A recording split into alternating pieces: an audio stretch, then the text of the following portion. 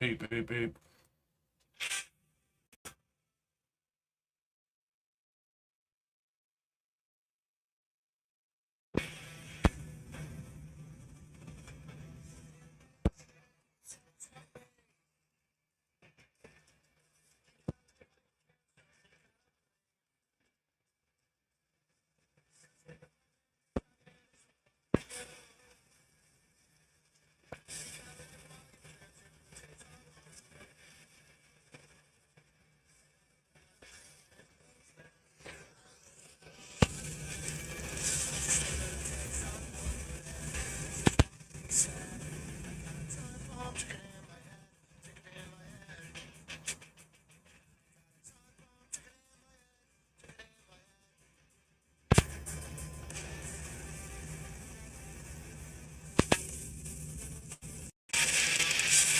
Opioids are drugs that are prescribed to treat moderately severe or severe pain.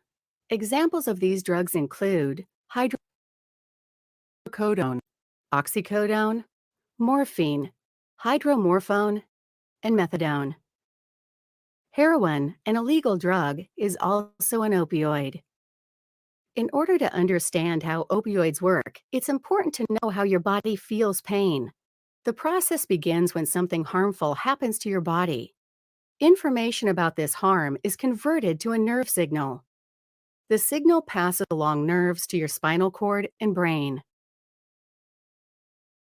In your brain, the signal is perceived as pain. Opioid drugs affect how you feel pain.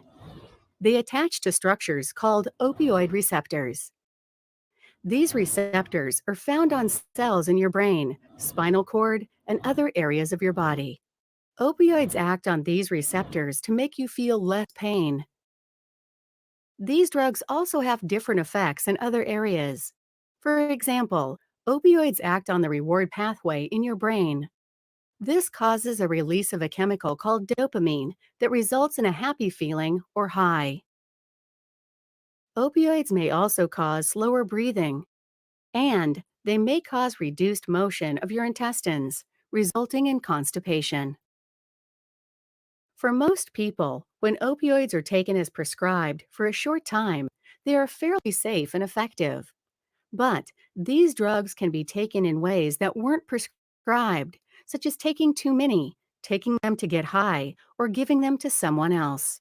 Misusing these drugs can raise your risk of developing drug tolerance, dependence, addiction, and overdose.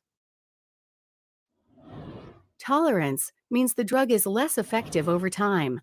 This can happen when opioid receptors become less sensitive to the effects of the drug. As a result, more of the drug needs to be taken for you to get pain relief. Dependence happens if a person has symptoms when they stop using the drug. When the drug is removed or withdrawn, you feel sick. This sickness is called withdrawal. Opioid withdrawal has flu-like symptoms that include restlessness and anxiety, muscle aches, inability to sleep, watery eyes and runny nose, nausea and vomiting, stomach cramps and diarrhea, and dilated or widened pupils. Opioid addiction is a brain disease where you have an overwhelming craving for drug. You can't stop taking the drug despite the harm it may cause you. Addiction is not the same as dependence. You can be tolerant of a drug or dependent on a drug without being addicted to it. Finally, opioid overdose is a condition where taking too much of the drug can cause life-threatening symptoms or even death. The symptoms of opioid overdose can include confusion, feeling very sleepy, not alert, nausea, vomiting, constricted or small pupils, unconsciousness, slow or stopped breathing, and death. According to the Centers for Disease Control, over 100 Americans die each day from opioid overdoses. If you have questions about opioids, or if you or someone close to you needs help for an opioid use disorder, talk to your healthcare provider.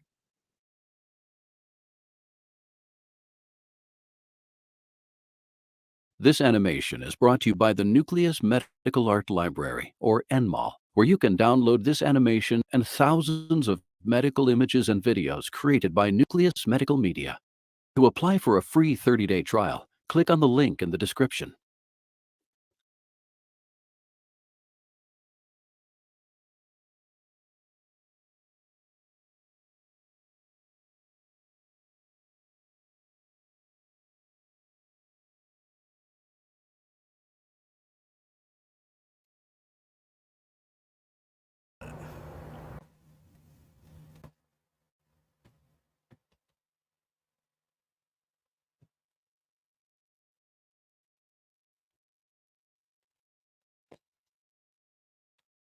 Never, ever trust an addict in recovery.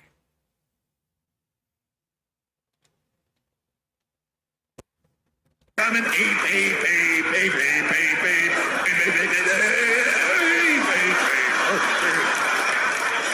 we all.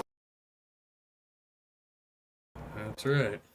So we got a request on X, formerly Twitter, from podcaster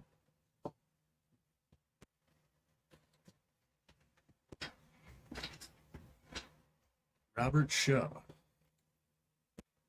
It's kindly requested. Well, I'll just read it to you. Hi, buddy. We have followed each other on Twitter for a short time, and there seems to seem alignment in our views. I've recently started a new podcast, and would very much welcome your feedback on it. Your comments as an atheist of many years standing and a fellow podcaster would be valued. Thank you so much, Robert. Robert, let's see what it's all about here.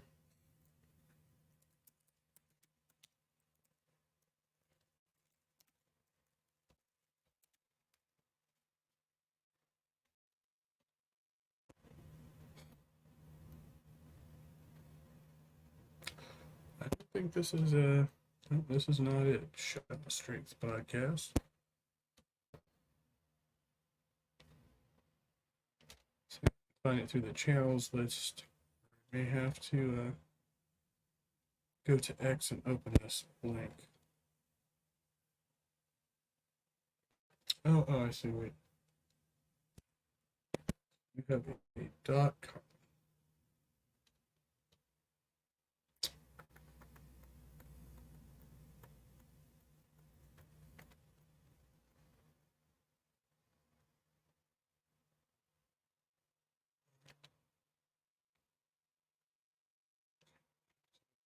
It's out here. No idea how this sounds set up out here. Let's see what connections like.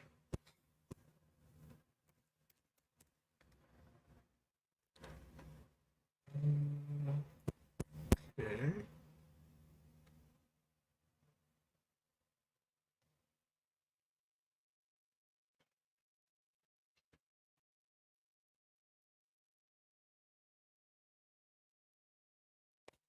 I'm gonna have to pay for the service here. Doing that tonight.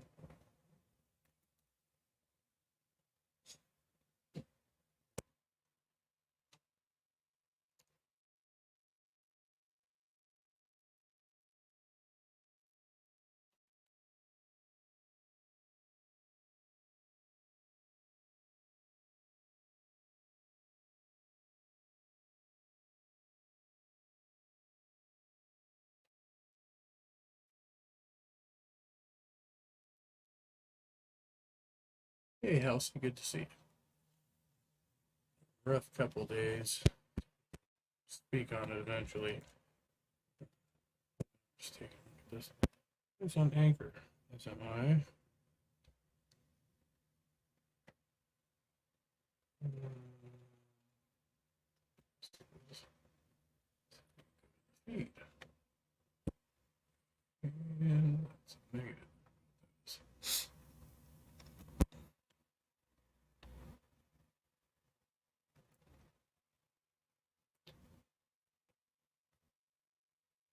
So it's got 47 minutes of content.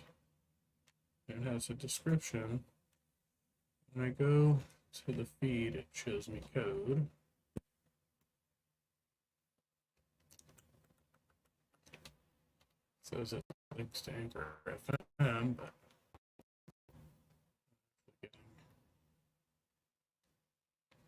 player of any kind. And then it's got an Apple and a Spotify link for something called 1840, helping you find meaning in life through the exploration of Jewish thought and ideas. And then here's, so there's no, I'm not finding any link to this .com. There's a Spotify link here.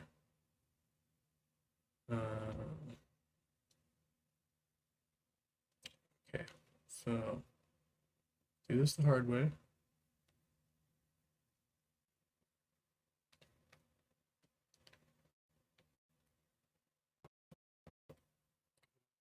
X.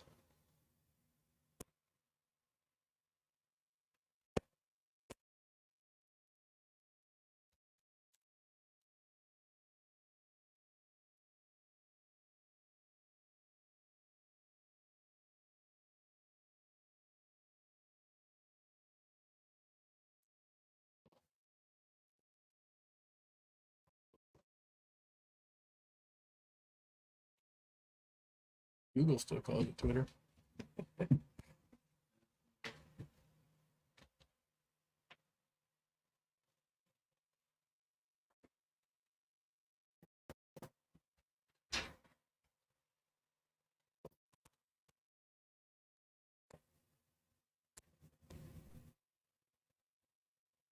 Hilarious. Ooh, Ghost Adventures. I'm following that. Let's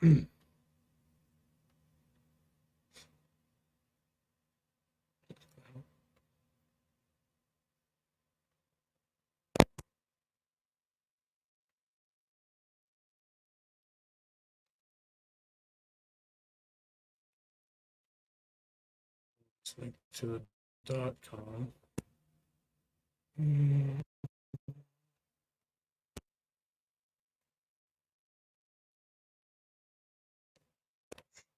Stream.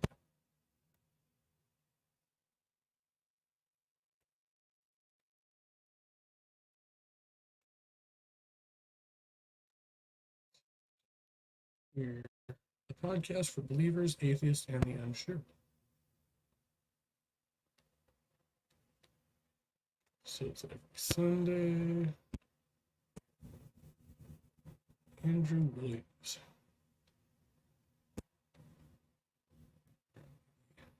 First episode here.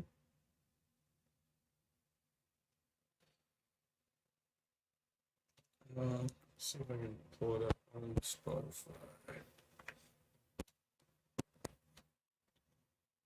Do this through my phone. Let's see why I need to get a new app every time. Too many apps already as it is. Oh, there we go.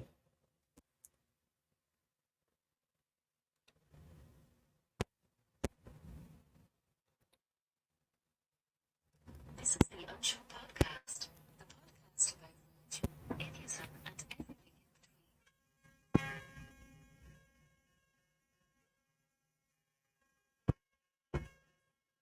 Welcome to the Unsure Podcast, where we delve into the fascinating life stories and diverse perspectives of our intriguing guests. Good evening, Today, we are LVG. honoured to have Pretty a the guest internet, good to who see you. embarked on a remarkable journey from a deeply religious upbringing to becoming a prominent atheist writer. Born and raised in a devout environment, Andrew pursued higher education in law at Birmingham University. However, in a pivotal chapter of his life, in his early Okay, wait, 20s, he he's experienced a a boy. profound shift as he grappled Okay, with here it matters of faith. This is the Unsure Podcast, the podcast about religion, atheism, and everything in between. Today we are honoured to have a guest who embarked on a remarkable journey from a deeply religious upbringing to becoming a prominent atheist writer. Born and raised in a devout environment, Andrew pursued higher education in law at Birmingham University. However, in a pivotal chapter of his life, in his early 20s, he experienced a profound shift as he grappled with matters of faith, ultimately leading to the complete loss of his religious convictions. Contributing insightful pieces to renowned publications such as The Independent, The New Statesman, The Guardian, The Humanist and The Skeptic, his articles covered a wide range of topics, from exploring the origins of life to critically examining the teaching of creationism in schools. Not content with just being another Andrew Williams, our guest wrote under the distinctive name Andrew Zach Williams, and you can check out his articles by Googling that. So today we'll speak to Andrew to understand how his background in law and his life experiences influenced his perspectives on life's ultimate questions. Good evening, Andrew. Hi, Robert. Thanks for that introduction. It makes me sound a lot more interesting than I really am. Oh, you're very welcome. So to start off with, Andrew, from what I understand, you were a believer for all of your childhood. Is that right? Probably not quite. My dad became a Christian when I was 8 or 9, probably, and I really looked up to him. And as a result, it was very shortly after that I then really started getting into it. Partly as a way of trying to please my dad, really. What sort of religious life did you lead? Did you go to church regularly? You presumably prayed as a family and so on? Well, my mum wasn't really interested in it, but most Sundays I'd go to church with my dad. I went with him to a church in Liverpool, which was very much a fundamentalist evangelical church. And by the time I arrived at secondary school, I was very much wanting to be part of the Christian Union there, and very much having an evangelical slant on everything. I didn't particularly enjoy church, but I think that's because I was probably several decades younger than the next youngest person in the church. Whereas in school, it's a bit different because there'll be several people in each year who are into the society. And so there's a bit more of a community there. So looking back at that time, how much of your faith was influenced by your father and how much of it was influenced by a kind of general feeling that there was a God? It's difficult to really work out what was driving my decisions at the time. I think certainly the older I got, the less it became a matter of trying to do the right thing as a son. And instead, it was probably a more psychological thing that my tribe became the Christian tribe. And as a result, I was then getting deeper and deeper into that. I quite liked the idea of being quite prominent as I got older, various church groups and school groups and the like. And then before you know it, your friends are Christians. I had wider family members who are Christians and evangelical ones, so was then a more of a connection with them. Well, I will say so far, like the format. I love deconversion stories. To atheists that I'm not aware of now, I am aware of, and so good stuff. I'm very impressed so far. Let's continue. But then I joined outside societies and the like, and I prayed and very much was a Christian. And then probably by the time I was in my mid-teens, if you'd stripped me of all those social connections, I would have probably then retained the faith that would by that stage become quite a strong part of my life. Okay, so it seems like every tentacle of your life, so to speak, is raveled up in Christianity. Is that fair to say? Probably is true. What I would say is that when I got to university, there were a few people who said to me something along the lines of, "We're surprised that you're a Christian. You don't really come across as one. You seem to be a bit too cynical and a bit too almost scientific in your thinking." Right. So we're surprised. It doesn't. That side of you doesn't sit particularly comfortably with your Christianity? And so a few people said that to me. And so that was probably the case when I was a teenager. So the Christianity did very much seep into all aspects of my life, but not necessarily into all aspects of the way I thought about things. And you went to an evangelical church. And when you speak to a lot of evangelicals, they're saying things like, oh, when I went to church, I felt bathed in God's presence and I just knew that God was there. Did you have any profound experiences when you were a Christian of that type? No, I would say I didn't. And I mean, it's interesting that certainly the kind of church I went to was very much focused on this idea of you must be born again, which of course comes from a story in John chapter 3. And I felt, because I had been involved in the church and Christianity since, around the age of 9 or 10, I didn't really have a moment when I suddenly went from atheist to Christian. In other words, when I had born again experience. And I would often think, well, gosh, I'm meant to have had that. So that was one experience lacking. Also, when I was at school, it was an interesting time, really, because there was an active Christian union and there were 2 teachers involved in running it. One of them was a very calm, thoughtful man who was very skeptical of the so-called the gifts of the Holy Spirit. The other teacher who ran it was one who was very much into speaking in tongues, healing, and the like. And his approach would be very much, if you let the Holy Spirit into your heart, you'll have these great experiences. Well, I was probably somewhere in between the two. I wanted these experiences, but never actually had one. Okay. If you were approached, you can take yourself back to your maybe your teenage years. If someone was to approach you during this time and said to you, why should I believe in God? What do you think your response would have been? I think that I would have said because Christianity is based on fact. So in other words, I don't think I would have said it will make you feel content and happy, or just take it from me, persuade yourself that it's true based on faith, then you'll have great experiences. Instead, when I did have conversations like that with people, the conversations were apologist or apologetic conversations in which I'd be saying, this is factually true and here are my arguments in favour of it.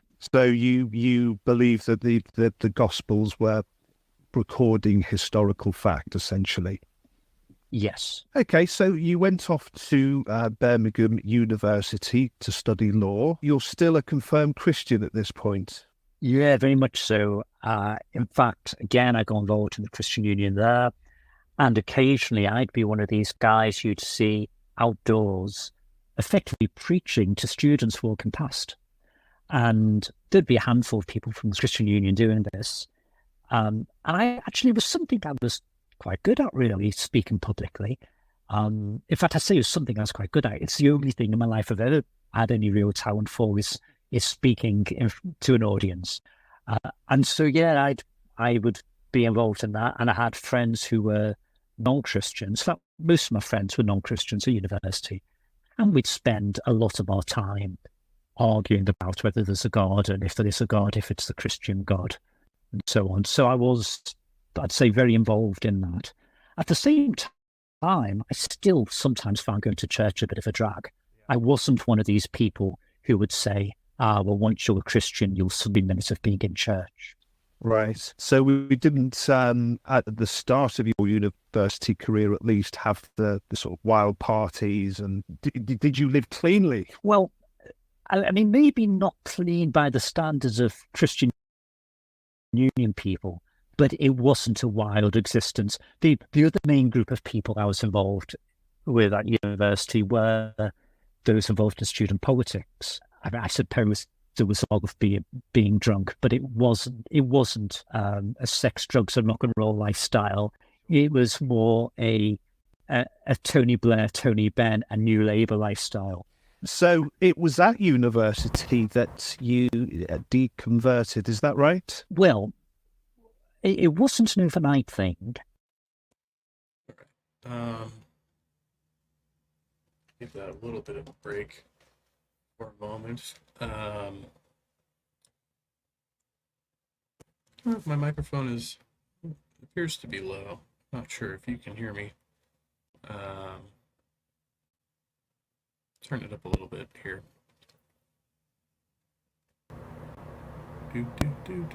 Do. Hopefully we don't get a lot of popping and locking and whatever.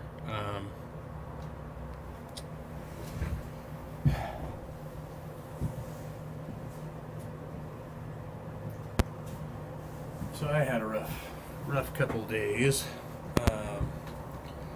It's entirely my own fault, you know.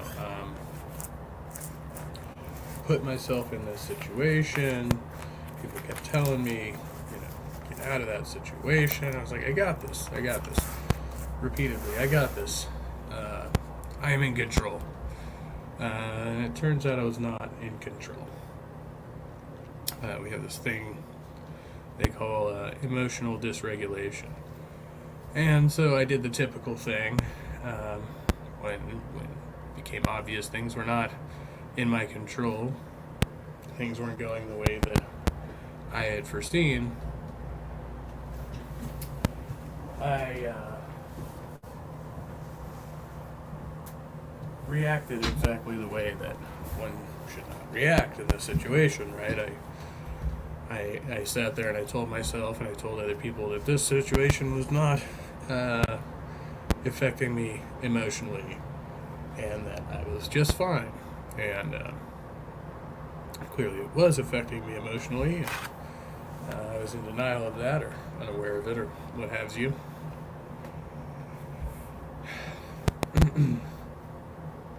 And so I went and hit all the good old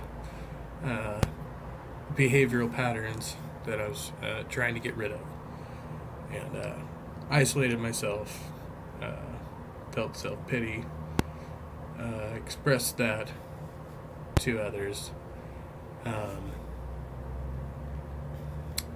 spent the last couple days sleeping in my car when I probably did not have to do that. It's a matter of principle, you know. I changed my living situation impulsively, and then accused the person who invited and then uninvited me from their residence of acting impulsively. You know. That being said, I had all the sirens going off in my head. I had people telling me, you know, don't do that, and you know, I was telling myself, don't do that.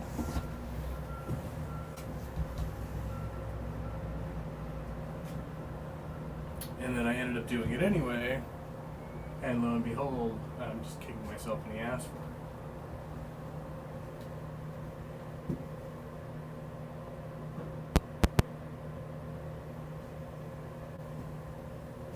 So over the course of a few days, I moved all of my things out from the place I was staying into another place that I had been staying more frequently.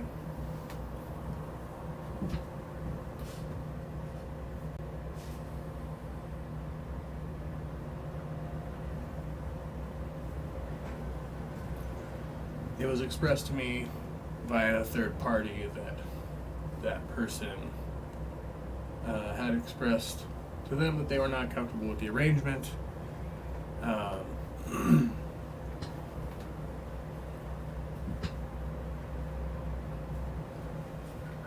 tried to address that person. Person became avoidant, and therefore I reacted in the most extreme ways, right? Took things personally. I started making rash decisions.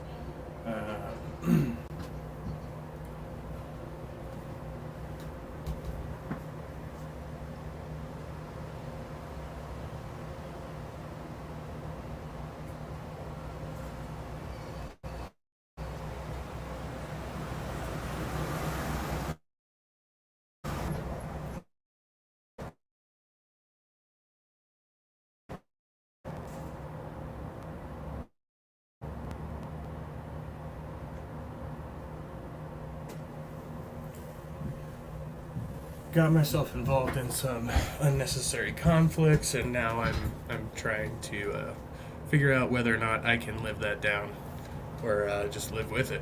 Kind of see how things turn out here. So I've got a few days worth of notebooking here. We're gonna flip the page back and replay the tape, as they say. Well, let's check out some more of this lovely podcast I've been.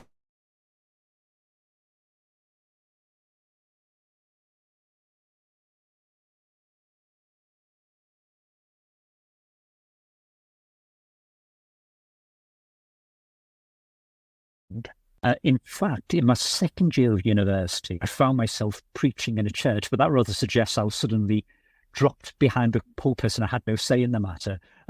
But one day, I was asked to preach in church. So certainly by that stage, my second year at university, I was still very much a part of it. But towards the end, I was starting to just have too many doubts. And I was thinking, I'm not being honest with myself here if I carry on being someone who is vocally teaching and the like. So I'd say I left university, probably I would still have ticked the Christian box at that stage, but I'd really spent too long in the company of non-Christians to find that I just couldn't buy into the belief that all people deserve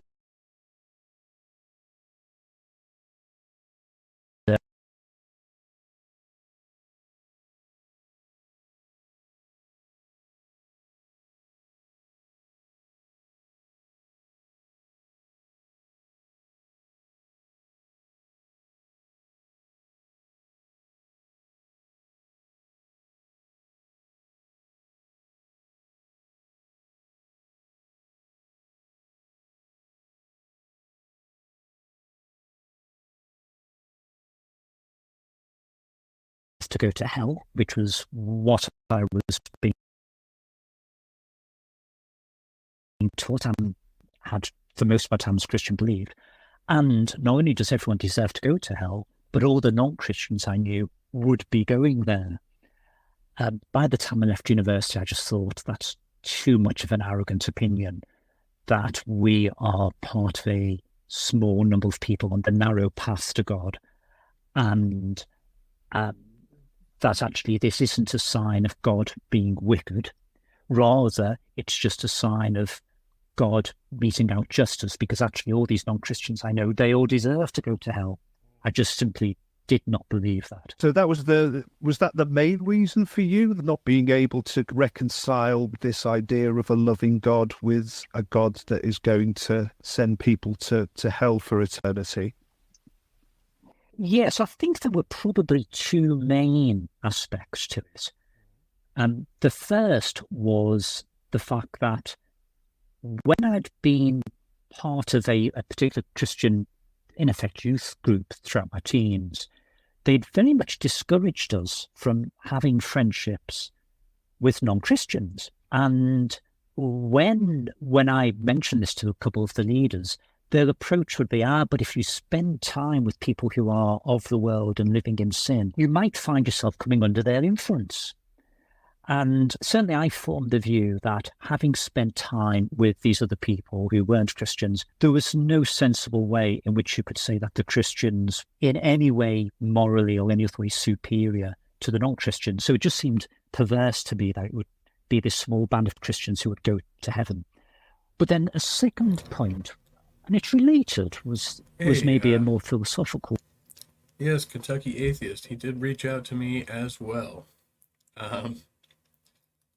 So I'm checking this out. It's a good interview so far.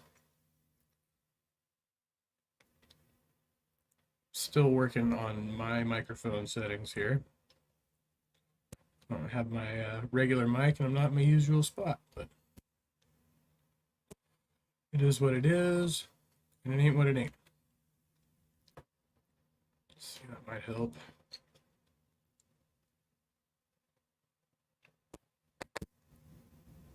Oh, nice.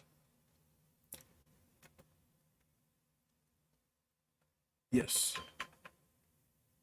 I received this message today. Said, all right, I will check it out. I have not reposted this. Probably won't listen to the full episode on here. But I'm just trying to let some time pass right now. Oh yeah, Tux. Awesome. Well, I'll be getting a lot of promo around here. Always enjoy listening to New Atheist podcasts and deconversion stories. We put some good work into this, so I'm happy with it. I'm impressed.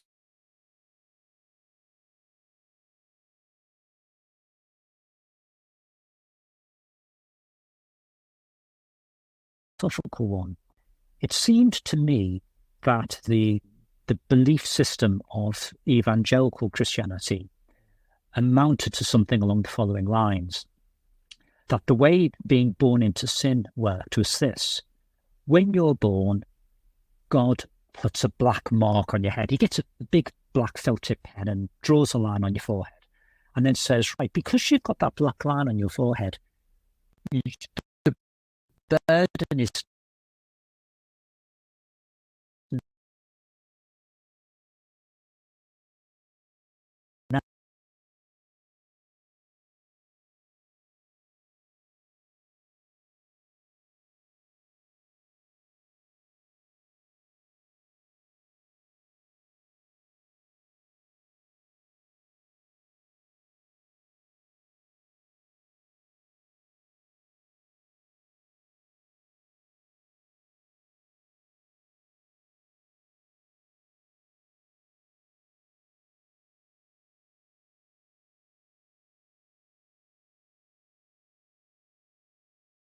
now on you to remove it. And the way you remove it is by asking forgiveness. And if you don't ask for forgiveness and you don't become born again, you're then not going to be sufficiently clean to enter heaven. So that means you go to hell. In other words, God puts a mark on you, but then the effect of that is the burden is now on you to remove it. I felt that that didn't make sense. I simply couldn't accept I was being the sign of a just God. Yeah, I do apologize for that. I had a tech issue here because I walked out with my earbud in, still in and out of. Well, I'm at work right now, so this is what I do on my downtime. Every once in a while, I have to get up and actually do something, to make money, but it's pretty few and far between. So, but yeah, I'll probably just leave the earbud in here so it doesn't pause next time. I'm going to be talking consistently. So what you're saying is that you believe that Christianity had too much of a kind of pessimistic view of human nature. That's right. And of course, it is an absolutely fundamental part of certainly evangelical Christianity that we deserve the punishment which is coming our way unless we turn to God.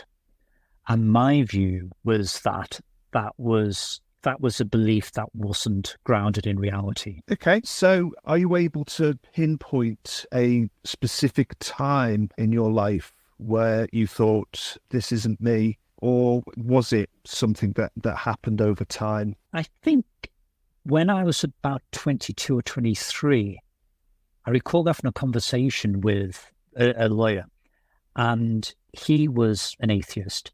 And I recall making to him effectively the same points I've just made to you, and in particular about the black mark on the head. And then I found out I was in effect just offloading and saying, another problem is you're suffering in the world and the like. And he just turned to me and said, look, you're saying this to the wrong person. This is so obviously true. You're the one who believes it, not me. And I remembered then thinking, yeah, I've stepped over to the other side. My heart certainly isn't in this anymore, and I don't really believe it either. And what I would say is, when I'd been a keen Christian as a teenager, I couldn't really envisage myself keeping to that belief all my life. In other words, there was always a sufficient doubt there. And really, I would say that just generally got worse. The more I became exposed to life beyond the very narrow upbringing I'd probably had, I'd say. Once I'd been exposed to everything out there, that's when I sort of think Christianity really didn't provide the answers. And it is the case. It is the case. I do acknowledge that Christians will often say things, and I said I heard a lot as a teenager.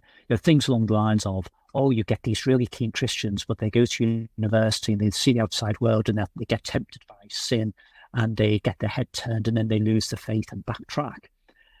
And of course, it's true, other than maybe the language with which that's expressed. Because another way of explaining exactly the same phenomenon is simply to say, You get exposed to reason. precisely. So was it difficult to disentangle yourself? A lot of believers say when they leave a faith, they feel isolated. Was that something that you experienced? I'm also interested to find out how it affected your relationship with your father. Well,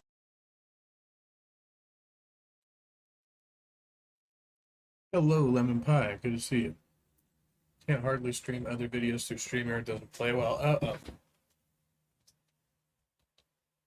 I may be having tech issues on that end. It's like hit or miss out here. Plus my location, I'm using a Wi-Fi hotspot. So I figured this would be better since it was just a podcatcher. Sometimes those work out and sometimes they don't. I can also just put on the audio on my phone, but then we have the risk of additional background noise here, which I get out here next to the bridge.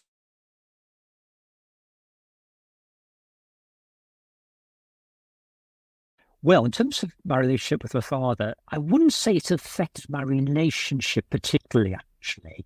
Yeah, I mean, maybe a little bit, but essentially he seemed to be convinced that deep down I was still a Christian and I was just going through a phase.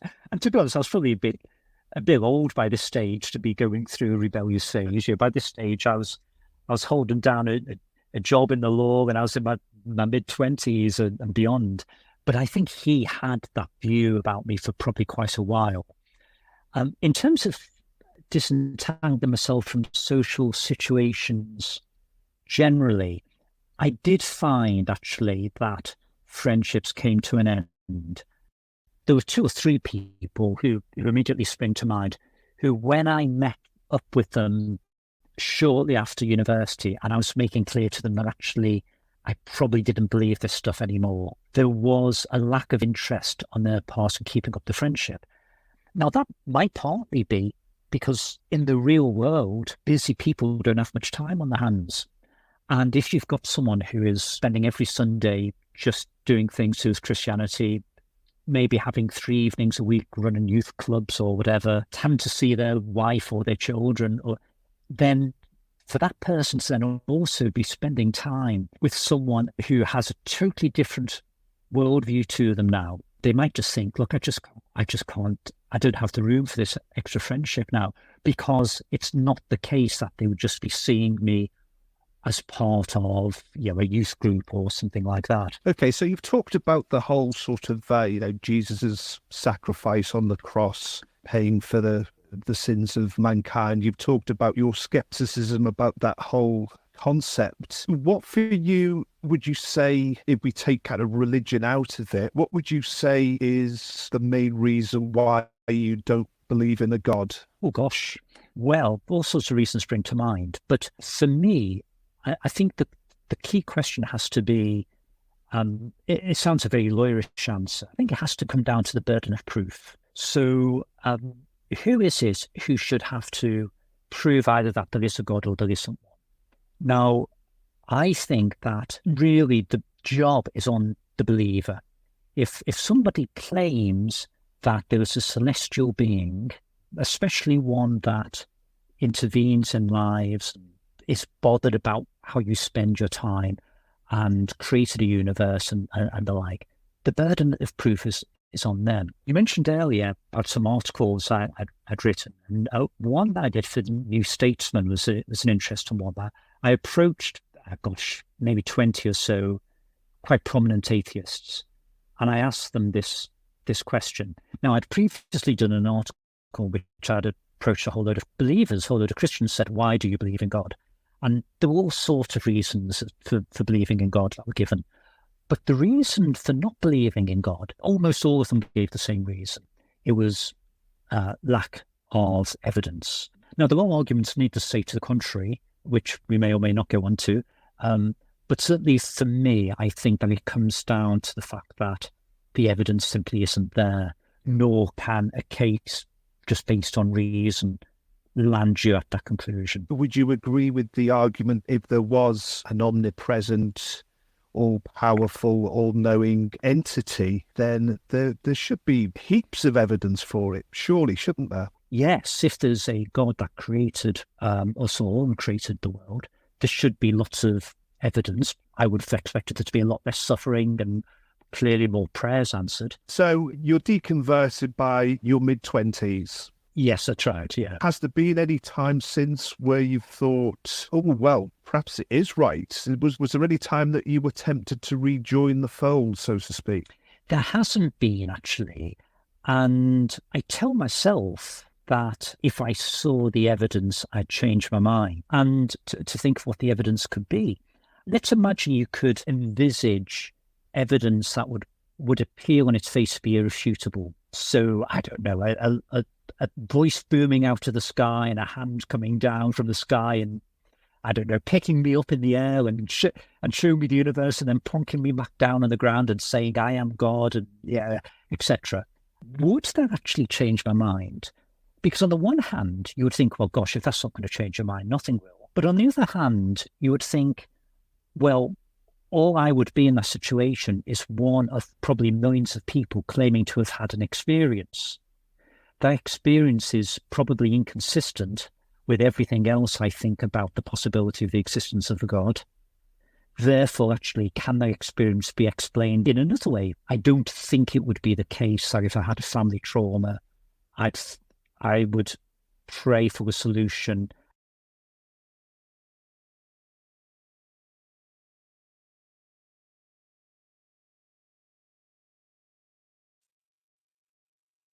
Of course. Yeah. That's a deconversion story. There's whole channels devoted to that. It doesn't sound like this channel is going to be devoted exclusively to that, but this is first episode, so we're good with it.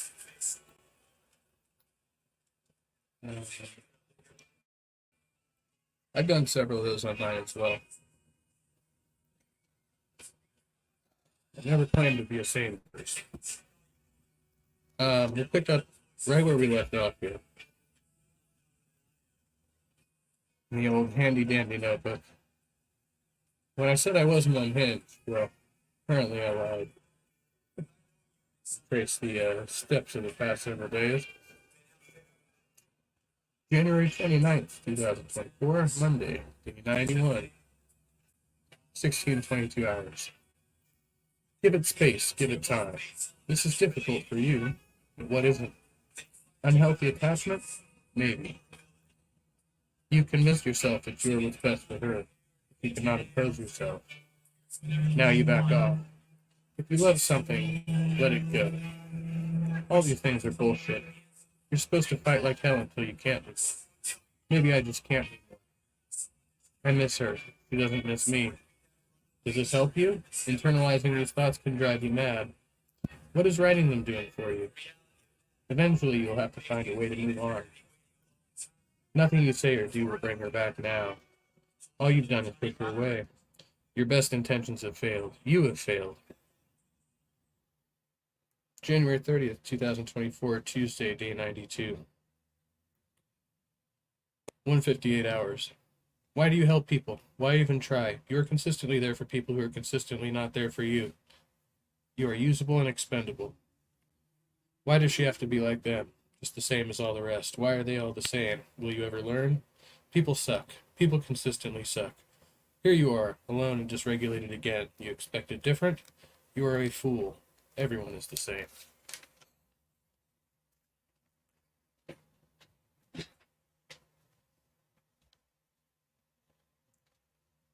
This is my handy dandy notebook.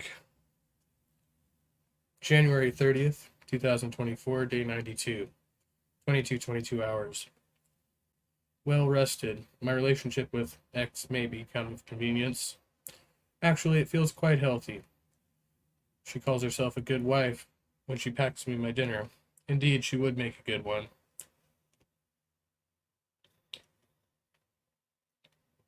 We do share a mutual attraction, yet both remain hung up on others. She X and I X. Maybe we could distract each other. Is that a good reason? Perhaps not. More dreams this morning of stealing food. Does food now become my object of obsession? I suppose it could be worse. I strain not to contact X. It pains me, but I know it will do me no good. Work is a good place for push-ups. I think I'll keep this up. This routine might be beneficial. For time. Quote, the offenses that are committed through desire are more blamable than those that are committed through anger. For he who is excited by anger seems to turn away from the reason with a certain pain and unconscious contraction. But he who offends through desire, being overpowered by pleasure, seems to be in a manner more intemperate and less manly in his offensive.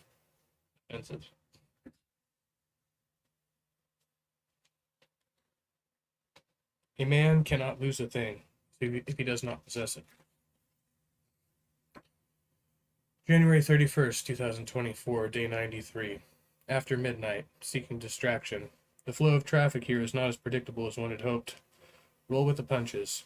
More rest may be necessary. Quote, sleep is for the weak. You may continue to contemplate the nature of your relationships with people. Relationships are complex, evolving processes. What if? Things change, and that's okay. You are not often in control. Flow with the changes of life throughout time. Accept what is.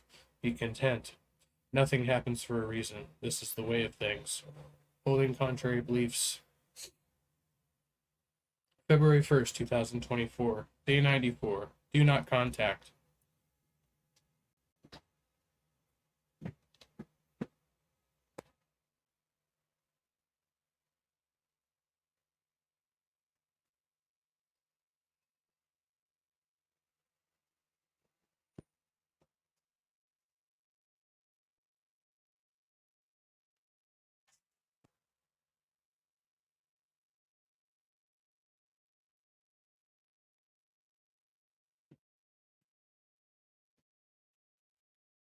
Have some dignity, man.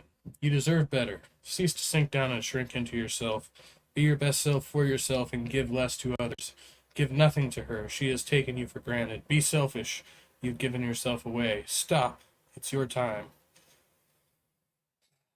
What have you done for your recovery lately? Stayed sober? Are you feeling tired? Stop it. Do not make contact. February 1st, 2024, day 94. Living for me. Do not contact. It's like I keep telling myself the same thing over and over again. To the body belong sensations. To the soul, appetites. To the intelligence, principles. Record your single, shifting sands of time. It's raining, it's pouring, 3:30 in the morning. Rats in the walls, rats in my brains, behind the safety of your walls. Cold, alone, gaining strength. Life is absurd. My personal journal, yes. The one and only. Actually, I have multiples, but this is my main one right now. February 2nd, 2024, day 95. You did good, kid.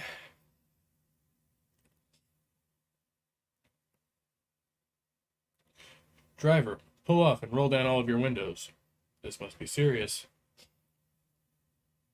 If she could only see me now. Feeling sore? Work out more. Executions in Iran. The world is a scary place. Quote, let no act be done without a purpose, nor otherwise than according to the perfect principles of life's art.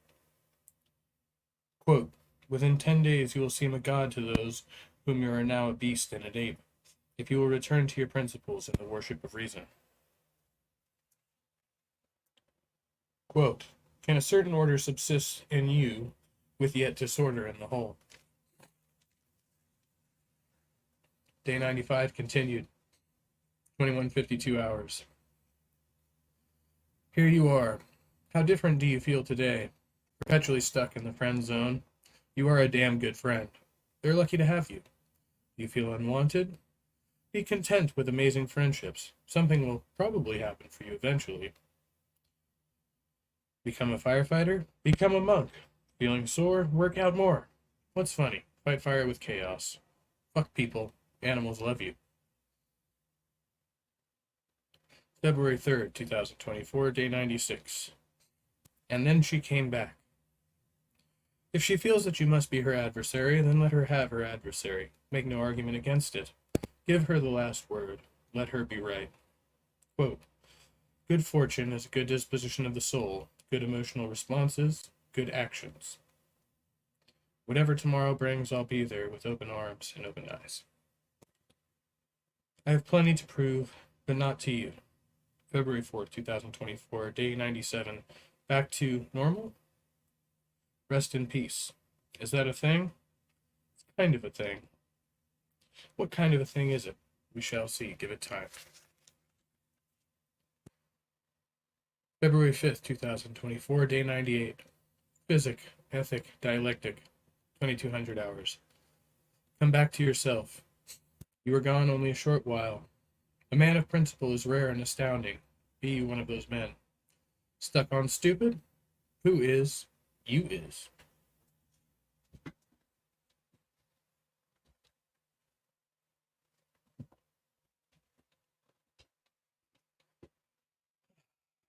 Eternal dilemma. Nothing changes. Period. ... You be so smart. February 6, 2024, day 99. We are beggars all. The lady doth freaketh out. How should you address this? Should you address this? She sowed her own poison. She threatened to sell and or toss your shit out. This is not a you issue. Do not feel guilty. I am become death, destroyer of worlds. Did she make it? Do you think? February 7th, 2024. Day 100. Hard reset, no breaks. You fuck with crazy people, you get craziness in your life. Welcome back to life, champ. Skill 1. Knowledge and recognition of scientific principles. Skill 2. Remembering, understanding, applying, analyzing, evaluating, and creating. And then we have our MCAT study.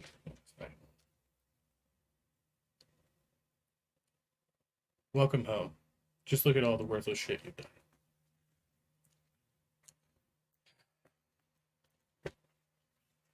So, just to recap, I was already in an emotionally fragile state,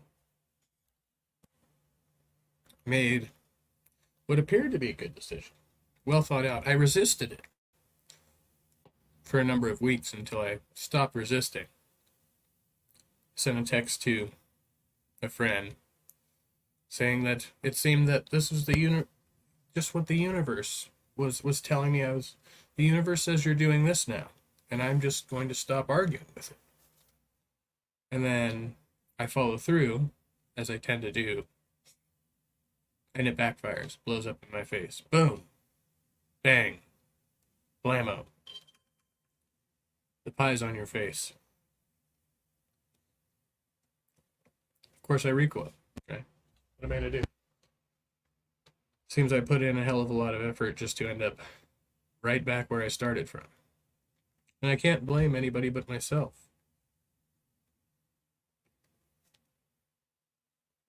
I made the decision.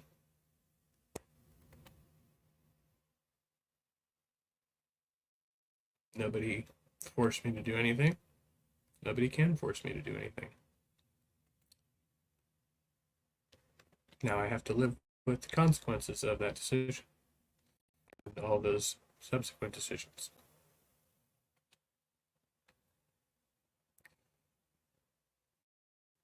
Never trust an addict in recovery. They call it recovery.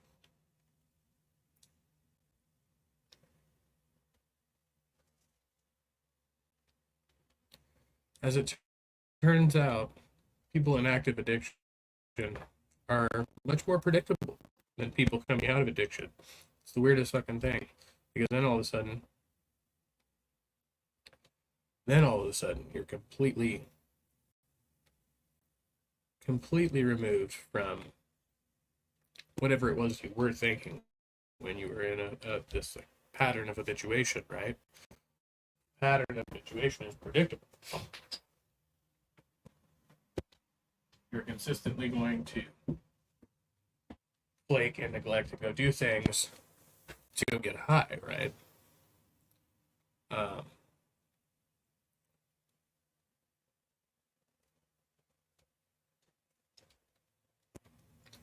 When you're not doing that, you're doing other things to fill the void. In my case, right, I become dependent on people. And so it's in my nature to feel that I need to rescue another human being, right, from whatever is going on with them, because objectively, I could tell you a lot better, I can tell you what's best for you, right? I can't do it for myself, but I'm very good at telling you what's best for you. Um, and so I need to keep doing that, right? That helps keep me on track, right? No, wrong. Wrong. We can't actually do that. I mean, it sounds good in theory, but no, we can't actually do that. Doesn't work out. It works out. Uh, well, I'm a good example of how that works out.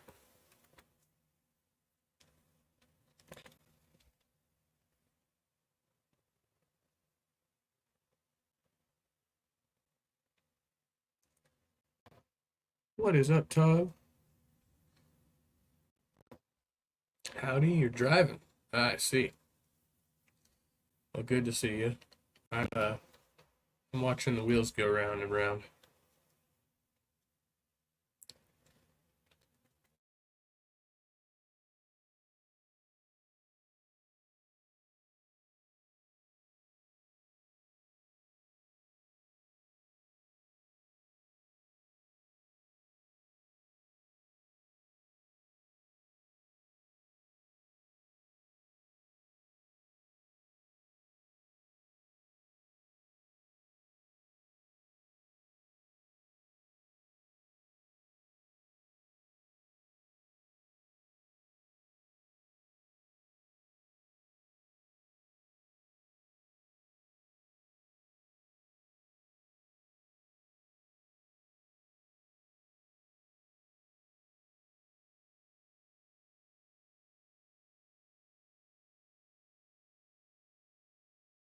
Sections of this tree, but I've never done the whole thing in a single video. So that's what I'm going to do today.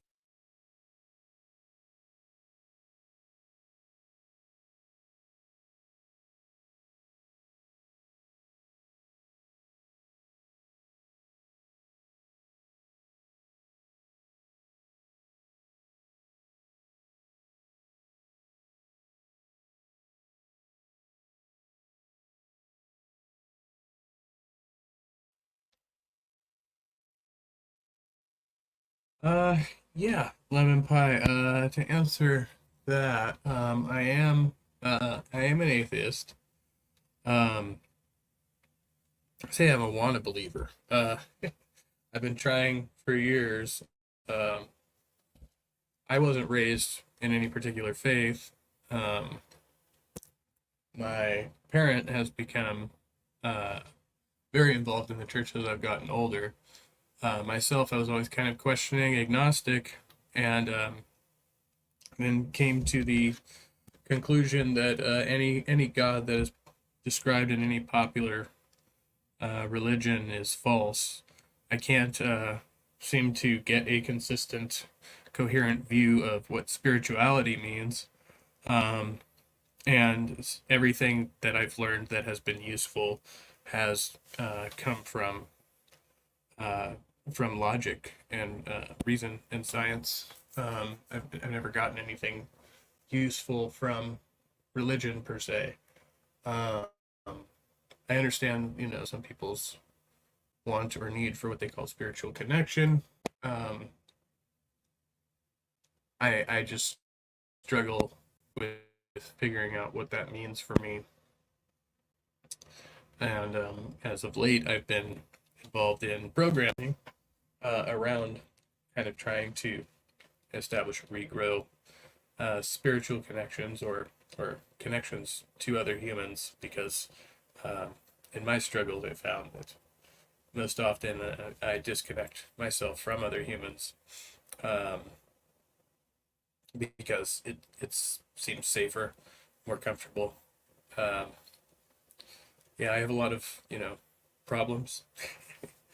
True, science does change all the time. I don't think it's limited though. I think I feel like it's um, more more free, more liberated in the sense that it is subject to change, to be able to change your opinions and your thoughts based on new information. I think is a powerful tool. To say that I have to continue to adhere to the same way of thinking, the same guidelines, based on the same information, and it's not correctable.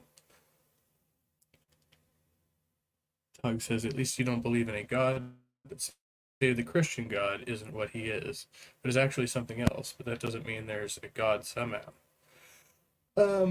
Yeah, well, there's that, the age-old questions. What does it all mean? Where do we all come from? Look at those trees, right? Something can't come from nothing, I guess. I don't know if that's necessarily true, though.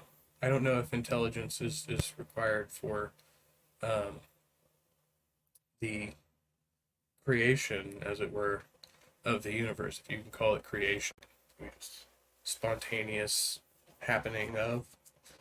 Um, I don't know what the reason is. Still looking for the reason. Why would God make someone like me? Like a modern day Job over here.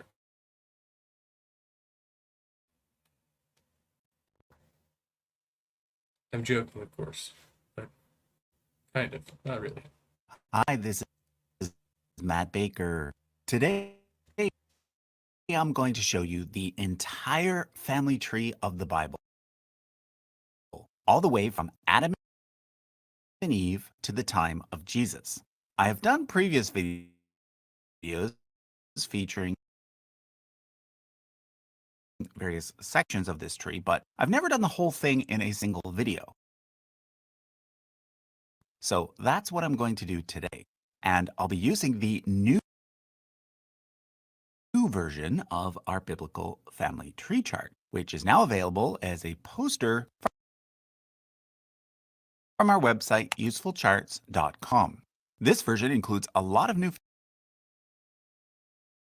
features, so I'll be highlighting them along the way.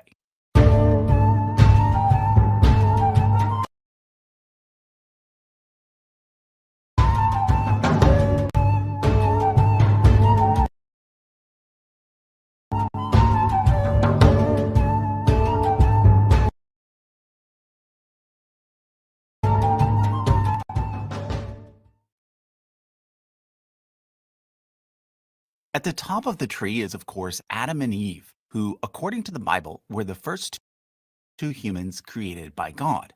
Their first two children were named Cain and Abel. But as you probably know, Cain kills Abel out of jealousy. And therefore, Adam and Eve have a third son named Seth. And it is through Seth that the biblical story continues. Now, in a previous video, I got a lot of questions about who Seth married in order to have his children.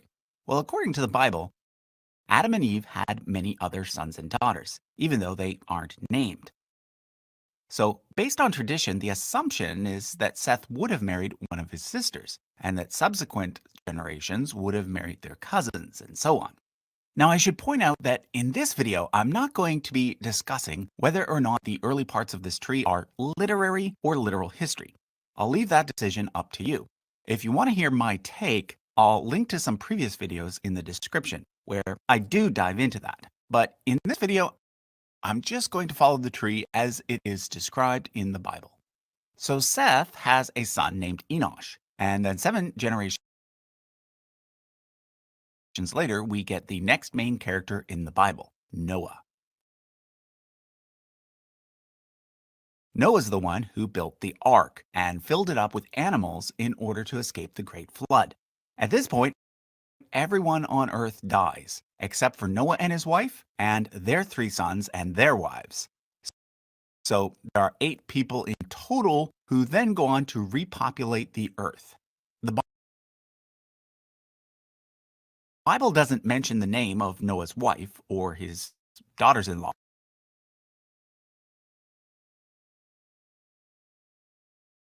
But we do know that his 3 sons were named Shem, Ham,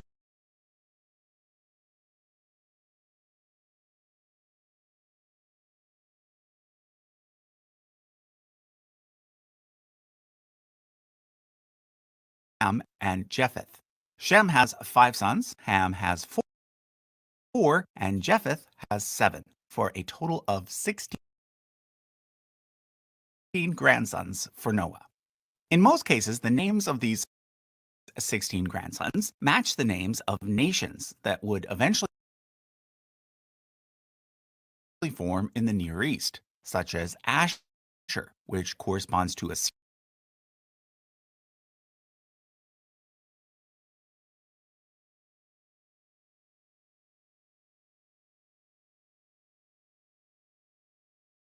Syria, Mizraim, which corresponds with Egypt, and Javan,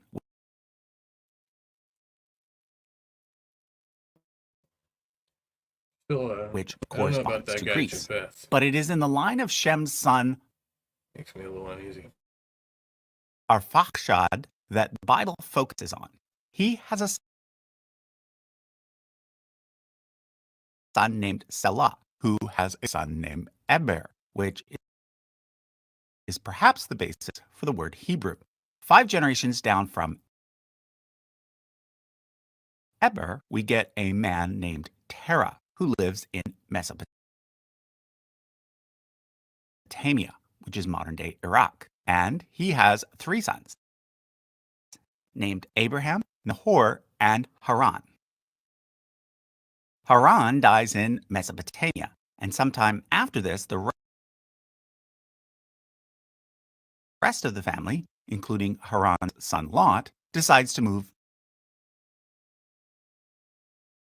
to the land of Canaan, which God had promised to Abraham and his descendants. Canaan basically corresponds to modern-day Israel and Palestine. Terah dies along the way in Syria, and this is where Nahor decides to settle. However, Abraham and Lot continue on to Canaan. Abraham's main wife was a woman named Sarah, and eventually we learn that she is also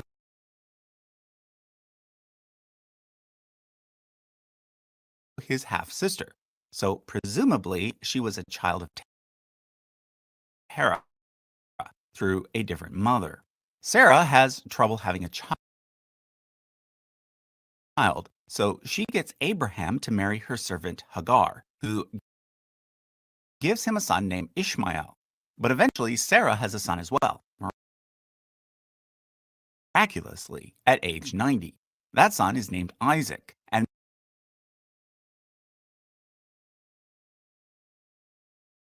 becomes Abraham's main heir. After Sarah dies, Abraham then marries for a 3rd time to a woman named Keturah, and they have several sons, one of whom is named Midian. Isaac ends up marrying Rebekah, who is the granddaughter of Nahor, and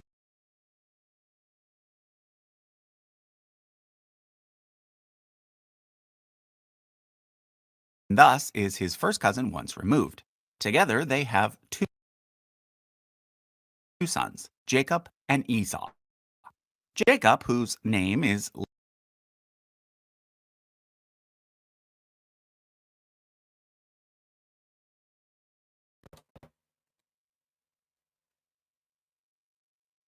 I love this story where he, like, marries the chick's handmaiden and has a kid with her, but then she finally has a kid, and then they kick the chick out of the house, or like she leaves in shame or something like that. Like, it's really, really terrible. It's fucking awful. And then we just like,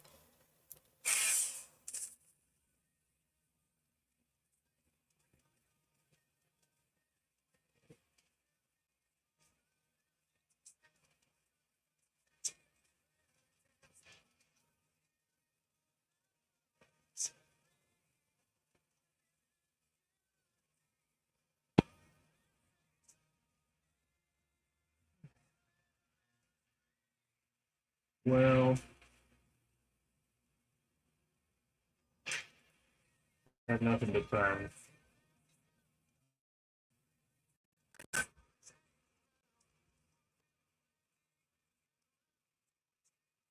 If this one, let's see.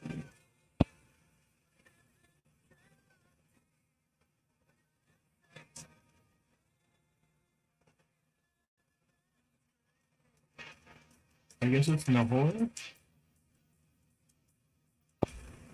Abe's second wife, Sarah's handmaiden or whatever. She marries off her husband, has the kid, and then they kick the kid out.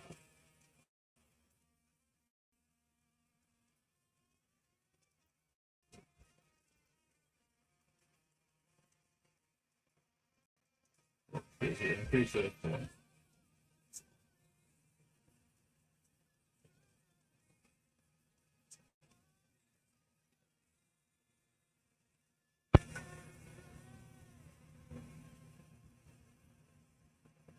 Yeah. Said to have lived to the age of 148 years old and had a son, Tara, at the age of 29. Oh, wait. Which one? Oh, no. Nahor is. Man.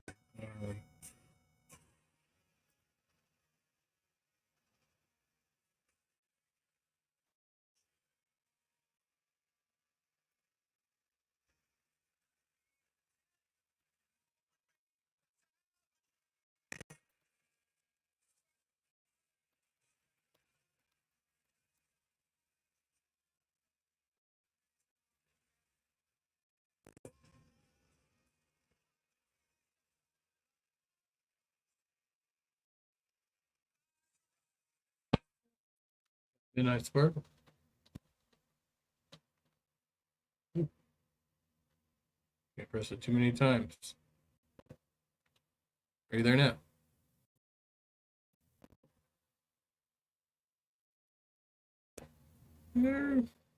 Hello. There we go. Hey, How you how you doing? doing, Midnight?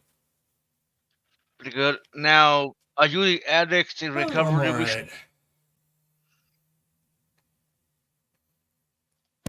Oh, that's good. Oh, me, yeah. Well, I guess, I mean, I'm one of them. There's a few of us. I'm talking about my peers at this point. If I just trusted No, I myself, know. I'm just fucking with you. I would be in this position.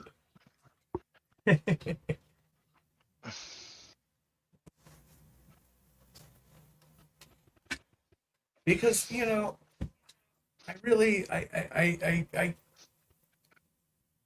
I tried to resist the temptation, right? But after temptation just kept coming at me, eventually I kind of just gave in, right? Isn't that the way it works? It just wears you down. Yep. Of course, you have to be stronger than temptation. Kill temptation with a fucking gun to its head. Just be like, temptation, I'm gonna kill you. Hey, it's 3 a.m. I'm fucking tired. It's 3 a.m. where you're at? Well, I'm just after midnight, 12:20. So I've still got a few more hours to keep myself awake and occupied here. So I run one of these. Whatever happens, happens. Yep.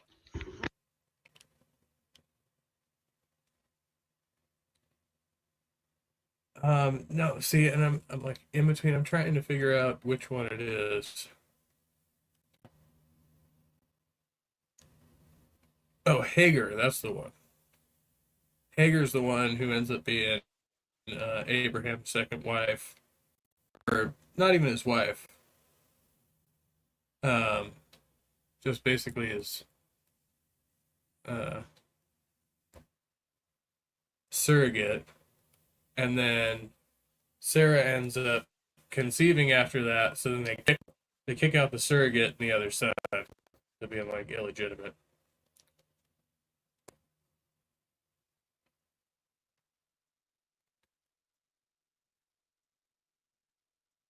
Yeah, that was one of my favorite Bible stories. I was reading that one not too long ago.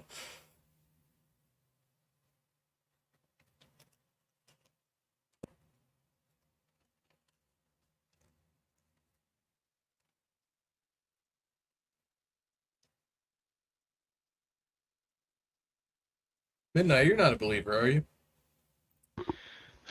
Nope. I'm like, I don't fucking know, man. That's what I believe.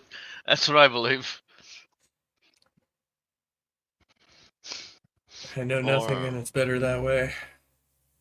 not believe, I guess.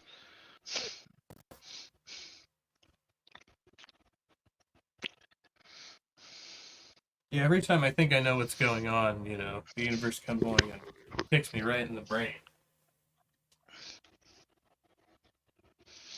It do be that. It do be like that sometimes.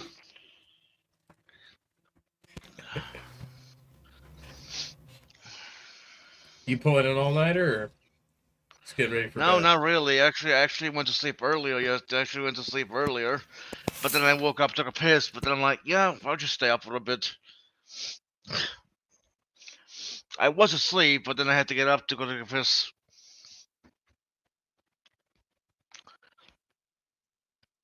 Oh, spooky.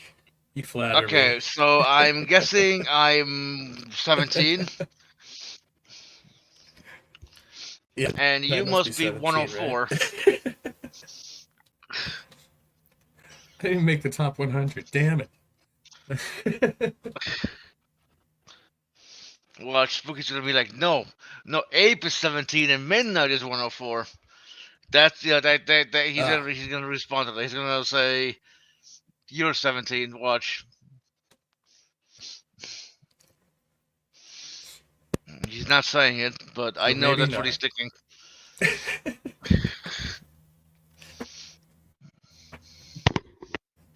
Let that one go.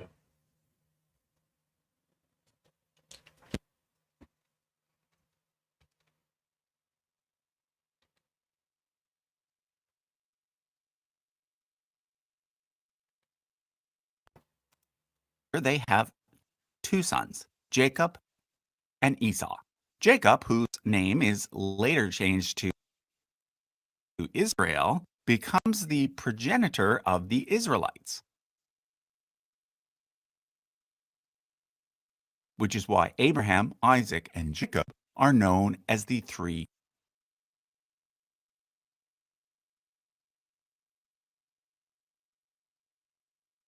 Israelites.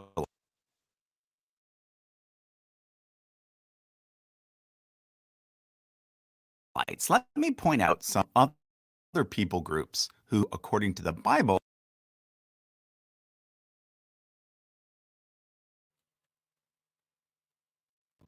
Oh no, there goes Midnight. Trying to were plug in all my distantly related devices to them. here. Later, once the kingdoms of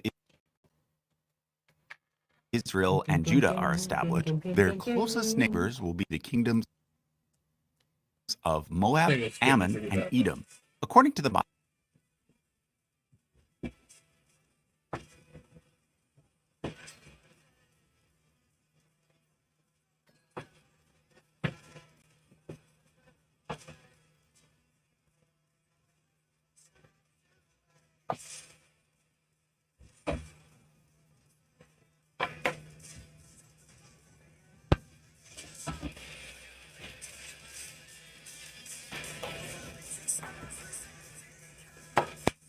Yeah.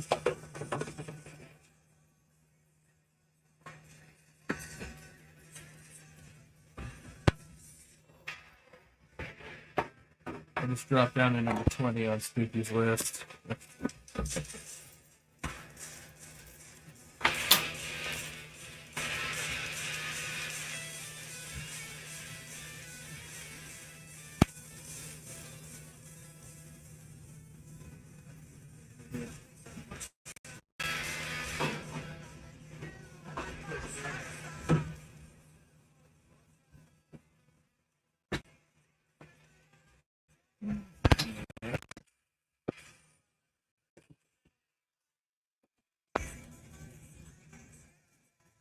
But this isn't going to be cooperative.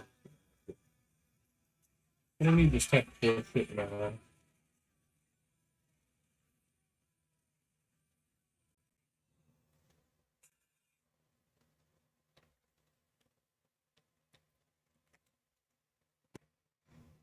And this is why you never trust an addict in recovery.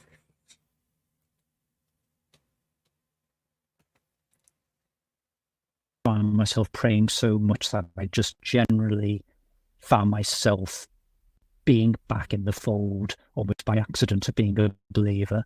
I don't think any of that will happen. Do you think we're becoming less religious as a human race? I think that the West is generally becoming less religious. I think the statistics bear that out. Now, if that is the case, then that in itself might mean that as people are getting into adulthood, they're more likely to become non-Christians, and that's why the statistics are going in the direction they are. Could you argue that America is a bit of an exception to that rule? I don't think it's an exception in as much as it is becoming more secular. It's more religious than you would expect when you compare its education levels and its wealth with other countries around the world. You would expect America to be more secular than it is. So I agree to that extent. America is an exception. However, it is becoming more secular. And so to that, I think that trend applies to America as much as it does elsewhere. So you just think that perhaps there are a kind of few generations behind the rest of the West? Yeah, I think that's a good way of putting it, actually. Whether it's quite as much as a few generations, I don't know. But I think that's probably right, that they are probably behind the trend. And what will probably speed matters up more will be if we start seeing politicians openly coming out as atheists. I mean, this is something that the new atheist community has spoken about lots. But certainly, while we've got politicians always claiming to be religious, I think that the trend will probably maybe continue, but ultimately, you're still going to have a pretty hefty Christian community there. Sure, and I think I remember a poll of Americans done relatively recently, and the question that they were asked was, would you vote for an atheist president? And I think it was something like 75% said they wouldn't or something. Yes, I think I heard them at the time, and it does. I think it beggars belief, really, that you have a population that clearly equates morality, being honest, with being religious. And I mean, my view, for what it's worth on this, is firstly, I think there's a false correlation. I think it's simply not true that religious people are generally, say, more honest or more trustworthy than non-religious. But more than that, if I was in a situation where, say, my own well-being was dependent upon somebody else making a moral decision, for instance, maybe acting against their own self-interest, I would much rather that my well-being was in the hands of an atheist making that moral choice. And it's simply for the reason that clearly anyone can be selfish, anyone can get the decision wrong, including willfully. However, as a general rule, I find that religious people don't actually take the trouble to go through the process of thinking what is the right thing to do here. Because I think that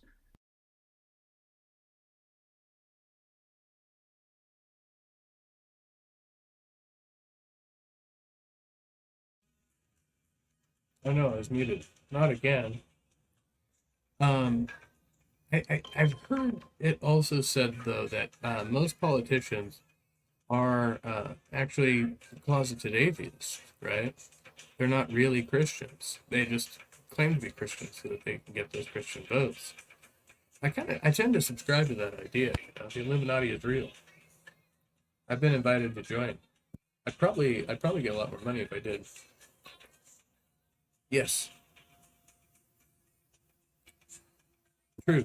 But we're looking for people who are acting morally on their own objective moral grounds, right? That is, yes, objective morality.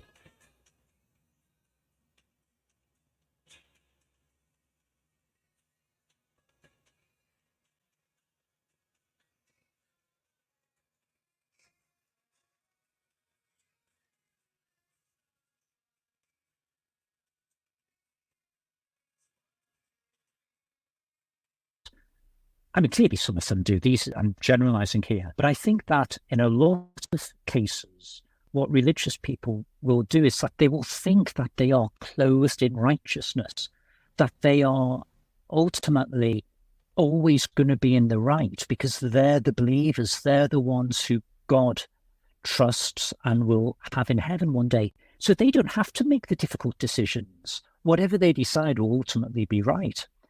It's the atheist who has to sit down and think, oh gosh, in this situation, is it okay to lie? Is it okay to do something bad to achieve something good in the long run? Yeah, and to deal with these knotty questions purely using reason. Yeah, and it seems to be that the word atheism or atheist perhaps carries connotations in America that it perhaps carried in this country sort of 200 years ago, that you were some sort of heathen. And so one of the articles that you wrote was about the origins of life, or certainly it touched on the origins of life.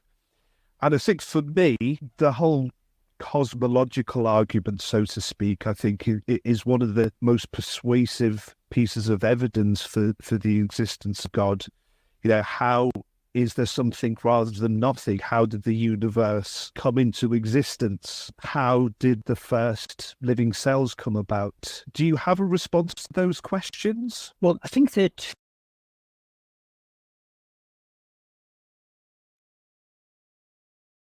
I don't know if it's just me. It does sound like Mr. Shaw may be in need of a decongestion.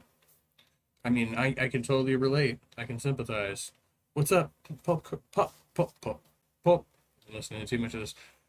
Between LDG's stream last night with Cockney, who in fact does speak Cockney, and Andrew Williams and Mr.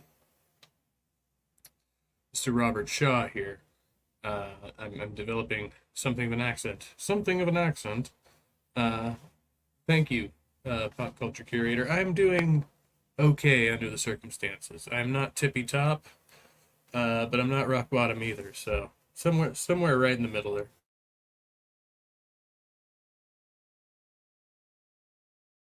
two different questions. So you've the origins of the universe and the origins of life are two very different issues. So if you deal first with the origin of the universe, the most direct answer to what you've asked is to simply say no. I don't have an answer.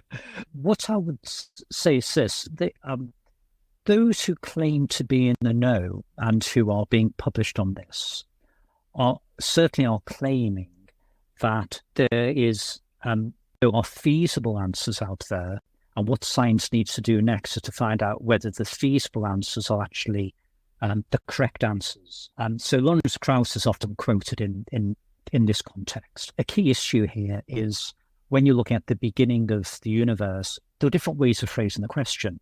One is to say what caused the Big Bang. Another is to say how do you get something out of nothing. Now, there's slightly different questions, really. So where the Lawrence Krauss answer comes along is he says, actually, to ask how is there something out of nothing isn't a valid question. And the reason is because there never actually was what most people would think of as being a nothing at the beginning. That's what a philosopher might just assume was at the beginning. But actually, there never was a nothing. Rather, there was a sea of subatomic particles coming in and out of existence spontaneously. And he then describes a process in which he says, not only can we prove that these that these exist still, but that they therefore would have existed at the time, and these would have caused a mass density fluctuation, which ultimately caused the Big Bang. Now, quite frankly, I don't know if that's nonsense, but clearly, if you go a theoretical physicist, you think that's feasible, well, then it's got to be then the physicist to decide whether you can take that on to the next step and actually prove that is what happened. Okay, so what seems to be said there is that matter is eternal. Would that be a correct way to boil that argument down? The matter which makes up the universe has been in existence for eternity? I don't know. I personally hadn't thought of it that way, but it might well follow. I confess I don't know the answer to that. What I was just going to say is the second side of the coin, which is not quite the same question, but essentially what caused the Big Bang.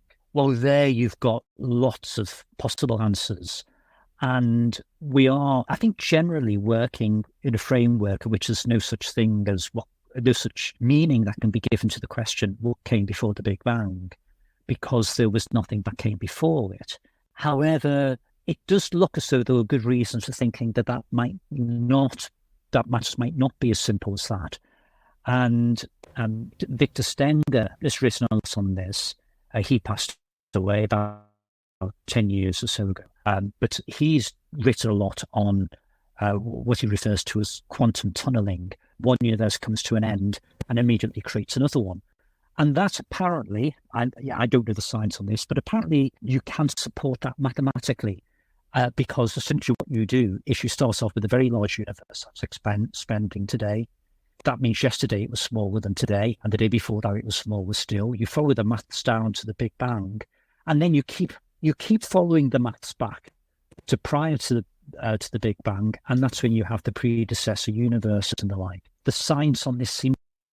See, that's why I have such a problem though with math, because it can follow, math all the way down. At the end of the day, numbers are just made up, configurations of, it's like, what's that thing called?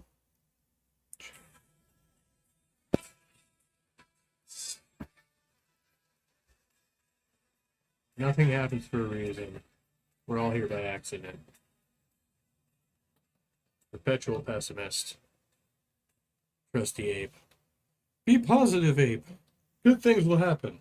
I don't know, maybe. It was okay while it lasted. Shouldn't say everyone goes according to what they think is right. Actually, some people are just stuck in evil. Interesting. I also struggle with the concept of evil. Like, what is evil? Like, are there evil acts? Are there really evil people? Because we know people might do like really bad things, but then maybe they feel bad about it later. Were they truly evil? Are people like born evil? Are they made evil? Right? If they're made evil, who makes them evil? I don't know. All really interesting, but I've definitely done some not so good things I'm not proud of, even recently, But then I have to ask myself, how much responsibility can I take for my actions? How much free will do I really have? Like, when is my will truly free? My will truly free if I become tempted by some other human being, or by some thing I am habituated to that alters my mental state, my mood, changes the paradigm of my mind. I don't know.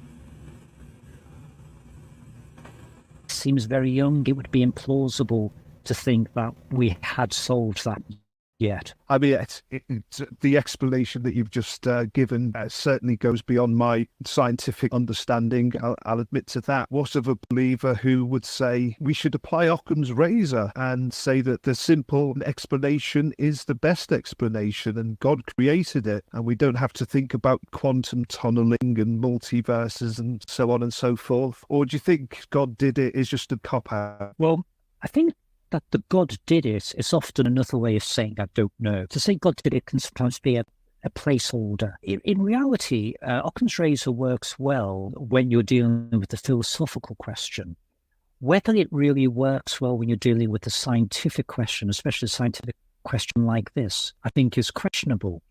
But also, applying Occam's razor, what is the explanation that just requires one simple matter that satisfies Occam's razor? Well, the believer would say that one explanation is the existence of God. But actually, applying that logic, you would say that the existence of God answers any question, because all the existence of God does in that situation is to say, we can't provide an explanation, therefore a supernatural being must have done it. Well, you can apply that in any scenario. You could say, why did the working classes in the Red Wall vote Conservative in December 2019? Was it because of Brexit? Was it because of Jeremy Corbyn? Was it because of this? Was it because of that? Was it a combination of that? Oh, this is so difficult. I know, let's say it's because of God. So I think you have to be careful in the application of Occam's razor if what you're doing is using that principle as a way of shoehorning in a supernatural explanation. And certainly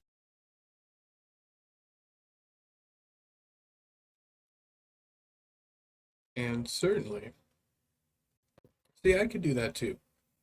I could say someone else, someone more powerful than myself, they are responsible for my present position in the universe, right? I don't know, maybe you could call them God. You just say other people are smarter and stronger than me. They're faster, they're more cunning. They cause me to act as I do. I do not cause my own actions. I'm not in control of anything. Let me relinquish control to a higher authority than myself, namely some other entity. Am I now off the hook? Am I still morally culpable?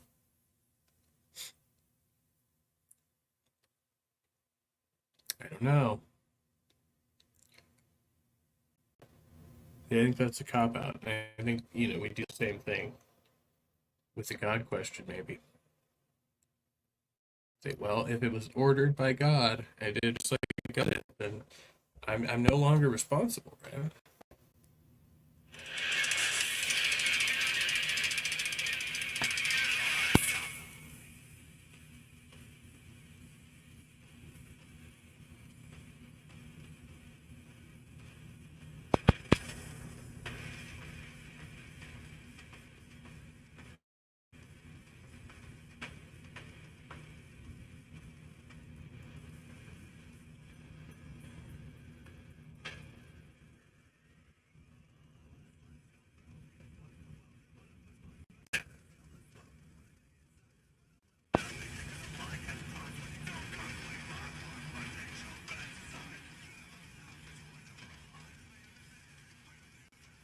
So yeah, this new video from Fantastic.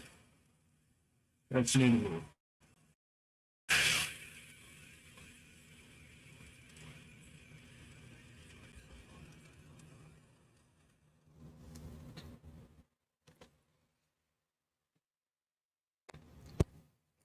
And we're gonna check out that one.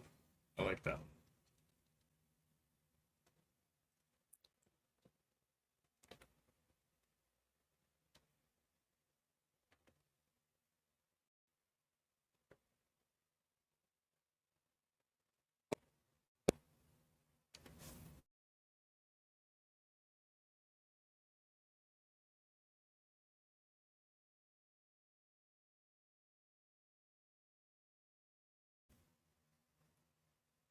I'm just sitting here watching the wheel go round and round. On today's episode, we're going to be looking at so-called Christian YouTube channels that you need to unsubscribe from today, because not only are they deceived, but they are leading many in the wrong direction. So are you ready? Let's go. So we're gonna look at this guy. This is it's a new channel. I'm not really familiar with this dude yet. Somebody named Jordan, and he does this real talk. You know, he's basically the fundy Bill Maher. That's what I'm. Which is not, it's not something you want to be. You don't even want to be the regular Bill Maher. You don't. That adding fundy to it just really makes it difficult. So when I was, kind of deconstructing in my head, there was a lot of different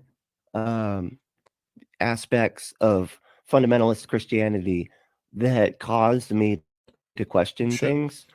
And one of the biggest ones, I think honestly the main one was the fact that it was so divisive. And I could see that everybody just kind of had their own interpretation, in their own doctrine. And when I'm talking about like their own interpretation and their own doctrine of their own denomination and their own religion, I'm talking on an individual basis. Okay. And I know if you're an apostate like me, I know you've talked to people at your church, right? When you were a believer hanging out, and you had these verses that you're felt really strongly about. You're like, this is what the Lord's trying to say in these verses, and yada, yada, yada. Right. And I know you had people that disagreed with you and felt very strongly that the Lord showed them that those verses meant something different. Now I'm talking about two people that are in the same church. That means that they're in this, they have the same doctrine, of the same denomination, of the same religion, but they have two different interpretations. And this happens all over the place. And then we're not even going into the fact that when those disagreements become so stark, that's how denominations happen. Then they're like, okay, well then I'm out. You know what? We're going to go start our own church. And where those Bible verses mean what I think they mean, and I think that is just some of the best evidence that this is all made up nonsense, right? Because why is the Holy Spirit? We're talking about the Holy Spirit, the magical, all-knowing, most powerful being that totally does exist. And he can't communicate consistently with the people that, he wants to believe the most important message of the universe. And yet he can't communicate consistently with his divine revelation. Everybody's getting divine revelations to think different things about all the different verses and everything, to the point where they're leaving the churches and starting their own different denominations. It's now to the point where there's fourth. I just have to say, if you don't know Halsey, you definitely should. If you're not subscribed to Halcyonic Kaiju, go subscribe over there, because yeah, Halsey's amazing. Welcome back.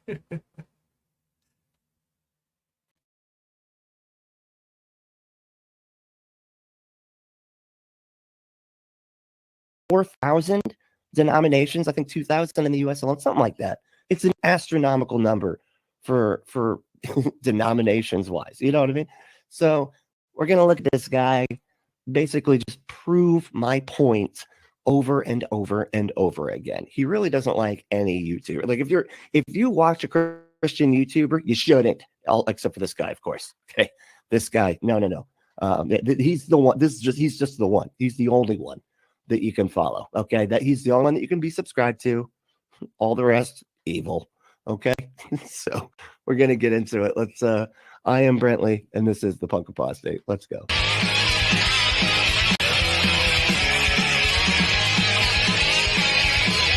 So let's take a look at what Jordan's got to say here.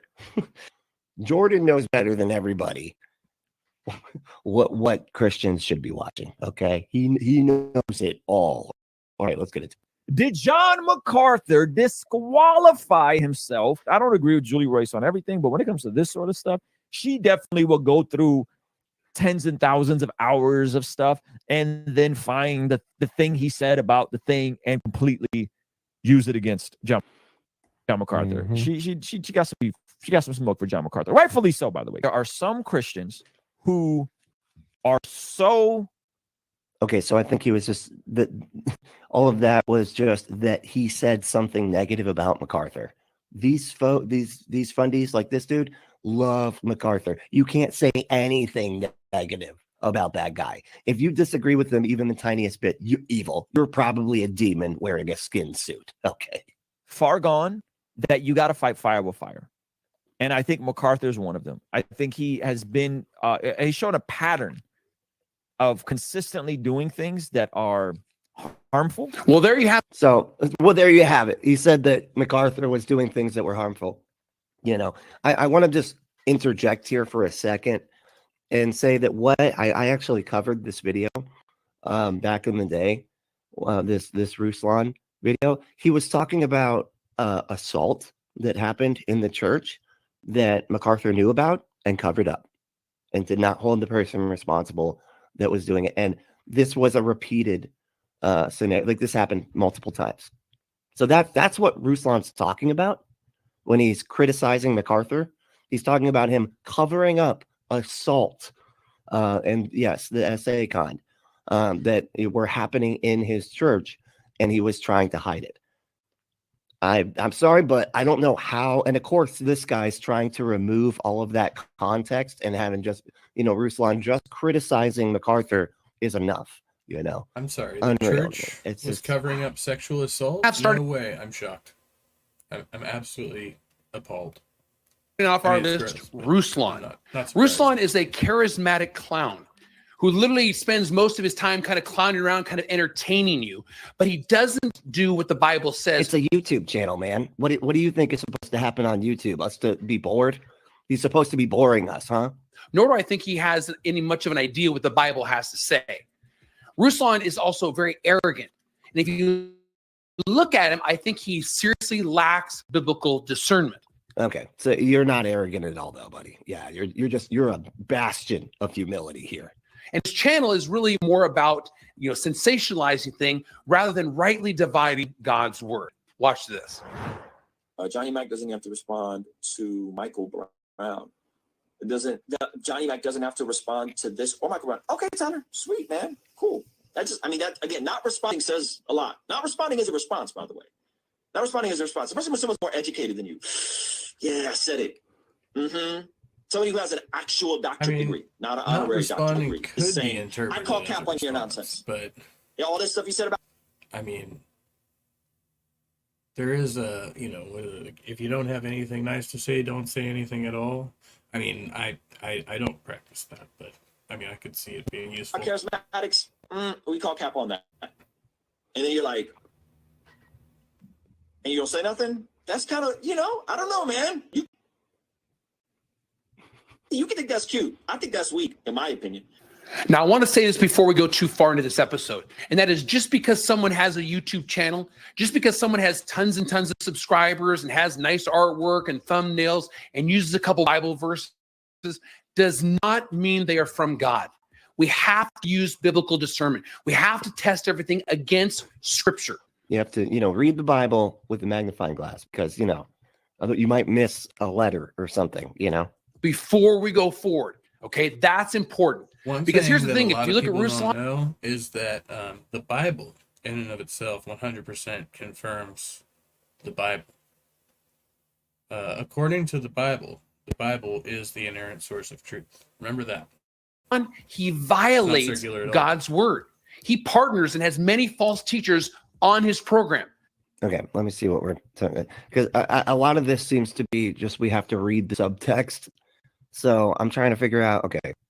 So Miracles, that's Greg Laurie. He's the dude from that Jesus Movement movie with Frasier. That was about the character in that movie with Frasier was this guy, is the actual guy. Anyway, and there's Isaiah. Okay, so he doesn't like the demon stuff.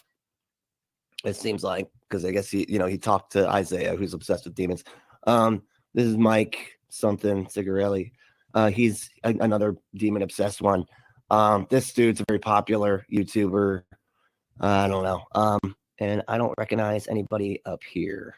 But yeah, so it is kind of one of those association things. If you associate with a particular type of pastor or whatever, then you're bad, but That's a violation of Ephesians chapter 5, verse 11. Don't partner with the deeds of darkness, but expose them. No, he doesn't do that. Don't partner with the deeds of darkness. And that means, don't have Christians that are of other denominations or have of other beliefs on your page. Like you're not allowed to talk to them. You better stay away. All right. Look, you don't decide how your video is supposed to be. Jordan decides how your video is supposed to be. Jordan decides what you're supposed to be watching. Okay. Not you, not anything, not anybody but Jordan, who is basically just Fundy Fred Durst, right? Also, he affirms many false charismatic practices and doctrines like tongues, being slain in the spirit. Oh, that's so silly. That's, being slain in the spirit is so silly. Actually, It's not silly, though. Pretending to eat an undead carpenter like this. ghost and drink his blood. Yeah. Pass They're dead serious about that one. Communion, man. around the blood and the flesh. That's not weird. But the slain in the spirit, that's just crazy. How weird is that? I would really love to be healed and saved. Pray for me. Bless me with your Holy Spirit. Free me from chains of bondage, enslavement, and all. Must be good not shit. true. And prophecy. Again, Galatians chapter 1, verse 6 through 9 is clear that if we teach things that go against what Jesus and the apostles taught, we are under God's curse. And also, Ruslan slanders men of God, like John MacArthur. But yet he affirms people like Joel Osteen, Michael Brown, and Greg Laurie. Number 2 is... So that whole thing seems to be like, okay, Ruslan hangs out with people that disagree with me.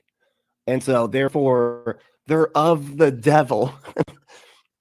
And he went and criticized MacArthur, who had tons of allegations of assault, in his facility. And he knew about it and didn't, very much so did not listen to the victims and kept covering it up, kept trying to keep it quiet over and over and over again. That was the pattern of behavior Ruslan was talking about. And this guy's like, you can't criticize my man, MacArthur. Okay, he is the best. He could not possibly have done anything wrong in that situation. Okay, everybody's just mad that he's awesome. That's what that is, because he's so super duper holy. That's what they're mad about. Is Service Christi, aka Joshua Chavez. Now, this man is pure evil. Jesus. He makes a living off of tearing down men of God and telling half-truths and making up lies about them. This violates Exodus chapter 20, verse 16. Thou shalt not bear false witness against thy neighbor. Sadly, he has... I love his interpretations of this stuff. He doesn't get Christianity right. He doesn't get it perfectly right. Therefore, that's bearing false witness. Just having and he's saying he tears down other Christians, right? He tears down all these other. What are you doing, right? He makes his career is tearing down other Christians, right? I mean, that's a serious accusation. Now, man, what's this whole video for, dude? Is it to build people up and bring you Christians together? Or is it, oh no, it says you're dividing everything. You're drawing invisible lines in the sand that are completely made up just so you can be like, well, I'm on the right side of the line in the sand. A large following who will literally fight for him tooth and nail. They'll defend him about everything else. They think he walks on water. It's really sad. And I believe they do not know God's word either. Here's what... Low dig. I just want you to know that is a low dig. Okay. When a Fundy says, and you know what? I believe that he doesn't know the word of God either. Mic drop. What? I know. Hey, look. Hey. I'm sorry. I had to say it. Okay. I had to say it. He doesn't know the word of God. I know. Okay. Look. All right. I won't say it again. Okay. But you don't know the word of God. Chris Roseborough had to say about this meme Service I found the Christi, other day. What did it aka say? Joshua Chavez. Watch this. Josh, you need to wake. This meme, it says, no, I love it. Hold on. I have to find it real quick. It says, hold on, I'm almost there. I swear. It's coming. coming right now. People who write burrow when they mean burrow clearly don't know their ass from a hole in the ground. Just saying. To wake up. You need to grow up. You clearly do not know how to handle God's word. What is this? The poop stink theory of separating from heretics. This is very mature. This is how you know Christianity just it inspires the best in people, really. Okay, so we got these different, I don't know who these people are. I know that's Looks like Bill Maher. Isn't Bill Maher one of those? that's MacArthur right there, isn't it? I don't know. And he has little poop emojis over them. That's wonderful. And he's showing the slides on the side for some reason. I don't know why he's doing that. Like he can't. you don't know how to edit that out. Like there's no okay. And you're calling me a hypocrite is actually slanderous and sinful. You need to repent. You're being nonsensical and naive, and you're refusing to make the actual distinctions that God's word makes regarding separation. So I'm mad as hell. No, I can't remember now. It's a good quote. Saying I'm a hypocrite because I don't rebuke John MacArthur because you've accused him of and found him guilty of promoting Rick Warren and Beth Moore because of his association with John Piper. Oh my God, how deep does this stupid rap, listen to this. Like, it's because they're association with this person and their association with that person and their association with that. That's why these are all bad people. Oh my God. This could not be more obviously divisive. And the funny thing is, as an atheist, I'm just sitting back, just watching them just try, just tearing each other apart. And yet, if you ask each one of them individually, if Jesus Christ brings people together, they would say, absolutely. I'm like in my 30s, and there is a gentleman at my church who is like 65. We hang out. Me and the 65-year-old, we hang out. Isn't that crazy? He's almost double my age. And because of Jesus, we hang out. Jesus brings people together. But all the while, we got this going on.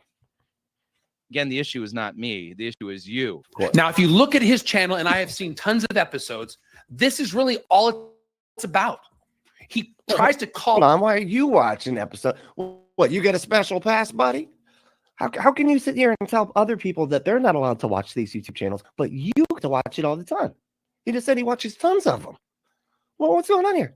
Hypocritical much? Yeah, I think so. All right. This guy think he is. All out every solid Bible teacher that he can find. He wants to discredit them. He wants to destroy their reputation and malign their character. Who does that sound like? You. It sounds like you. What are you talking about, man? What do you think you're doing here? My goodness. Yes, that sounds like Satan. That's exactly what Satan wants to do. So I'm telling you right now, please unsubscribe from Service Christi because Service Christi is twisted. He needs to repent and be saved. Jesus Christ, man. You sound twisted, bro. How do you and be how do you not? I can't believe. Indeed. I think I'm actually going to go subscribe to this channel right now. Anytime somebody tells me not to do something multiple times, I'm probably going to try it. Just visit Service Christi.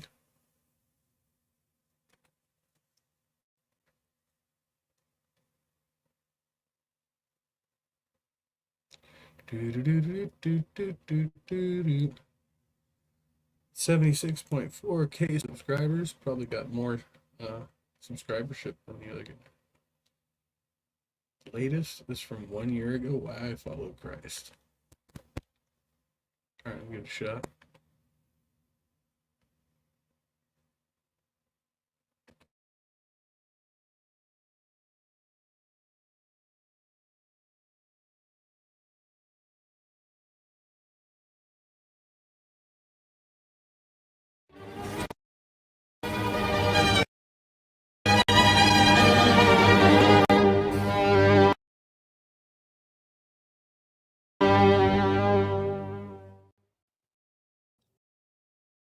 I know nothing of this author beyond his name.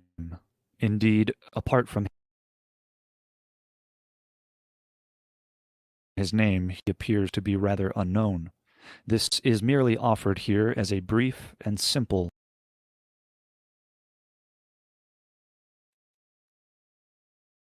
I'm just gonna say right off the bat, I think it's a huge red flag anytime somebody puts ministries behind their YouTube handle, which is another reason I'm probably gonna love this channel. So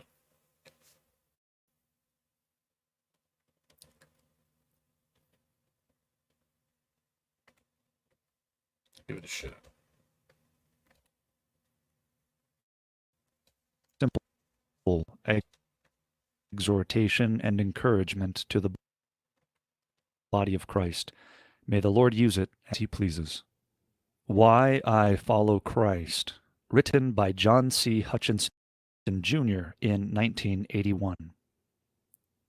I have not seen clear statistical evidence that fewer Christians die of cancer than non-believers, or that they are immune in greater degree from the diseases that afflict the human race. Some of the kindest, most selfless persons I have known have had more than their share of bad health. The fact that they belonged to Christ did not insulate them from disease. Therefore, I will not follow Christ for promised healing.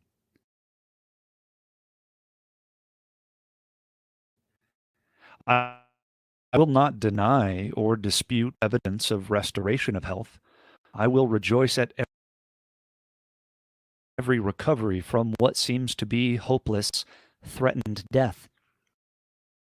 I will not hesitate to pray for recovered health for my loved ones and acquaintances. I will set no limits on what God may do, but I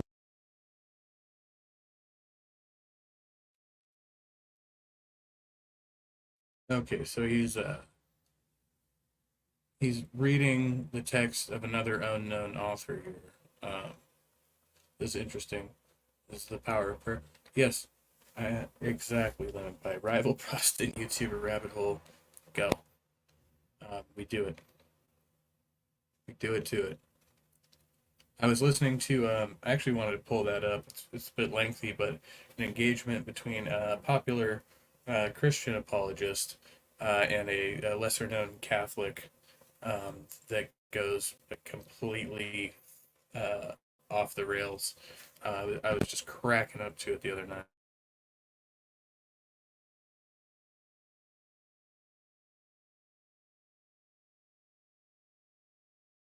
will not follow Christ for promised healing.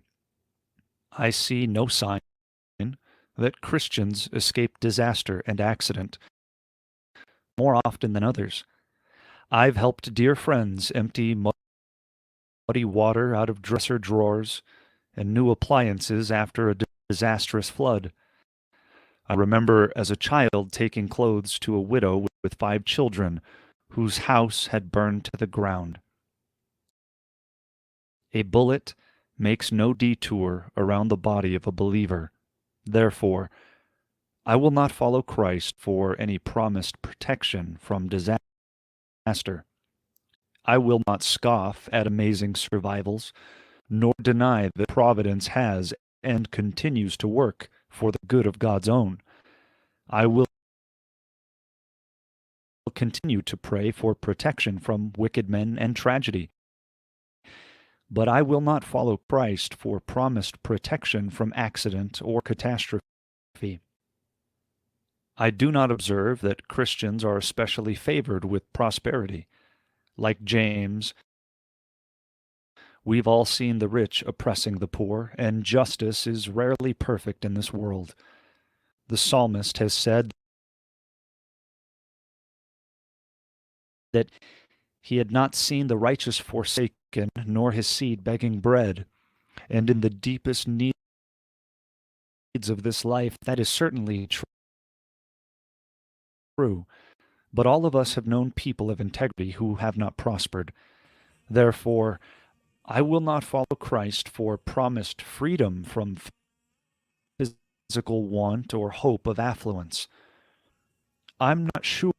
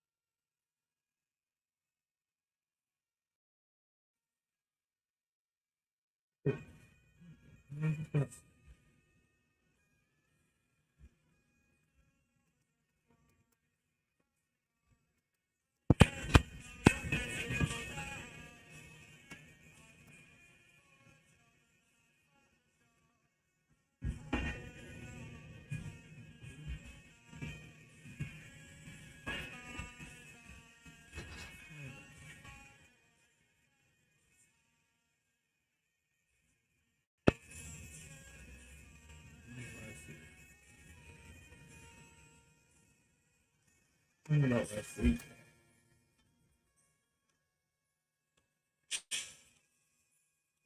Oh, yeah, here it is. Dude.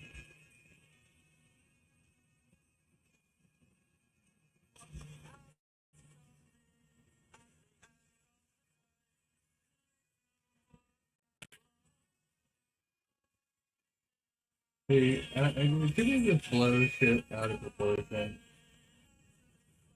I mean, I was out traveling. I went to Napa. I saw, like, trees and fences blown over and whatnot, or whatever. It wasn't like that big of a deal. I mean, the wind was a little crazy. It rained, right? After 5 days, the rain stopped. In its wake, 9 dead? Who the fuck died? A trail of destruction. I'm pretty sure they probably would have died regardless of the weather. I mean, if the wind, I mean, yeah, it was kind of bad. It's not the worst I've ever seen. It's not even close to like, what's really bad. After 5 straight days, it stopped raining in California on Thursday. Yeah, no, I mean, and it wasn't even like there was some steady downpour and there was some consistent, like not that big a deal, like some drizzle. The problem is that, like, because of the drought conditions, it's like the water doesn't seep into the ground, right? So it kind of puddles a lot, and we get, but like we've been dealing with that for years. Like, the thing is, it's mostly like stupid drivers, right? And those people who were driving stupidly were driving stupidly regardless, like without rain. They were already driving like shit, right? So it was just like add rain. Like, oh my god, I've completely forgotten how to drive like shit now. Oh, I don't know. The statewide death toll from the mega atmospheric river storm climbed to 9 on Tuesday. It included the first storm-related deaths in Southern California. 4 were killed by fallen trees in Northern California. See, okay, that I could see. That's believable. And 2 died in car wrecks in the Southland, officials say. 5 U.S. Marines aboard a military helicopter went down during stormy weather in the mountains outside San Diego, are confirmed dead. Oh, the helicopter went. A Marine commander said it is not known whether the treacherous conditions played a role. It's gone some bad event.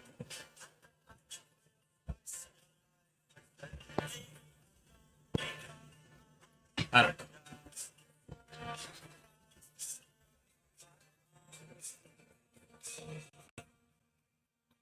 Governor Newsom requests presidential major disaster. Yeah. I've heard people saying that. Is FEMA going to be getting involved? Like, no, dude. Fix your own fucking fence. You don't need fucking FEMA. Get out of here with your bullshit. I don't have that much sympathy. I mean, it sucks if your property got damaged by a natural disaster. You're supposed to have insurance for that. Right? So is that like act of God or something? It's not my fault for being unprepared. It must have been God. You see what God just did to us, man? You just got home. Glad you made it there safely.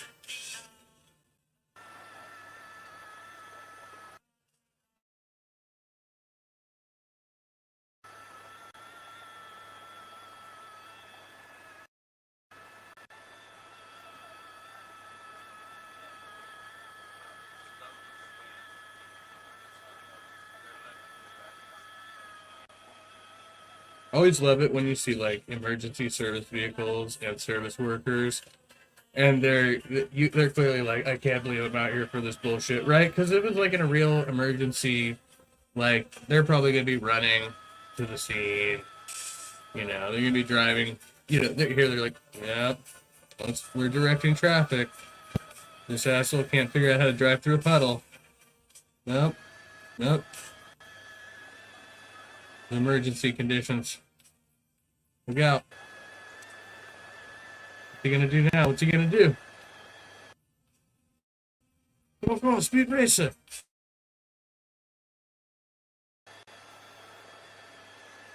The guy's got a banner in his backyard. By all those black tarps on the side of the house. That guy planned it out well.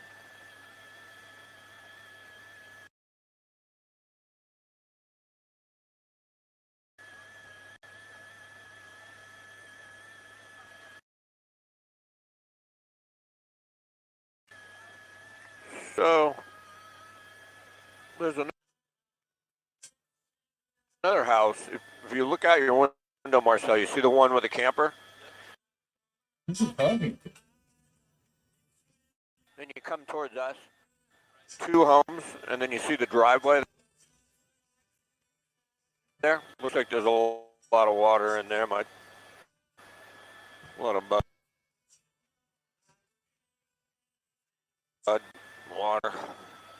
But you got to stay on this for now, though.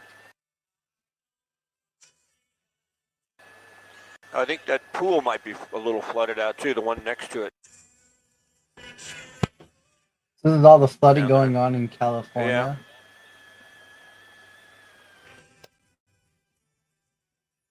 Yeah, it's a lot of water, right?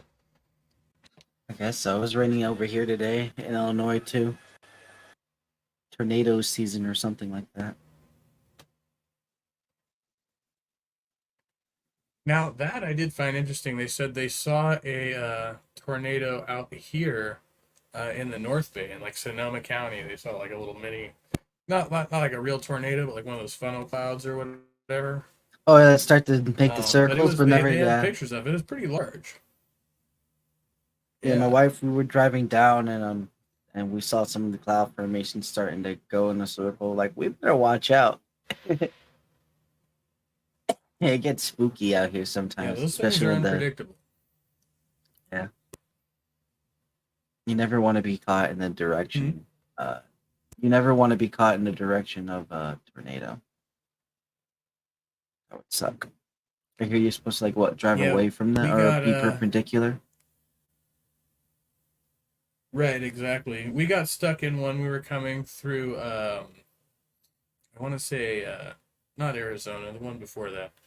We got stuck in a tornado. We were in a Denny's, off the side of the highway, and we ended up doing exactly that. We were on a family trip, and we all got into the minivan, and we were driving on the highway as we were watching this tornado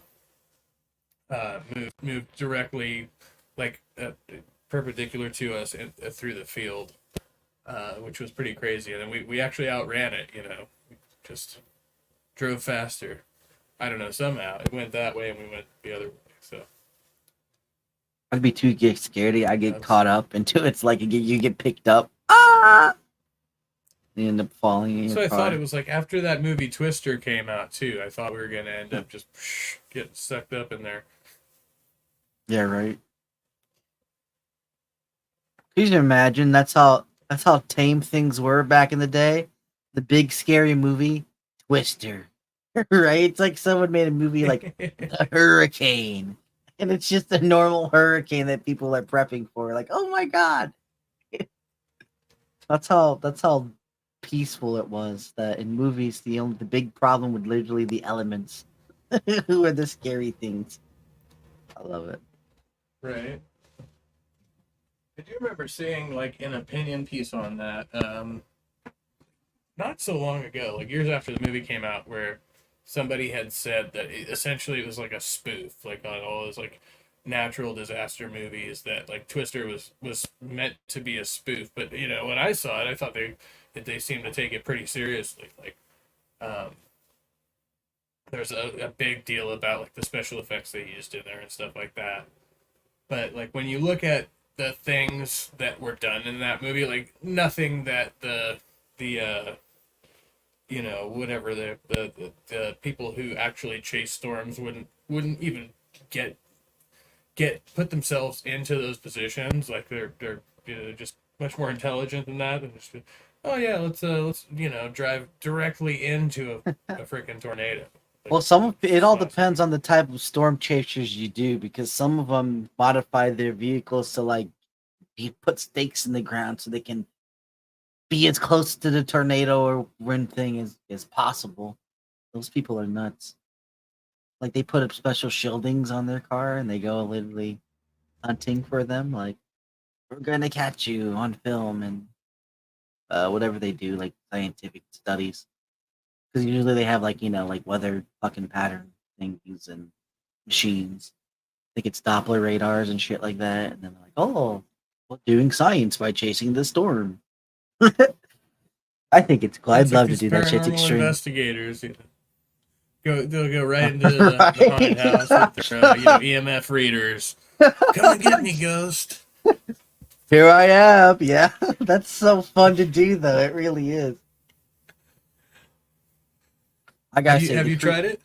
Yeah. I used to say. I guess I was gonna say I had an experience once. I can't say it's one of those weird ones where, I don't know whether I call it coincidence, right? Because there's no other way that it can be. So I had you know, like a phone app and one of those random word modulated generators, right? So it just comes up with random words that pop up, and it gives like little like ghost dot thingies, like a little radar thing. And so I bought this app, and I went over here to Bachelor's Grove, and over where I live in Chicago, right? Well, it's not in Chicago; it's like a suburb. But anyway, it's one of the famous like ghost graveyard places. So I went there one year with my girlfriend, and I'm walking around with the app, and it's saying random words, right? And then all of a sudden, it says the name William. And I looked down, and the gravestone that like I was standing in from, the dude's name was William, and it freaked me the fuck out ever since. Because like, what are the odds of it being like William, and then I'm standing in front of the gravestone of someone named William? And I don't think it's like one of those apps that like accesses your cameras and shit so it can like do all that. I don't think so. It was like that because I usually turn off all those permissions on my apps anyway. So I don't think it was able to like just do that and like look at the environment. And besides, like the writing on the tombstone was like pretty worn out, unless it like had like a locational information thing just pulled randomly from the ether, which is sounds ludicrous for a ghost app that's a random word generator to even be able to do that. Like access the internet, then find your location when there's no like no Yeah, I don't see that location being setting like on the app. listed on Yeah, Google Maps or something. Yeah. yeah. So I don't think that the app itself was able to do all the fancy shit, and it's just like one of those odd generated coincidence where it's like William, and I look in front, and I'm on like the tombstone. It's like William, like creepy, very creepy. That's just like one instance See, I've for a had with second, like I ghosts. wondered if it was like, yeah. For a second, I wondered if it was just like reading the YouTube algorithm. It'd be like William Freeman. Oh. Yeah, it was William Freeman. I didn't even know. Fuck, I wasn't even a Christian back then. I was an atheist actually. Just ghost hunting when that happened. I didn't even have kids then.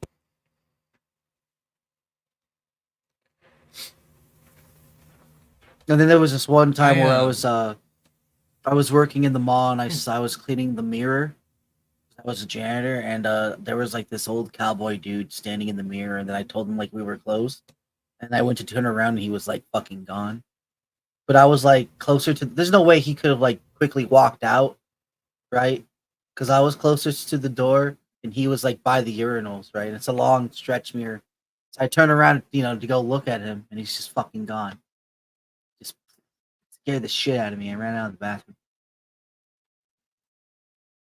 I ended up When I breaking was a working radio. at the hotel, I would wash dishes at night at the hotel, and I'd usually be the last one out of there.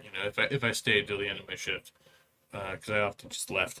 But and then I swore that there was somebody sneaking through the kitchen at the end of the night that goes back there washing dishes, and they'd scare the shit out of me. And I came to find out that in fact one of our housemen was actually staying there at night. So it wasn't a ghost I saw. It was like this dude was like like living in his car and coming to steal recycling and whatnot from the kitchen late at night. So, but I thought it was very paranormal at the time. Yeah, that's freaky shit.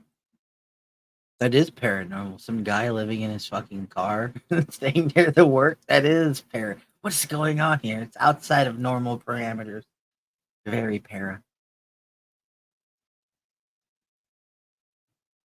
Kind of remember like Archie's Weird Mystery type of vibe. Something's going around in the town. Archie's Weird Mysteries.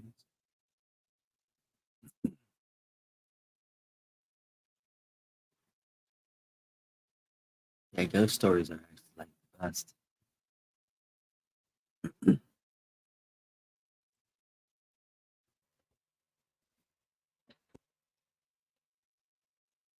We had an incident in the rehab place of a guy because I was in rehab recently. Well, at least somebody was accused of stealing food from the community pantry, right? It was like this big ordeal. But they had us in a group, a number of us, and the group counselor said, "So if now is is it now is this is your safe place to go ahead and confess if you've done anything you think that the group should know about, anything that's on your mind, anything at all."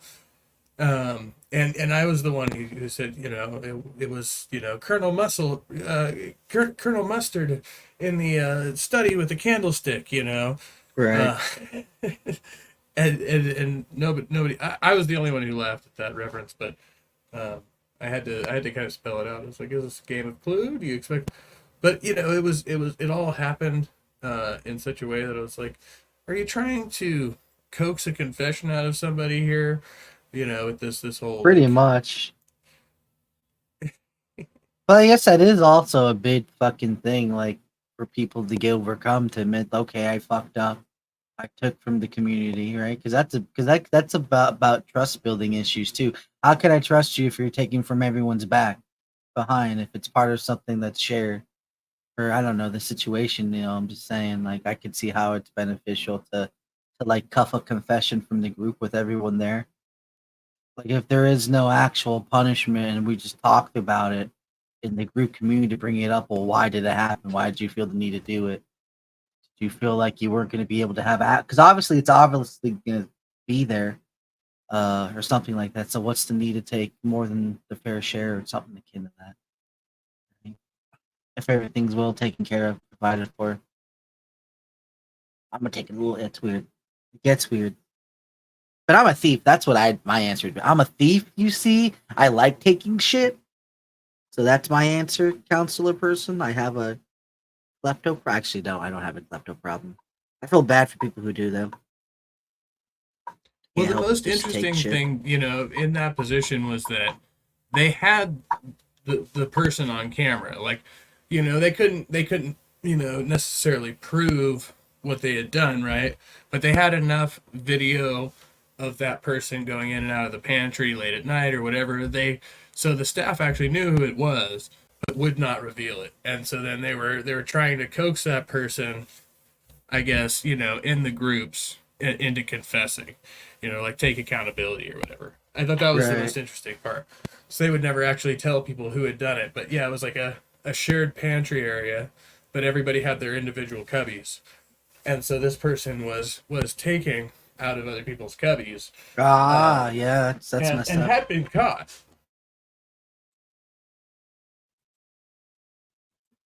Yeah. Well, see, at that point, I guess they don't want to put blame and guilt onto a person for doing such things. So that's probably why they don't want to just outright say, "Well, you did it," because then you're just at that point you're just like everyone else that in their lives, blaming them, and then they're gonna go back to the substance that they're abusing because it's the crooked fix. It's the thing that always makes it better, but again, it's just a temporary band-aid solution. And that's all it's gonna do is just temporarily make you feel good, but it doesn't do anything in the long run.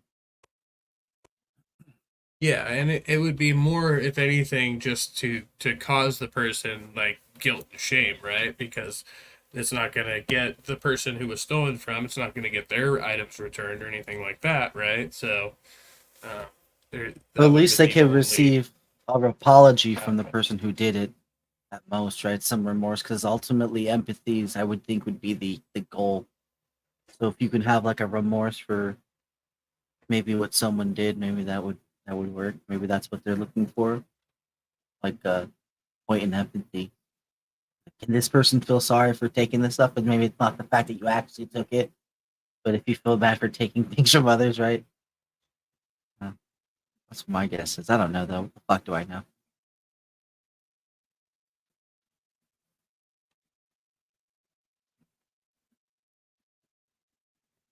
It gets weird though, because I question that shit with like me and weed, right? Because I know alcohol I can do fine, which is kind of without, but weed I don't know. Like that's kind of been my go to. But then again, I do enjoy smoking weed. So my thing is it an addiction? Is it something that I enjoy? Is it a coping mechanism? Do I just like to smoke pot? Right? I'm not necessarily like a big pothead where I'm like 420 weed, every day, man. I'm not like that. So I often find myself, am I a user? Am I an abuser? I think I'm just a user at that point. Yeah. See, I've considered myself. I mean, I've been a big pothead for most of my life, and I was, all about legalizing it. I thought, well, if you're not harming anybody, then what's the problem with using this thing that's natural, and it seems to make people generally kind of calmer, more relaxed, more reasonable, right? Um, but the way we define, like the addictive behavior is something that's compulsive, that you can't stop thinking about it, you can't stop doing it even if you want to, right?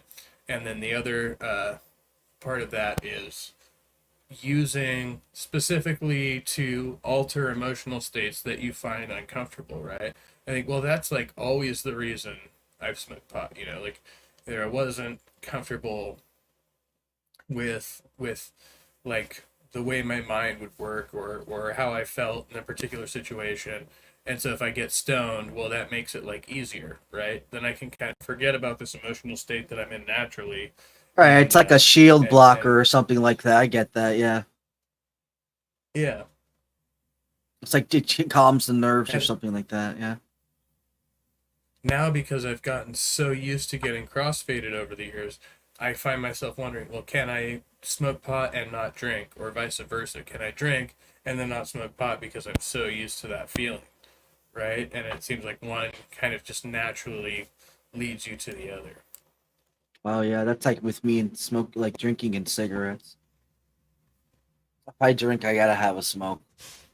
But it's not the reverse. I can have a smoke without having a drink. So, but when I have a drink, I gotta have a cigarette. Otherwise, I'll fucking lose my shit. Stu 12-step Bedazzle, welcome, says 12-step groups are a cult.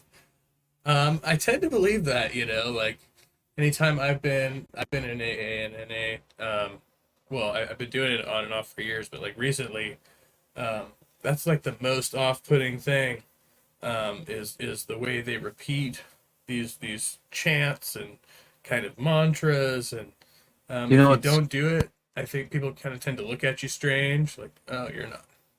you know what's good about the What are you gonna say? 12-step program? What? It only takes 12 steps. That's it. You're done. Just take those 12 first steps. You're done. You did it. That easy.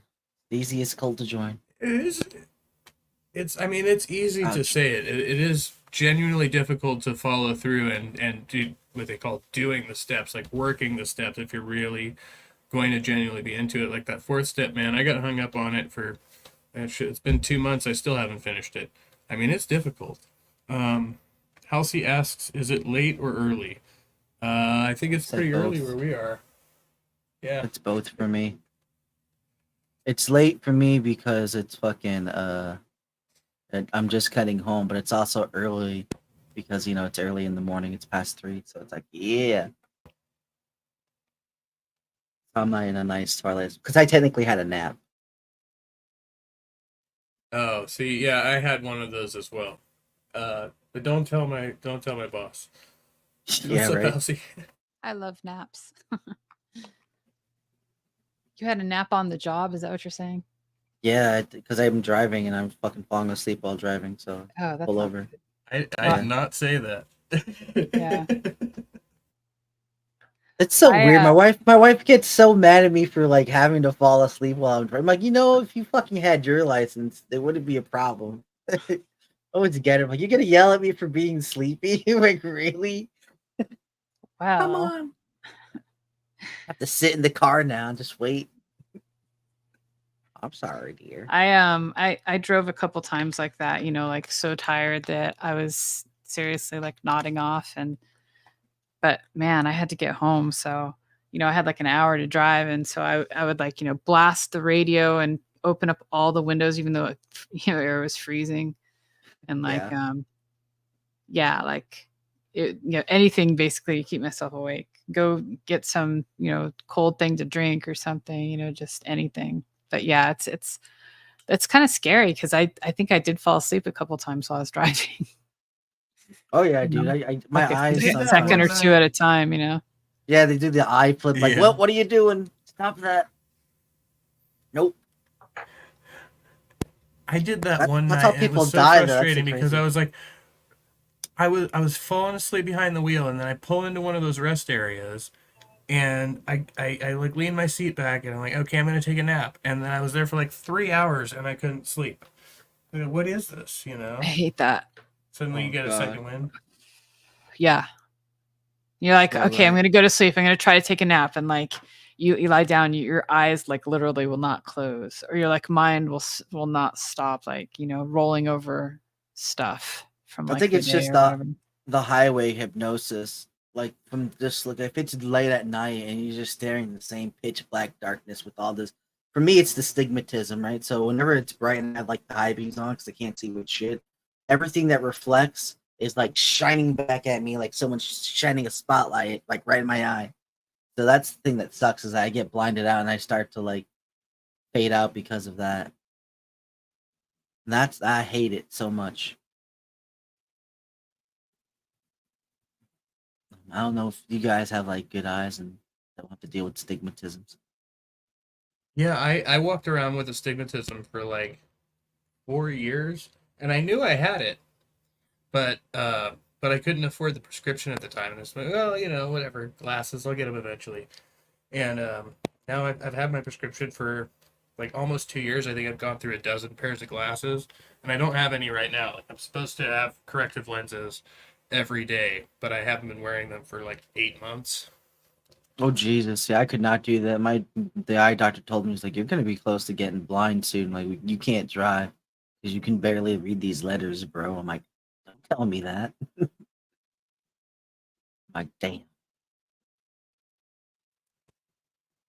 What's interesting for me is it's only in the one eye, so my right eye works just fine. It's just my left eye that's deficient, right? So I find if I close the one eye, um, I'm all good. But Yeah, I got. I'm turning in the midnight. I got them in both eyes. Uh, and I think my right one's worse than my left. Plus, I have like a little bit of a lazy eye too. 'Cause I squinter. Yeah. Say hi to V in the chat. Depends on if you slept or not. Good morning. I'll be Morning, sleeping V. here in a few hours. Not yet. And Stu says, then they don't take responsibility and blame their disease. Yeah, I was researching this not long ago in a class of mine, where they actually fairly, let me see, I've got it written down here. So, addiction does actually meet the criteria for disease, interestingly enough. Oh yeah, it is, man. Yeah, I can see that. Yeah, so the organ being affected is the brain. You can show a deficiency and external symptoms, which meets the criteria for a disease. So it is a brain disease, a disorder of some kind. But yeah, I don't know about copping out of your responsibilities. I mean, you do, in essence, make a choice to drink or use or whatever it be. Like, on some level, I think you're the only one that can cure your disease, right? Like, you can get diagnosed and have people give you all the right prescriptions, and then you just refuse to comply with that treatment, and so you remain sick, right? I don't know. That's the way I see it.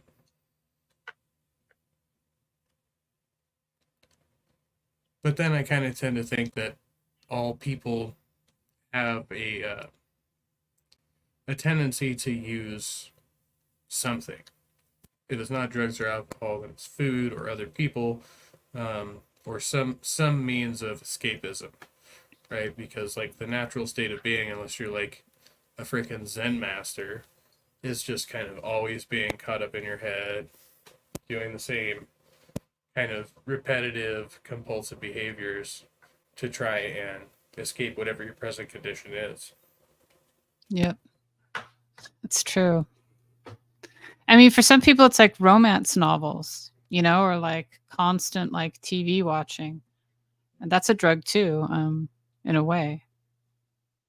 I'll just put this tantric talk.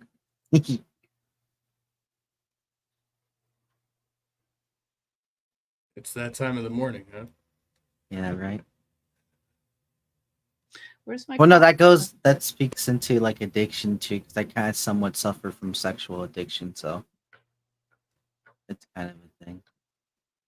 I can understand it. See, I Yeah, thought I was it a has sex a addict. positive and negative effect on the body and the mind and people around you, obviously. But like, how much of that do you think is the addiction to actual, like physical intimacy, or how much of it is like codependency, right? Like, because I find that, like it's not just like sexual gratification for me. I want to have like some kind of emotional reciprocation from somebody, like even if there's no sex involved. Like, I found that a lot recently. Like, I still want that attention or being wanted from somebody, even if there's no sexual component. Maybe especially if there's no sexual component. Sometimes flirting is all you need. It doesn't necessarily have to be like the whole, like that's kind of like the whole thing behind like being like tantric is that you don't necessarily have to achieve orgasm, but it's more or less about connections and shit like that, being intertwined with the significant other. You can technically do tantric love to yourself, but yeah, I think like like understanding promiscuity, I guess if you want to call it like that, or sexual addiction through that might have a somewhat like a spiritual sense. But then again, that's probably somewhat of a stretch. But to some things, it does equate to love. Like I was saying this earlier to Pixie. I think she was saying something about love or having the capability of love, right? And I'm like, well, you're a mother, right? And what I meant by that is like, usually people only become mothers or get pregnant to be in order to be a mother is through the act of like love, right? Having sex and having a child and decide to keep that child because of the act of love. Like that is women are the only ones who can be like the literal embodiment of love by choosing to have that child and go on and live and so on and so forth. Men don't get to necessarily have that experience, but women do. Like if like closeness to godliness, that's probably it. When they really control the world, don't tell anyone. I think that's different for different people though, because you can find women that give birth, to multiple children have no maternal instinct sometimes. Like for me with my oldest child, At that point, I have I that. Why would ended you up want to go through all that being suffering? Maybe they think right. it'll Yeah, show up at exactly. some point, like maybe with the second or the third kid, it'll start kicking in, but it just never does. The whole urge to mother thing. Who knows? Maybe it's just expected of them, and they're just thinking that they're fulfilling the role that's expected of them. By having the kid, that's all they need to do. Yeah. Yeah, in some Game out. families, in some cultures, that's the only thing you really have to do is have kids and raise kids, and that's it. Made in China, right up tattooed right on the lady's ass.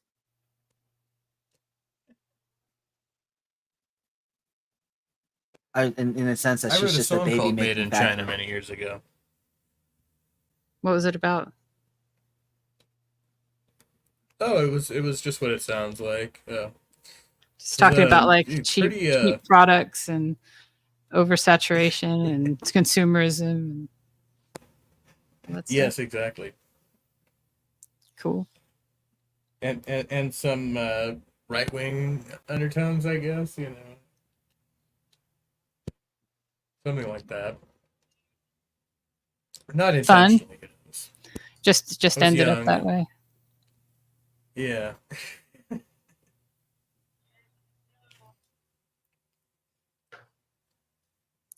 So how's the music thing been going? I need to get back into it. I did write a couple songs the other day. Supposed to go to rehearsal in a few hours with my other band. We've got some new recording equipment, so pretty much practice on Sunday ended up being it was what it was. We made it out there. We played some songs, but I did a few new riffs, and the band was like, "Yeah, that's cool, but we're not going to play that." And so like, all right. So I went and I re-recorded those riffs, which did not sound great, but at least I got the gist of them down, so I know the progressions I'm working with. So Cool. So now I'm going to take that to the other band and try to see if we can work it out there. We got an offer to be on a compilation that we did a couple years ago with an internet radio show, and the deadline was day before yesterday. So we weren't able to complete that, but I figure, hey, if we could get a couple new tracks down, I will just send one off to them and say, hey, the next time you put something together, here's this, and kind of just have it ready to go, because we haven't released anything in a couple years. So so I think it's about time. It'll be a good booster for us and try to get the morale up. Nice. I'm happy for you. Hooray. Thanks. That's super cool.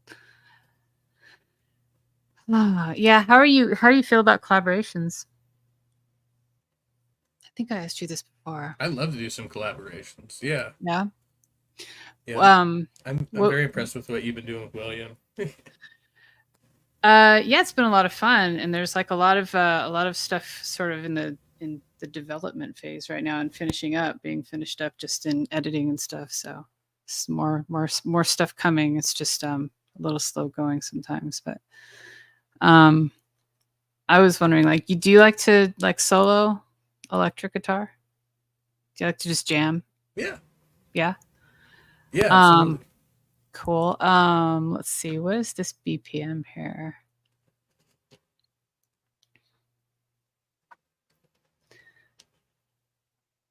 So I could probably like, I don't know if you'd be willing to do this, but I could send you like a drum track and maybe like a bass line to go with it. That's already been recorded. And I don't know if you'd want to just jam along, like just do whatever. It's the song is knocking on heaven's door. So Oh yeah, yeah, I'm down for that. yeah. And then what I'd probably do is like take your solo and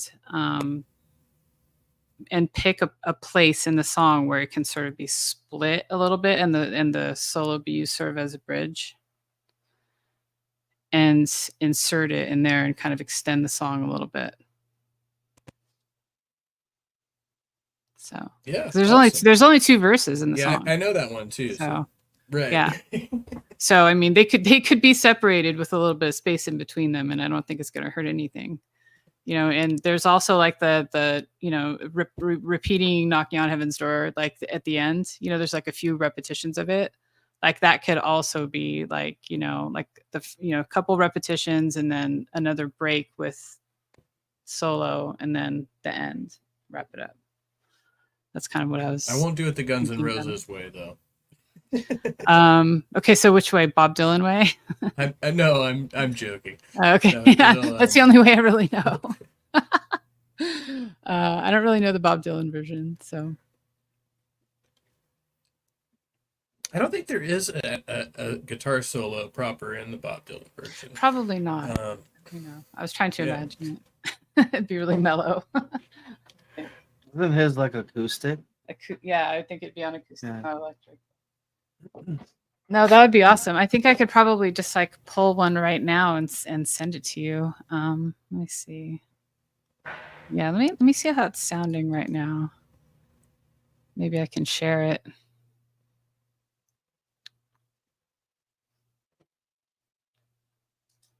Okay, just listening. I'll be back in a sec.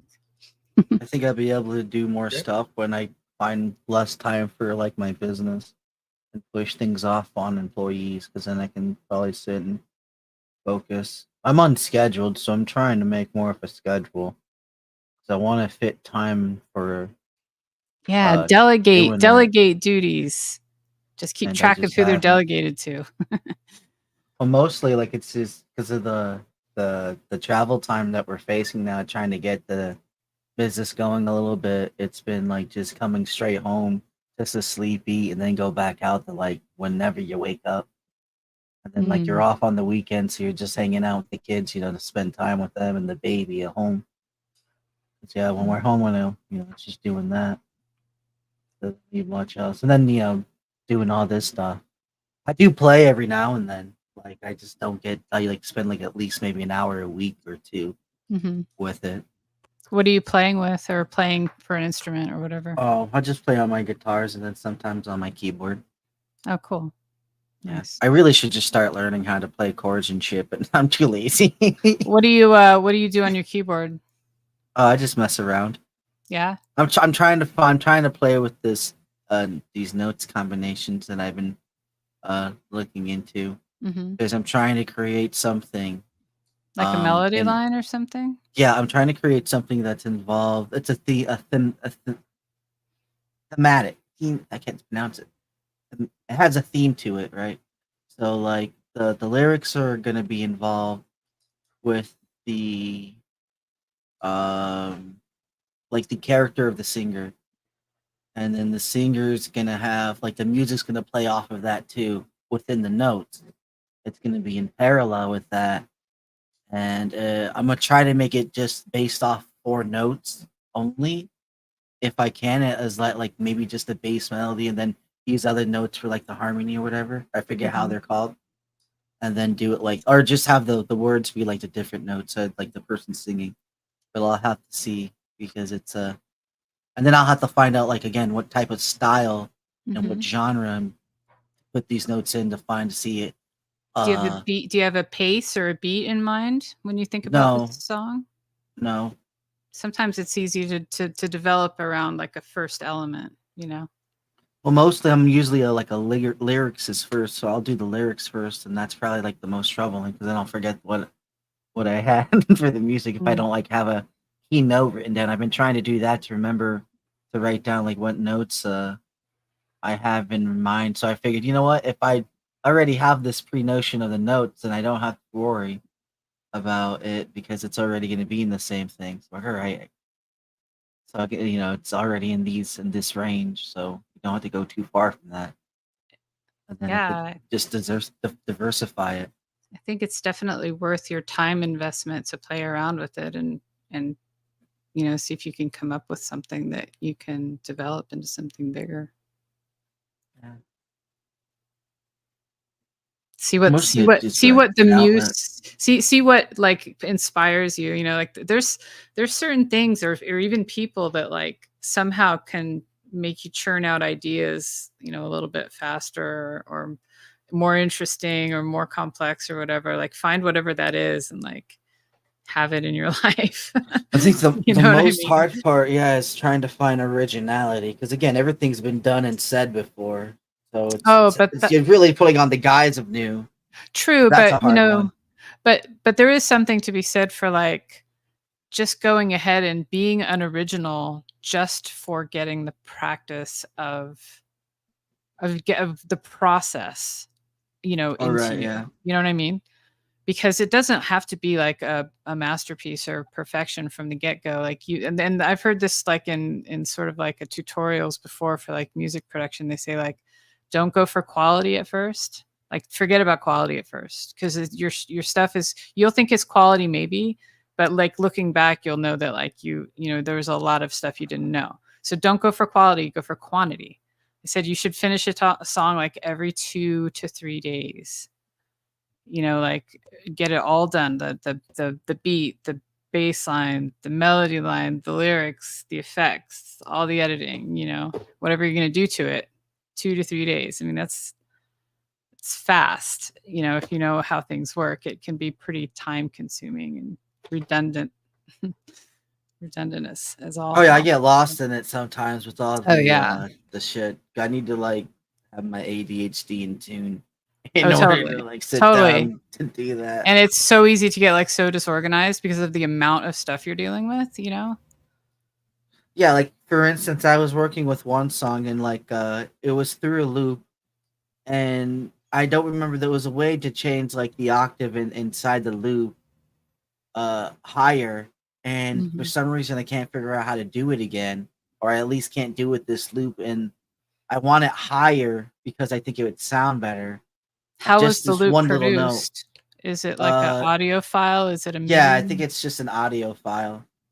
Huh. So it doesn't I That's can't usually like called a go in pitch there. shift. Yeah, there's usually a built-in like or a plugin that you could probably get for free if one's not built in. Some kind of pitch shifter. Yeah. All right, yeah, I'll see if I can chop it up and then do that because it's just this one little note that I want to do, and then I'm just gonna What copy and paste this into the program song. are you using again? Mixcraft. Okay, I'm not familiar with that. Are you on Windows? Yeah. Okay. Yeah, I've heard that Cakewalk is pretty useful and it's I got a lot of tried good getting stuff. that, and it's like there's no more downloads available for people. Seriously? Yeah, they cut it off Oh because no.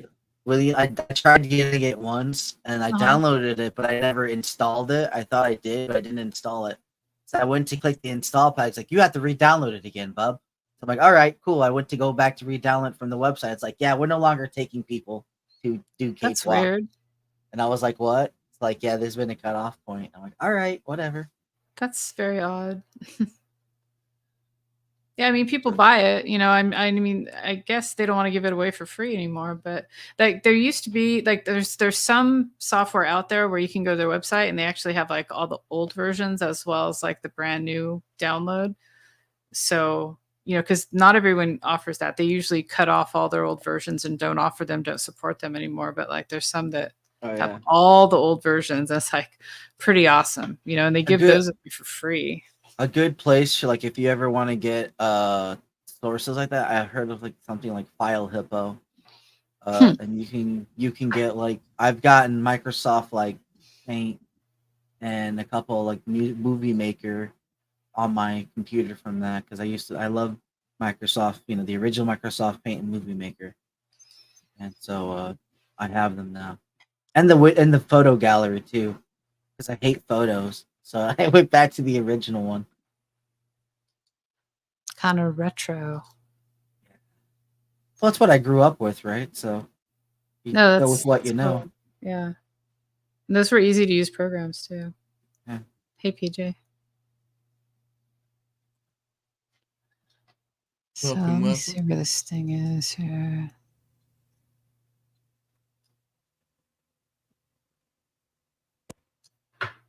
Yeah, I checked my email. I was like, oh, it's not in the email. Are you going to share it on the stream? Oh, I'm just like going through it really quick to see if everything is like tidy and if it's presentable, even though it might not be finished. I just want it to be, presentable. So I'm just making it presentable, I guess.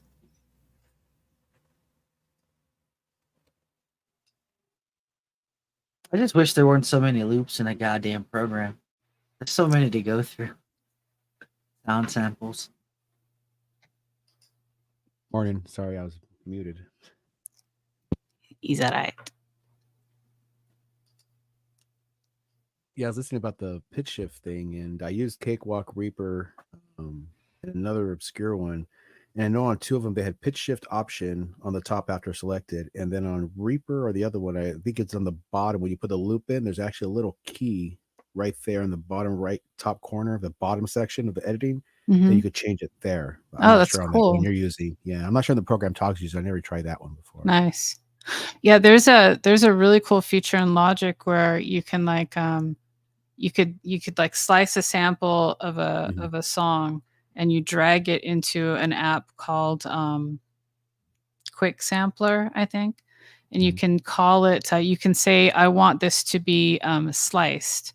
And it'll slice the sound at every pitch change, like every change of the note. So Oh, yeah. you'll have all these like, like whenever it changes, it slices it. So you have like basically this array. And you can move Yeah. slices around or delete them or add more or whatever. Like if you like how Duplicate them or what? yeah. I've been using Studio One. It has the same thing. As an automatic slicer will actually find the portions that are silent and it'll slice it there or slice it on every division of time you want. Yeah, You or could shift or things you have the around. time option too, yeah. Mhm. And so but then this is the cool part too, like the second sort of half of all that is that now your keyboard, your MIDI keyboard is those notes. If you know what I Yeah. mean, like I those see, slices are now on the keyboard, so you can sampling them. Yeah, exactly. Yeah, I just got into like looking at that in Studio One. You could do that same thing. You dice them up and you can sample I them think and they it's have a called sample of chopping, one. vocal chops. I think that's what they Okay. call it, vocal chops, yeah. Yes, I know they also have one that's pretty cool in Studio One where you could split the channel and you could add a sort of effect to one side and not the other, so you don't have to make two whole tracks. You could like actually split the channels up in anywhere you want to and add reverb to one side or the other, or pretty cool stuff. Get into it. Yeah, there's a way to add effects to just a section of a track. Yeah, I got that down the not other day. I whole was track. checking those out. So like I know that's possible, but I haven't like looked at the There's like details 3 ways yet. of doing it. You could slice it and you could just add that one effect to that one section, and you could do like a timing thing on there, and then the split channel on the option also. All right, I'll have There's to always look and see weird, how it yeah. is in Logic. There should be a couple ways to do it in there too, I imagine. 'Cause you could highlight the section and add it to that effect only, continue to delay on afterwards, the certain parameters given to it, I guess. Mhm. I was checking it out. The split channel is the easiest way to do it. Or I guess the cleanest way to do it. Okay, I'll have to check that out. I was able to do that in Pro Tools, and there was a quick command called it was just to duplicate a track, and so you could duplicate any clip you took, like 2 seconds or whatever. Yeah. And I Nice. remember getting into an argument with my bass player because we produced an album together, and I took a sample of his backup vocals from one portion of the song. So he did it in the first verse and not the second verse. So I just clipped it and I duplicated it, put it into the second verse. And when he listened to it in the finished product, he went, I didn't do that. I'm like, well, technically you did. I just, I sampled your vocal and moved it, but he got really, really bent out of shape about it. So Oh no, that you took like artistic license with his Right. voice. Have you guys done the Yeah, side my chaining own yet? song. Right. Have you guys messed with side chaining on the separate channels or duplicates? No, but I want to. Well, yeah, where you could I actually don't think side so. chain a certain thing. Like, let's say you have a bass line that's really heavy, but then you have something that comes in, you could side chain it, and then what it'll do is it'll minimize the bass, it'll drop the bass down, or whatever you want effect to do to that other thing that's on that channel to accentuate or drown out whatever you want to do. Kind of like mixes it Huh. with another channel Interesting. or another track. So it'll drop the, I'm gonna get into the automated part too, where it'll actually like cut in and out of different functions. And it's pretty cool. You see all the faders move around when you do it. It's a lot of fun. I started doing that a couple of days ago. Check out those videos. They have like full tutorials on the Studio One. When you first open it up, they have like a whole little menu of today's lesson or this and that. Nice. Like the daily tip or whatever. Yeah, it's pretty cool. I like the program quite a bit. I've used several free ones in Cakewalk, and this is one I kind of enjoy. There's a lot of options, and it's a little more complicated because it's not like simple Windows commands. You don't have like shift this and that. Everything's on its own. That's what kind of makes it a little different, I think. And it's more of a program based, so it's more of finding the functions rather than just quick Windows commands. Yeah, But I they do mean, have commands. It's just different.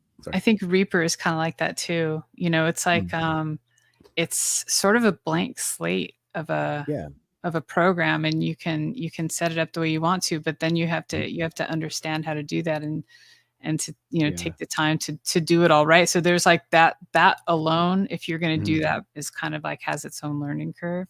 Yeah, you can see my You know what I learning thing on mean? my videos. I started off with Cakewalk on the first 3 or 4 videos, and I went to Reaper for the next couple. And then when I got Studio One, that's where they That's where you so I went settled. yeah, they're all on there. Like, this is my home. Yeah. That's cool.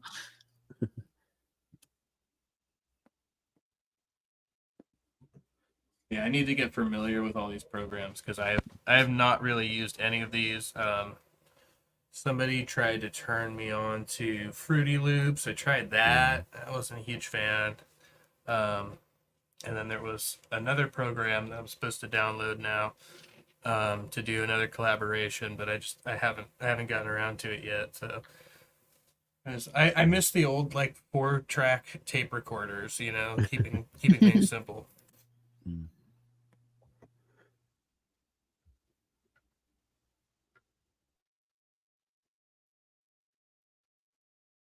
Yeah, I tried Fruity Loops a long time ago, like a few years ago, but the problem was at the time they only had like a beta version for Mac, and I don't think they had a paid version yet, and the beta version had some serious limitations.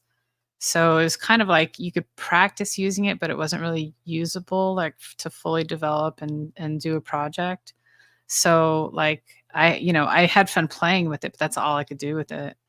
But a lot of people use that. Like that's a really popular program.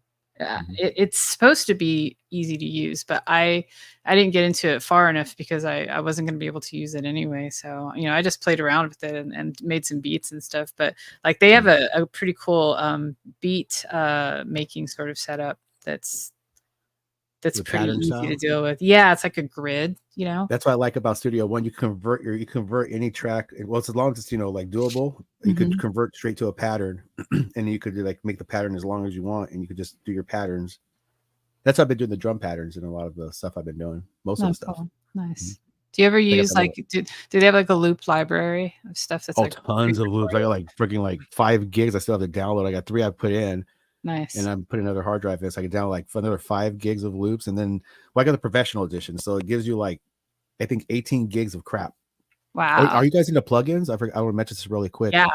If you're into plugins, Sweetwater I've been collecting the solid state stuff because they're like super top notch crap. And they have like $159 solid state reverb type deal with the room reverb going on for $17 or $20. I'm gonna grab that today. And so usually 150. And I got the solid state saturator, X saturator. I put that thing on freaking every drum. That thing is amazing. And that's like $200 right now, but I got for like $20 3 months ago. So I always look out for those deals. But Sweetwater has like $159 solid state plugin for reverb for like $20 or under. So I would recommend grabbing that because solid state, universal, and a couple of other ones that are top of my head are really good products to use for mastering. Oh, T-Rax. If you get a chance, get T-Rax on sale. It's usually like $300. I got that on sale for like $79. New Year sale. What does it do? Everything you could freaking think of: compressors, limiters. They got Manleys. They got universals, warm audio, everything. Like they have the Sunset Studio Room, Fame Studio Room settings for reverb. And if you can find it on sale, grab it. It's just cool if you're into mastering. It has everything in there you could think of. Yeah, I don't know. Like I don't know if It's I've $50 right now. Is it T-Rex? Yeah, you just said T-Rex 5 version 2. Yes, that's what. Yeah, it's get 50 If you're bucks. into mastering, get it. I'm gonna try. It's just everything in there. I don't think I've done any mastering technically. I've just done mixing and editing, and that's it. Oh, it's really cool. Is this like a plug-in model? It's a plugin that comes in with like let me see. What the fuck is that? I would check out the video on it Hold on, I'll be because right back. it has everything you need to master. Not only for the ending, but also for individual vocals, instruments. You could add a limiter, on or just add the Manley compressor onto the bass, and you get a whole different nice sound to it, clarity. Add the saturator to the drums, and you get the kick heavy. You could just mess with it. You get the bass up, down, the wet, the dry, there's everything. It's really cool. You get into it. If you're into sounds, I've been messing with that a little bit here and there. The T-Rex has everything you need. Nice. EQs, see if I can limiters, if it's part of compressors, my- optical, tube, everything. T-Rack, right? Yeah, T-Rex or something. Yeah, T-Rack. it's by IK Media, I think. Multimedia.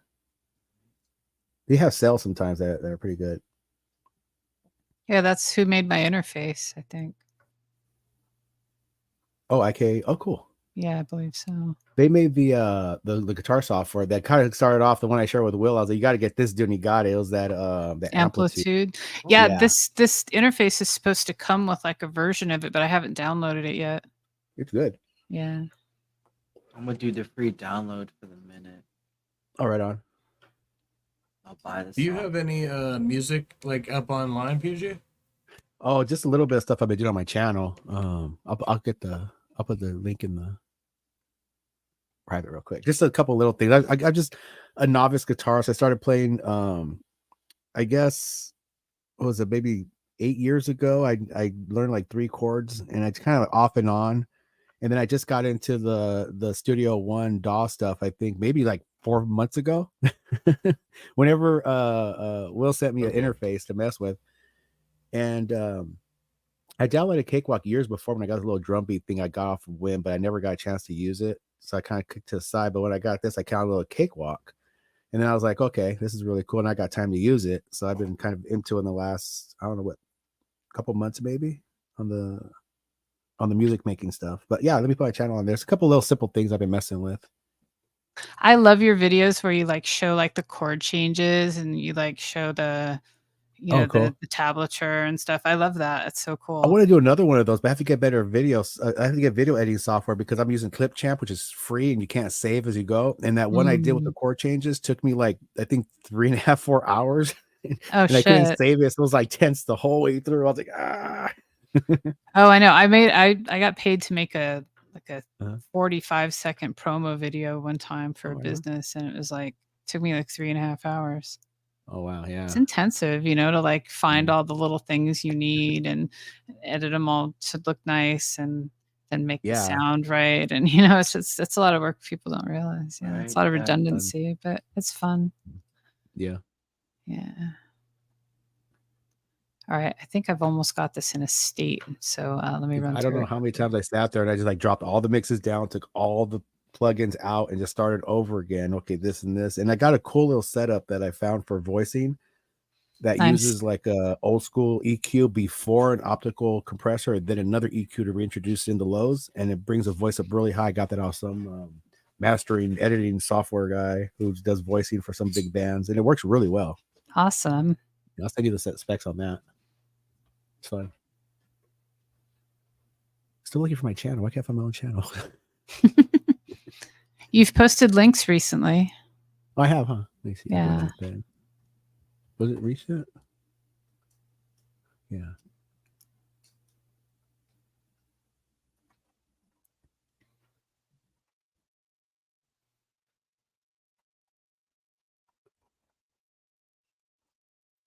All right. I should probably get some sleep. I have to entertain guests tomorrow. So I'll talk to you guys later. All right, dude. Later, Tog. Yes, by all means, sleep. Later, Todd. Thank you for coming. I think I got a link down there now. And you have a wrench as well, so you can post inside chat too, BJ. Oh, cool. Thank you. I put one of the songs I share should be in the private if you want to check that one out.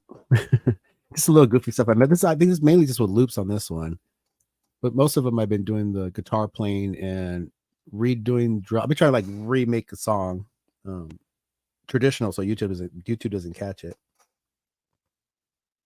Drums, bass, guitar, and vocals, or whatever I can add in. I've got a piano I'm learning to do little chords on.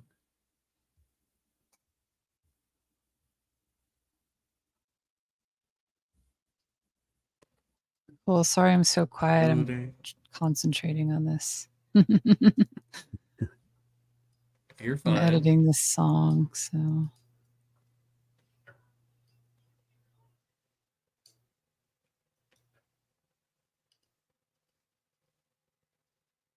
Try to open the link again. Oh, no, of course, as soon as I navigate to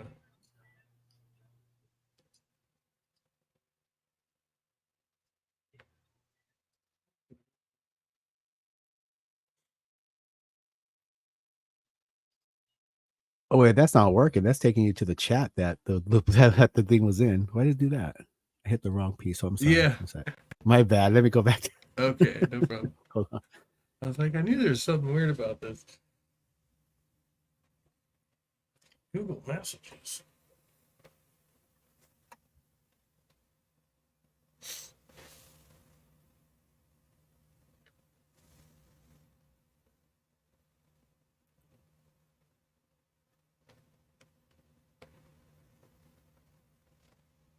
Okay, that should be it. I had to go to the YouTube rather than clicking on the link.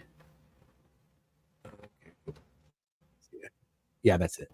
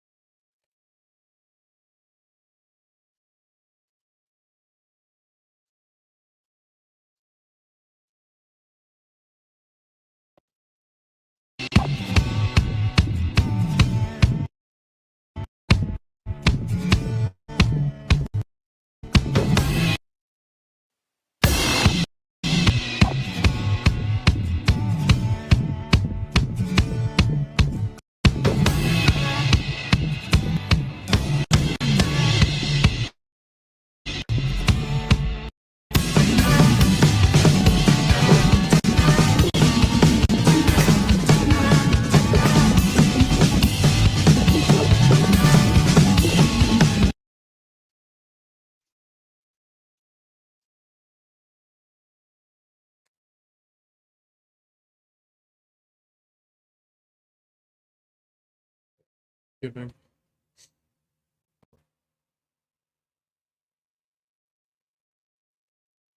Really long time.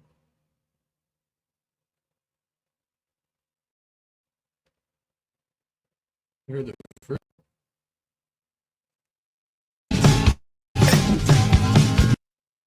If it's just me, it stopped playing for a minute. It's a bug.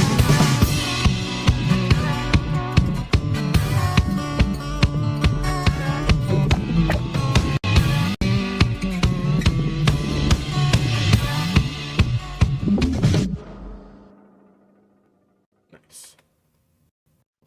Thank you. So did you loop the drum and bass and then put it in your guitar? Is that what you do?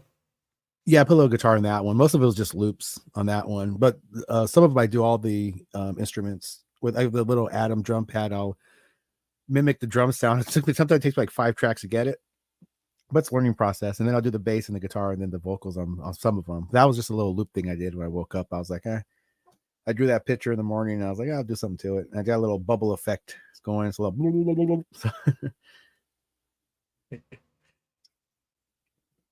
Yeah, that sounded cool. Oh, thank you.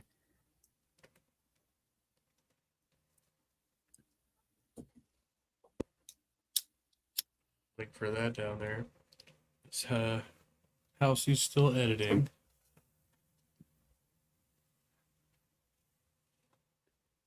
Yeah, I haven't done any serious recording in quite a while. That's why I really want to get back into studio, just because I haven't written much, but we have a few like unfinished songs that I just need to like put the effort into. So I figured at least do that. But I haven't really found something that's workable for me. Like Halsey was talking about earlier, I used to write and record several songs in a week. It was like part of my ritual, but usually I would write like lyrics or poetry first, and then I could just put together any song around that. Just put whatever music down to go around. So it could be like a 1 or a 2 minute song, just something really simple, put together 4 chords and a nice Yeah. beat or whatever. I got And one just that I've really been like in my fallen out of head. that. Mhm. Yeah. I have one that's been floating in my head, a song that I've been kind of writing, I've been working on. And I asked Will about a week or so ago to help me with those. Well, I told him if he wants to hear like what I have, and he wants to maybe do a solo or some guitar work on it. I should put it out. I should put something down and put it there just to get it out, because it's been floating in my head for a while. And there's one I did before that I completely forgot. Oh yeah, I've And had so many of those. yeah. Yeah, and I know it's been a good one too. It's really catchy. I think I sang it on a hangout like a couple months ago, and then several people liked it, but I can't remember what the hell I did. I can't find the hangout. It was like one of those, on the fly type deals. Well, yeah, at least you have some recorded evidence then, right? You Mhm. could probably go back and find that. Yeah.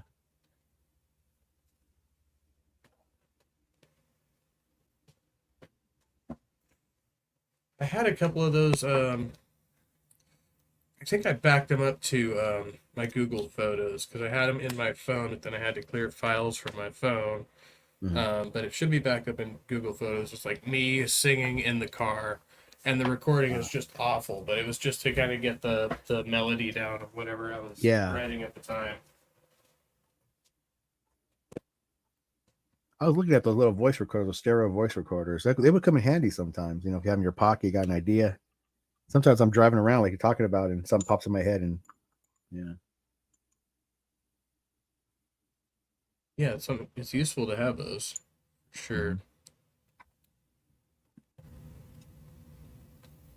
I don't write nearly as much as I used to. I used to get a lot of poetry ideas, and then I would just fill notebooks with poetry, and a lot of it was just ended up getting scrapped, or I'd have to piece two different lines or verses together and make one coherent song or whatever. But it's like now it's just kind of this random journaling stuff. I'm like, there's really no poetry going on here. Right? There's no rhyme to it.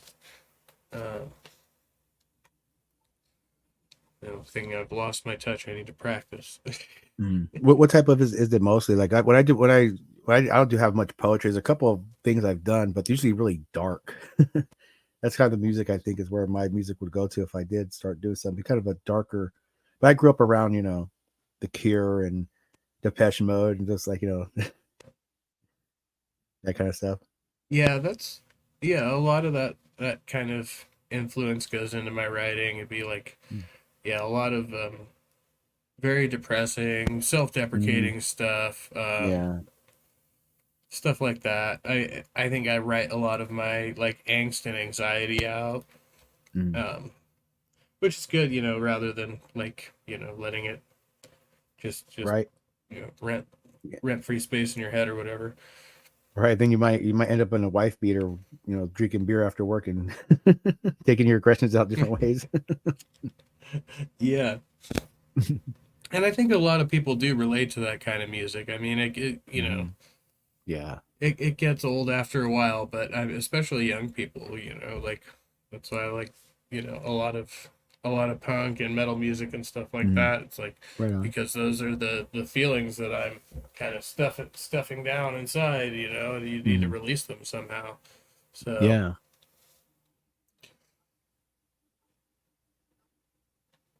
it's funny though because I was having this conversation with my one of my counselors.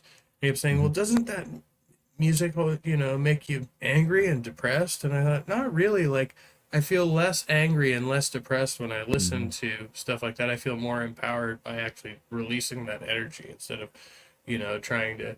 Anytime I hear some song that seems, you know, like it's just too poppy, too peppy, too happy, and I feel like this is just fake. Like I'm trying to cover up what I'm really thinking or feeling with, you know, this false emotion or something. Mm-hmm.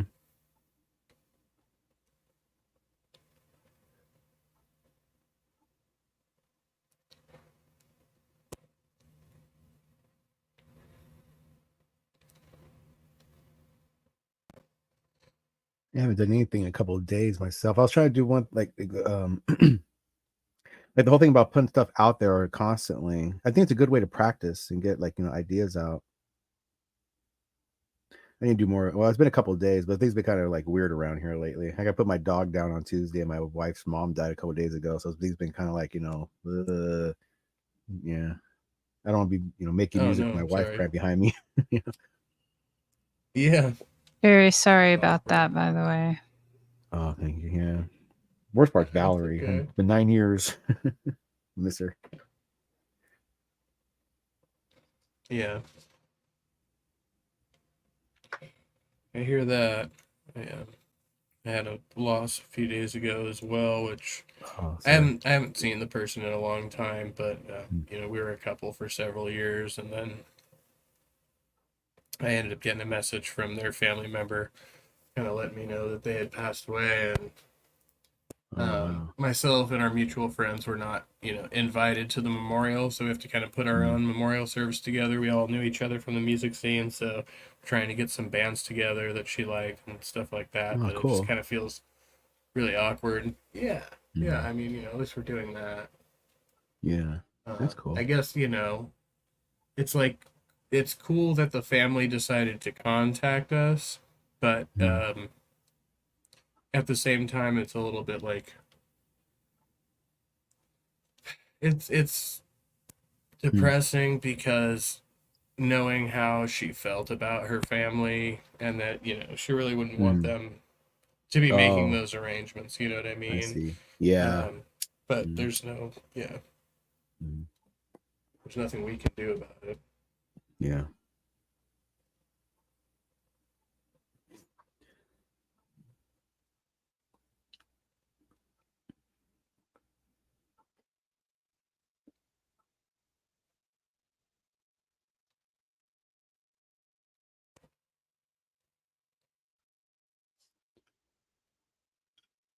Never trust an addict in recovery. Oh, sorry. I just noticed the title. Is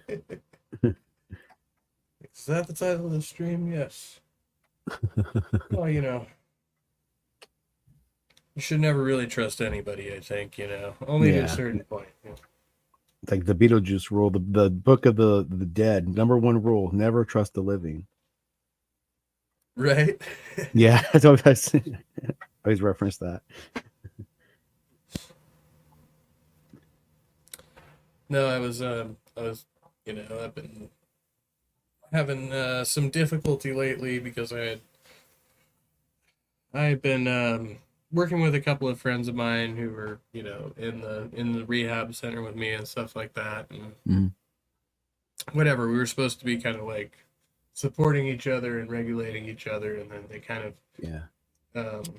slowly kind of broke off and went their own directions. Well, you know, over the last week, I ended up moving all my stuff. You know, luckily not very far, but I moved across the Bay Area. Took a job down here. Like the whole thing seemed to be like playing out really nicely. And then I got a third party text from another friend of ours. It was like, hey, just to let you know, that person is, you know, not too comfortable with the arrangement right now. So, you know, I think you should back out of it. And so I did, and then, you know, I kind of made a hasty judgment off of that and kind of went like way the other direction. Like, I'll just get out like now. And so, you know, while I'm doing all of that, yeah, it was kind of like our other friend was like, well, didn't you kind of see that coming? And I thought, well, yeah, I did. Which is, you know, it was just a bad decision in the first place to kind of put all my eggs in that one basket, you know. But hey, you know, it could be a lot worse. Like, I haven't suffered any significant loss. It was just, you know, kind of really confusing and dizzying for me. So I'm like, yeah, I put in a whole lot of effort to just end up like right back where I started. That sucks. Yeah. I've worked with recovery places. Well, and also I haven't been like personally because of use, but my little brother was heavy into, he had to go like get a court ordered NA meetings and things like that. So I would take him and attend with him those meetings. You know, a lot of interesting people there, but I grew up around people like that. My dad was a dealer and a pimp, so it was like normal in a weird way. Going to those recovery meetings, like you know, just like almost like going back in time a little bit. My dad was dealing and talking to these people, you know, talking to people about things. Right. Like half. Yeah. Sorry. No, go ahead. No, like it's weird because like half of them are in there for recovery, and the other half are there like, you know, just waiting for the next hit. You know, like, hey man, go down to you know, Jack's house, and then when they found out that I was into printing and I had my own little started my business back then, started get going. You see them all come out of the world. You make stamps. I was like, that's what it says in the flyer my brother's giving out to everybody. Hey, can you make me a stamp that says NA attendee so? It's like, no. Every other person was asking for a stamp. I'll pay you like $100, man. Just give me a stamp. Take this marker card and go home. Yeah. Yeah, it's funny. Like I kind of grew up around recovery too. My mom was into some stuff when I was younger, and so when I was like a preteen, she started going to AA and NA. It started making me go to those meetings, go to the Al-Anon meetings and stuff like that.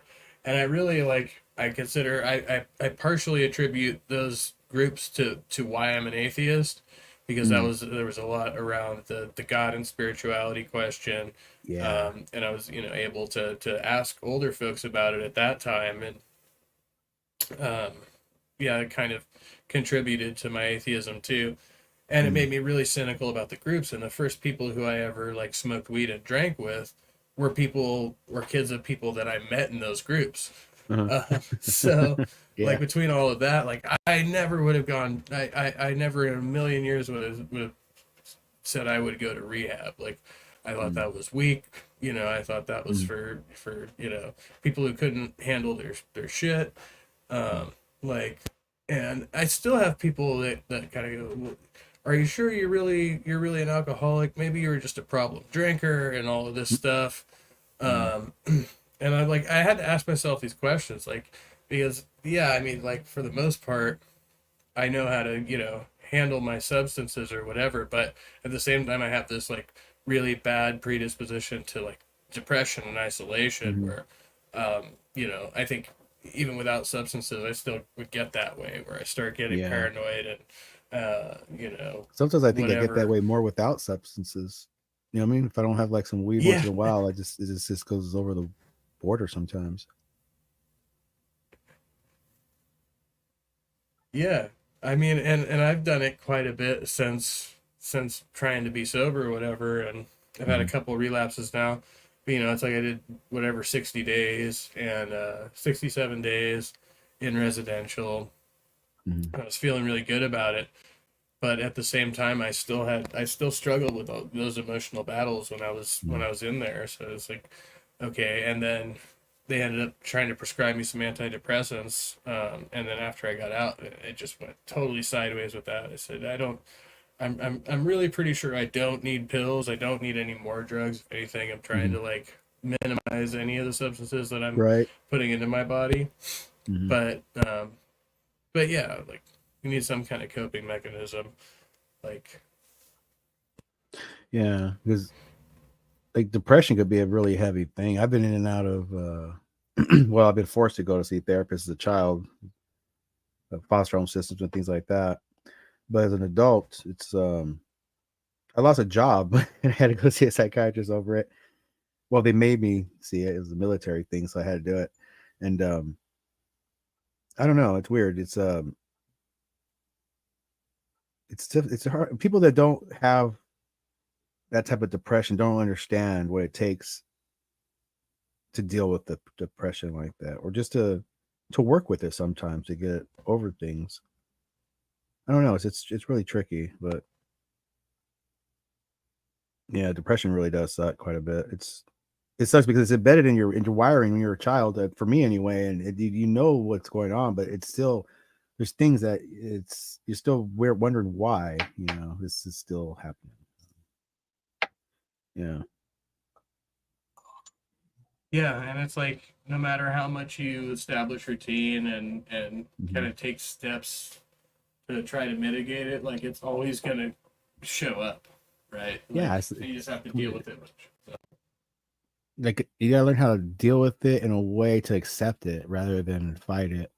But I guess almost what it is, it's like just accept what the world is and how it was, and understanding what it really is. And then I guess putting yourself in what you really are in a weird way. It's really weird. I never really got like addicted to. I fought it because my father was such an abusive asshole, and he was like on everything. He would force me to do things when I was a kid, take drugs. And then when I got older, I didn't want to be like him at all, so I didn't do any of the hard stuff at all. And then when I started smoking, I started practice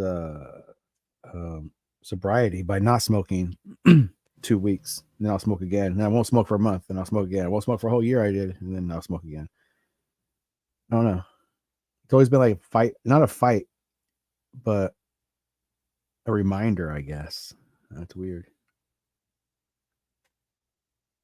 Yeah, that was a lot like how I started. When I first started sneaking out and smoking, I would only do it at night. I would only do it like usually on school nights. I would sneak out of the house, and I would stay up late and go pill for cigarettes and whatnot. And I wasn't even like drinking or anything back then. And I always thought like, well, that's the point where I know that I'm addicted is like if I kind of like break this routine and start doing it regularly, because I would see people at the Alano Club or wherever like smoking all day every day, and I was like, well, I don't feel the need to do that, right? Yeah. So I always thought I was well controlled as a young person, and I kind of was. I was able to turn down a lot of drugs I could have done, and drinking, I take it or leave it. Like that's really like become more of an issue as I've gotten older.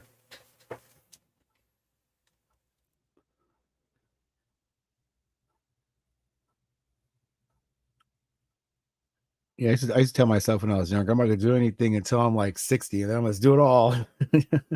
But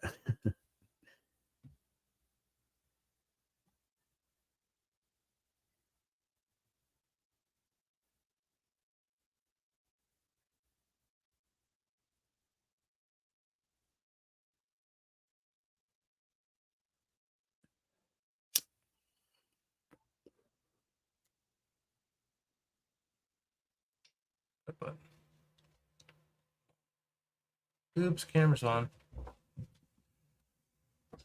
Sorry. no problem. Make a mad dash for the gate. Yeah, and I think with alcohol, it's like it's just so easily available and seems like more socially acceptable, like than other drugs for the most part. They're it's like Yeah, to a alcohol certain is. extent. I mean, alcohol is like a really abusive drug, and how it's like you said, so readily available, and just it's I don't know. They put it there for a reason.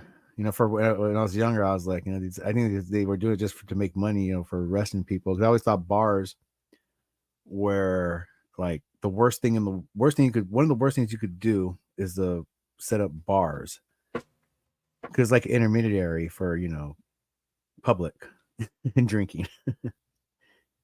lot of trouble, a lot of cops will wait out down the block waiting for that car to leave the parking lot just so they can pull them over and cross their fingers for a ticket.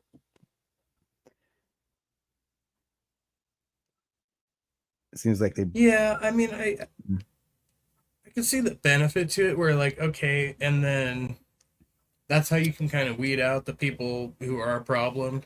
Either they're going to be getting into bar fights, they're going to be, drunk driving home, like any one of those factors. You'd be like, okay, then at least we've got eyes on him. Like, but there's that other side of it where so many people that just get away with it, or like the whole,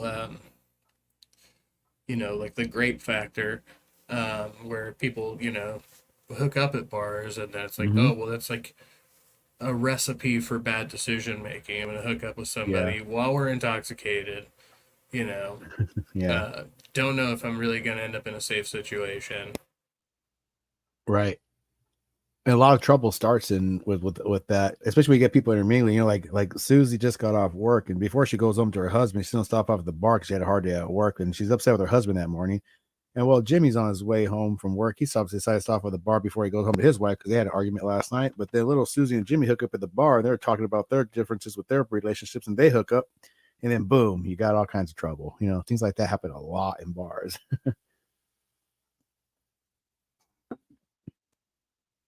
And now they're doing adultery. Yeah. Yep. Don't know if Halsey's coming back or still working on a project. Still I working. am. I'm just actually finished right now. So hold on a sec. I know I said that before. I just have to make sure this one thing is in the right place here.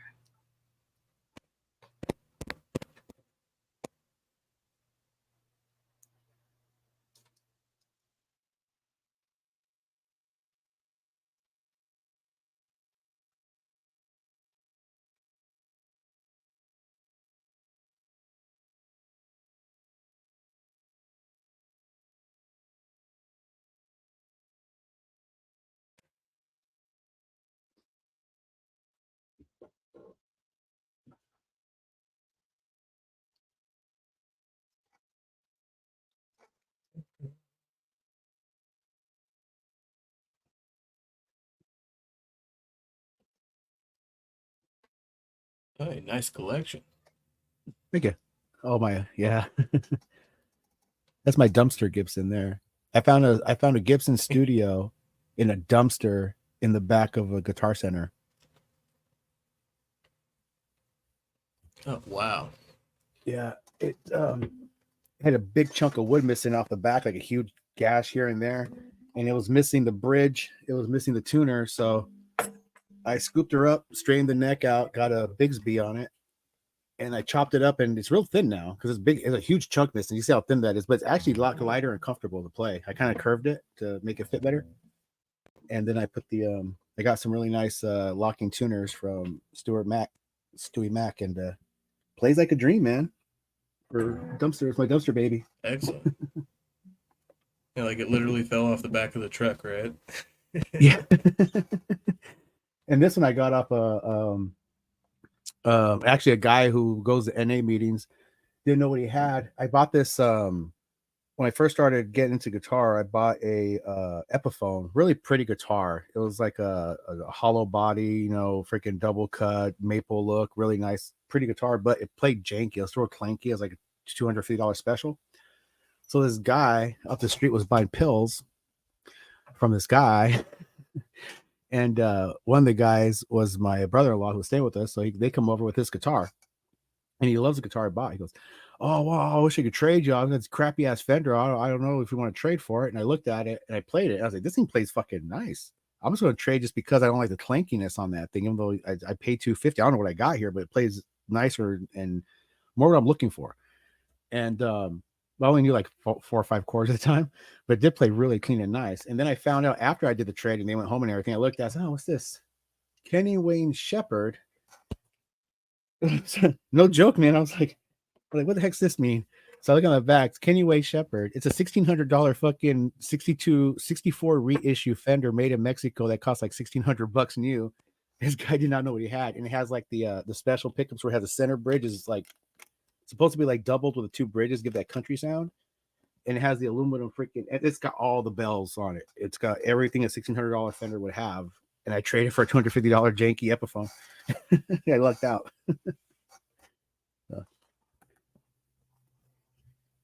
But yeah, I lucked out on that one.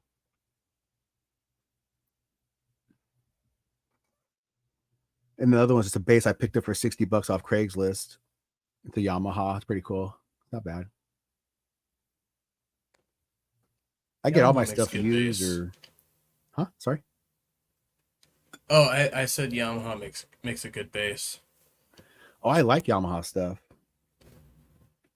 Yamaha's I don't know, a lot of people when they think of Yamaha, they think of motorcycles and things like that, but they started off making pianos and guitars. That's their thing. They still had make guitars, acoustic guitars that are way above the standard. And I mean their logo are 3 tuning forks. So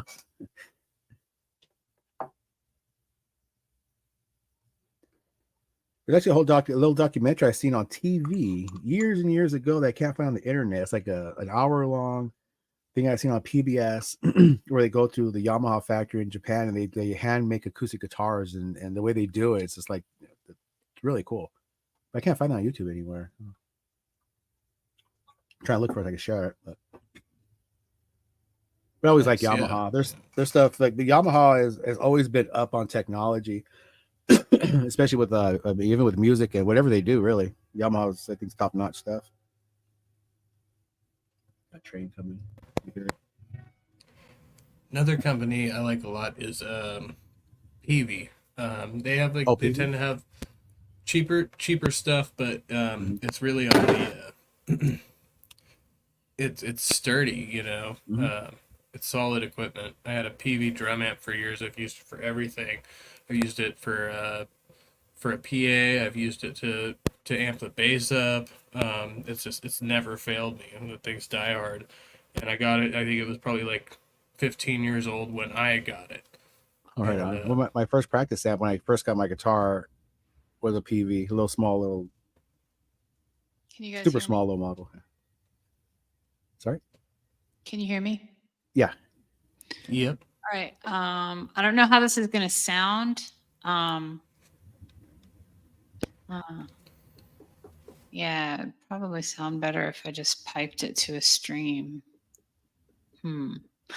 I can play it through StreamYard or I can play it through a stream, and it might sound a little better Either that way. way. But I don't know. This is semi-finished. This is not what I would send you to jam along with, but this is something that this is like without that bridge that hasn't been inserted yet.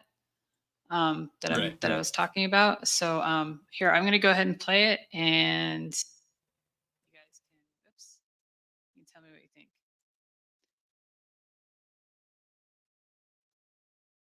I'm not sure what happened there.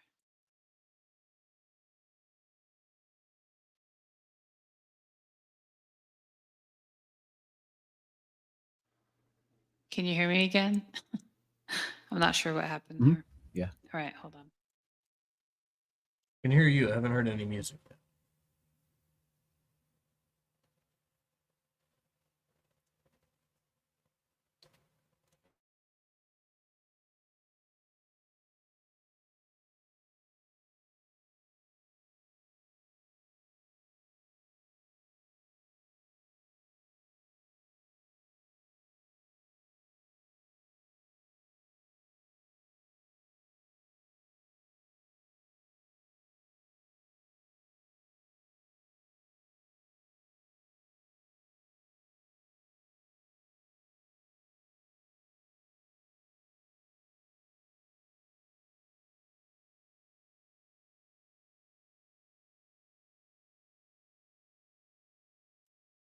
Okay, here we go.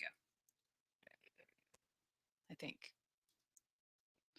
And let me know if you can hear it well, because I'm afraid it's going to be low or something.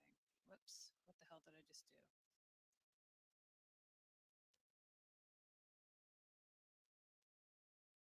If you're playing it now, I'm not catching it.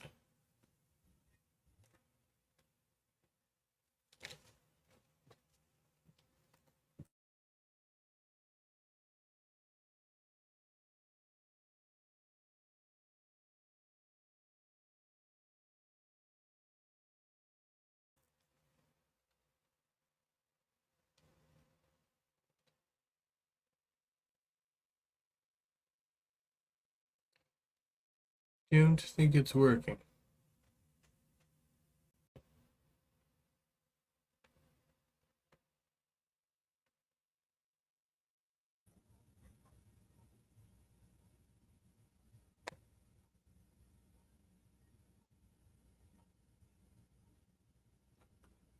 Is it supposed to play through? Because space is muted. Yeah. I'm dealing with a really funky mouse right now. Hold on. Oh, your mic is really low now too. I'm dealing with like a super funky mouse right now because my other one is out of battery and it keeps like jumping around and like messing me up. So I think I've got it to the point where I could play it right now. And I'm just like, let me know if you can hear it and if it's high enough. I'm going to turn it all the way up on my side. But it should come through. Just let me know because I won't be able to talk to you. So all right, here we go.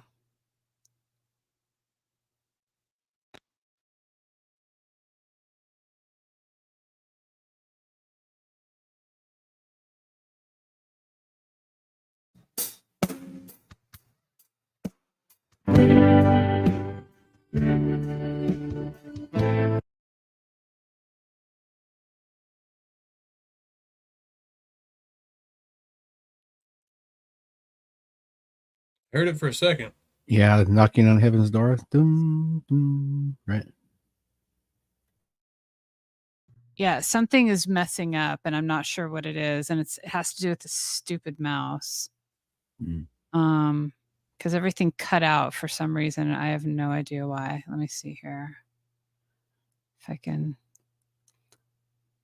Yeah, it's gonna play through. I'm not sure why it cut, but hold on a sec. All right, one more try.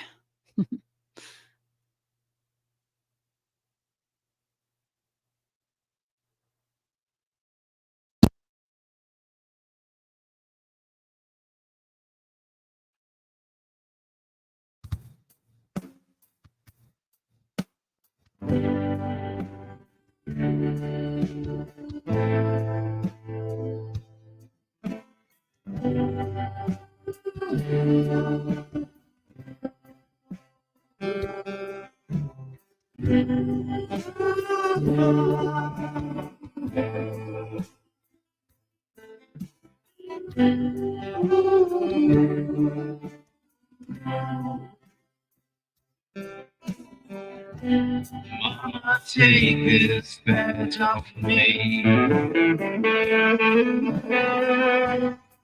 I can't use it anymore. It's dark, too dark to see. Feel like I'm knocking on heaven's door. Knock, knock, knocking on heaven's door.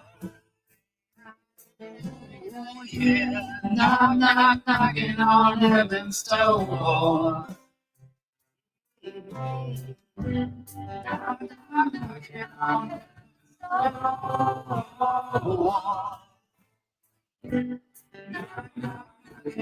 heaven's door. Mama, put my gun to the ground. I can't leave them anymore. That long black cloud is coming down. Feel like I'm knocking on heaven's door.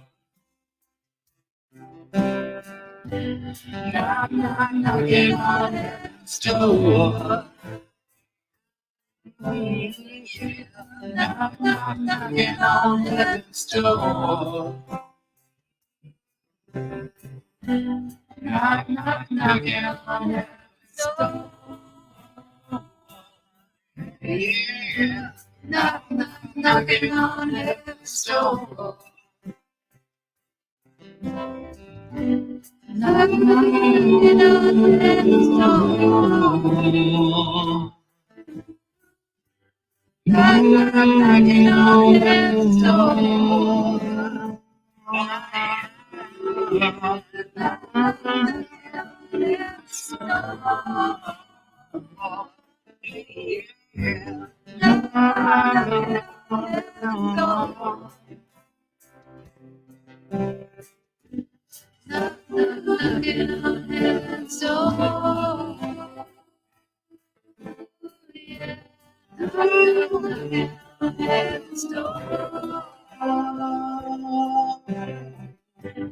Knock, knock, knocking on heaven's door. Yeah. Knock, knock, knocking on heaven's door.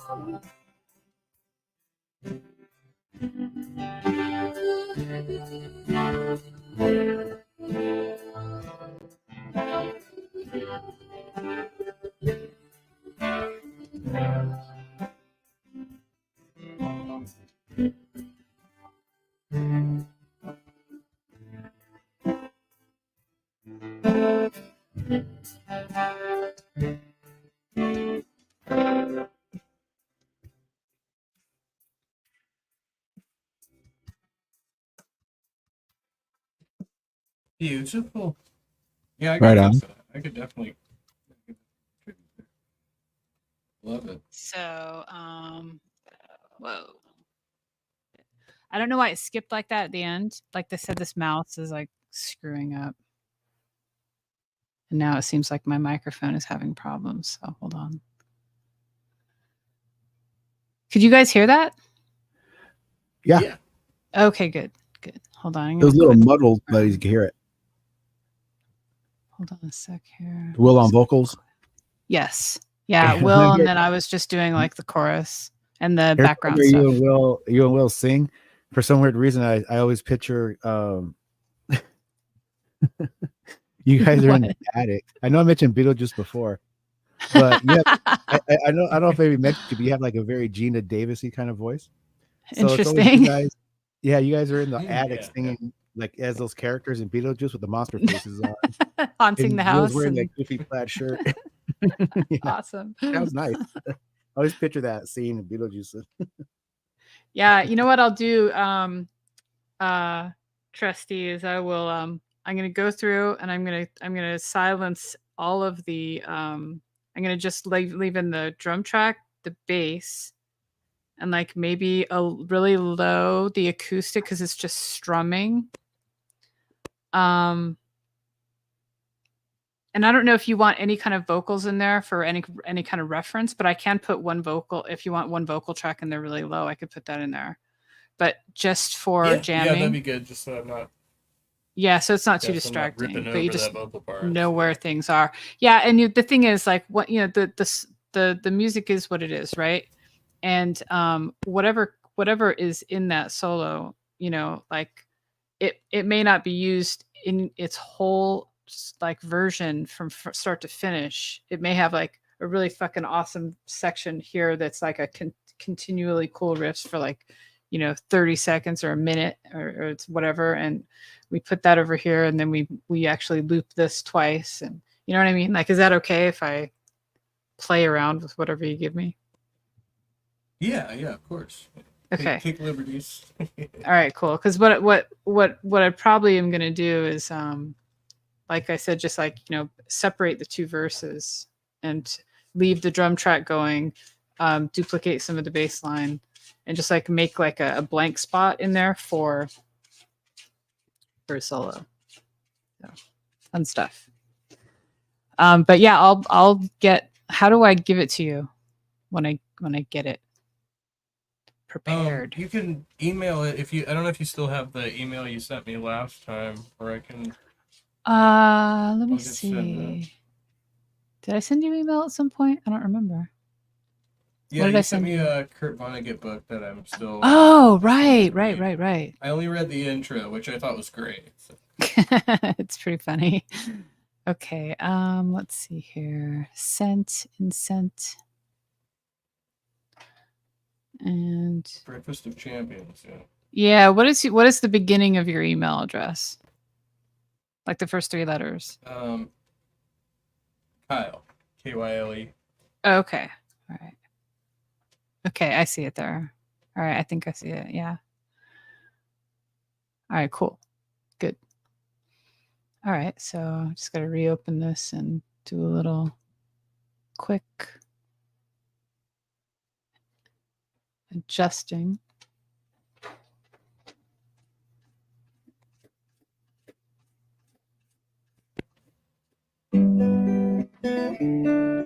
Oh, nice. That's it, right? C, D, Let me check. G, D, C. Mama, take this badge off of me. I had the chords up not long ago because I was practicing it on piano. GGA, right? Let me see.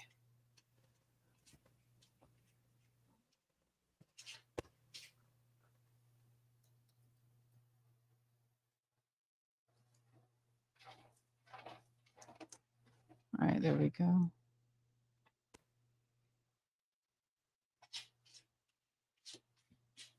Abe, you're a guitarist?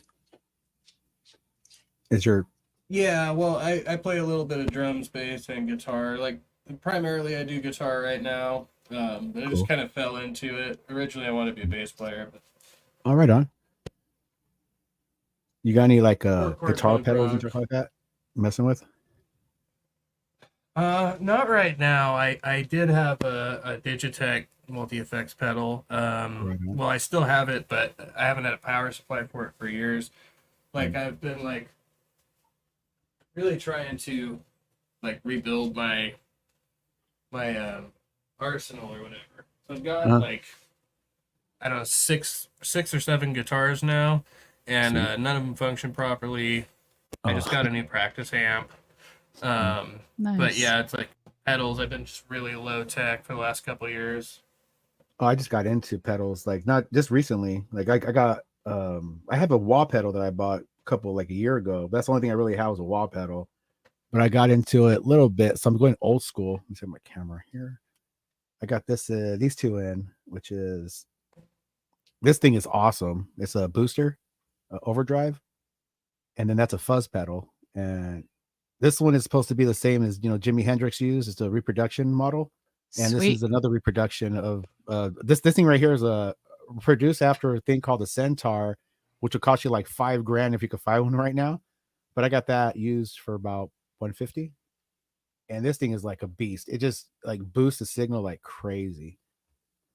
It just makes it sound cleaner, and you can actually get a little bit of metal out of it if you put the gain all the way up. And with the fuzz, you get like total like old school 70s metal. I'm trying to go with the old school. I got a Roland that I'm ordering. Well, it's made by the same company, Warm. They're doing these reproduction things. They're like, and I guess these are after models in the late 60s, early 70s. And they got another one that's modeled after a Roland jet phaser. And it's supposed to be exactly the same. They're all handmade. The way they made them back in the day. So I can't wait to get that one in. It's supposed to have like all these little jet sounds and phasers and delays. It's the size of a freaking Atari. It's made out of wood and metal, so this will be pretty badass. Nice. Yeah, I'm trying to like all old school It's kind of sounds. like with my my Digitech pedal had like I think it was 60 like programmable channels, and then it had all the preset effects and stuff. It had all that, had the little wah-wah pedal on the side.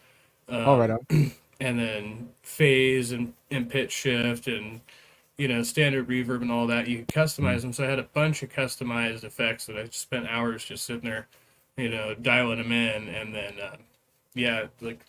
since the power supply for it burned out, and it's extremely difficult to order them online, so I just never got a new one. But I still run around with the pedal. I'm like, well, maybe one day I'll get all those effects I put all those hours back into. And it's got like a little drum loop on it. And I've done That's cool. several recording projects with just that pedal. Nice.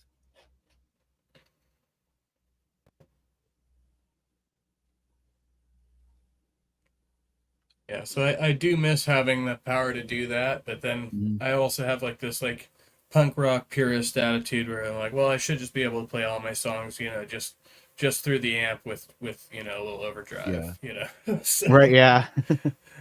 Yep. but I love like Tool, and seeing them live really just opened up my mind to the power of uh, having all of those like tools at your disposal to where you can do things like stereo pan with two amps and things like that, which I've experimented with a lot. Cool. Having multiple effects coming through the same guitar. I don't know if you've ever tried that. Like I used to split between two amps so that I'd have a clean effect coming out of one amp and a dirty effect coming out of the other one, and then I could sit there and pan them with my mixer. Oh, not in real life. Only in the DAW. I mess with that. Oh, it's amazing. Like once you get a good formula down for that. There's a Have you messed with I was talking about earlier the Amplitude? It's No, like I don't think so. check that out because there's a it's like a plugin for your DAW that has just about everything for guitar you could think of. Cabinets, amps, speakers, microphones, pedals, up the yin yang, tons of pedals, and they're modeled after famous ones. And there's actually some that are in there that are name brand. I guess they got licensed for. And there's another part to that program that's called Tonex.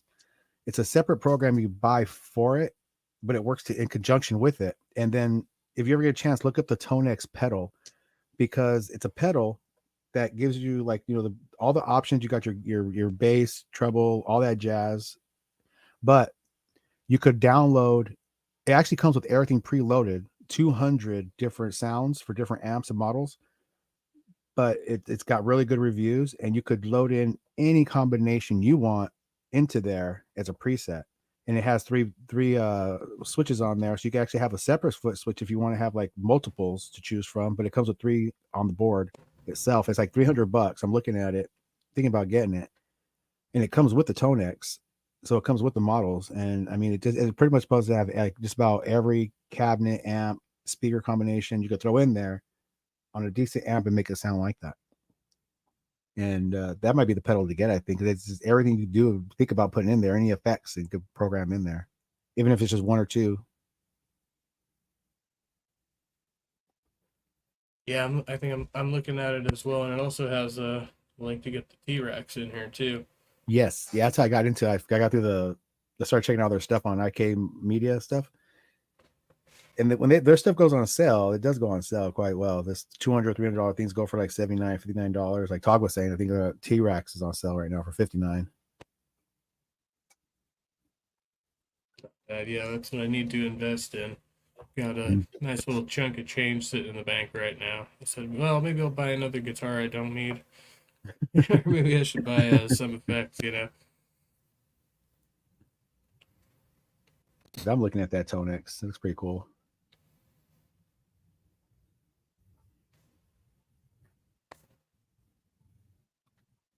Yeah, and Halsey, I've got the tabs now for the songs. Although I usually play pretty well by ear, but don't want to play in the wrong key,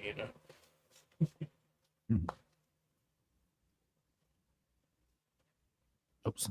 Oh. It's gone. Yep.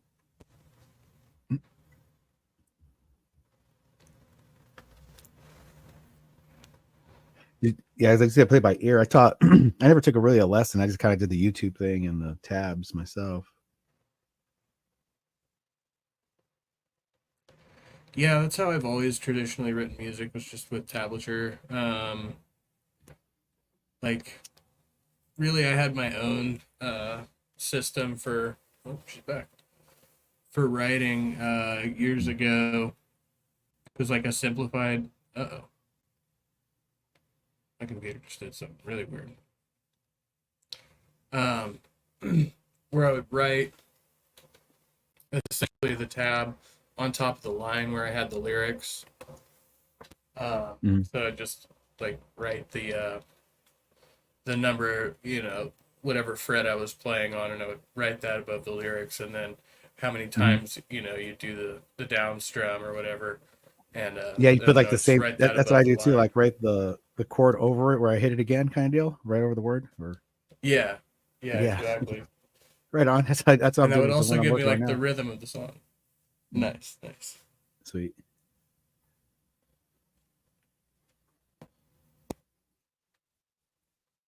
Yeah, that was one of my goals, was to learn music theory and how to actually write music notation, which I started working on, and then I just kind of fell back out of it. It's like learning a whole new language, though. That's where I'm at now. I'm Every looking at time I the start to get focused on. tablature. That's kind of where I'm at now. I'm looking at the Yeah. notes, and I'm looking at it. I'm like, I don't know if I want to do this. It's a lot of. But my son Yeah, yells at me really, I all the wasn't time. doing it for myself. I wanted to be able to teach music because I thought Mhm. it might be a good like All profession right. for me. But yeah, I don't know if I have the drive. I could probably teach like children's music. Like 10 chords or less stuff. I could probably do that maybe. Yeah, some of that But stuff's hard. Like Mary Had a Little Lamb. yeah, I don't know that one. I know on piano. I learned a piano, but now I forgot it.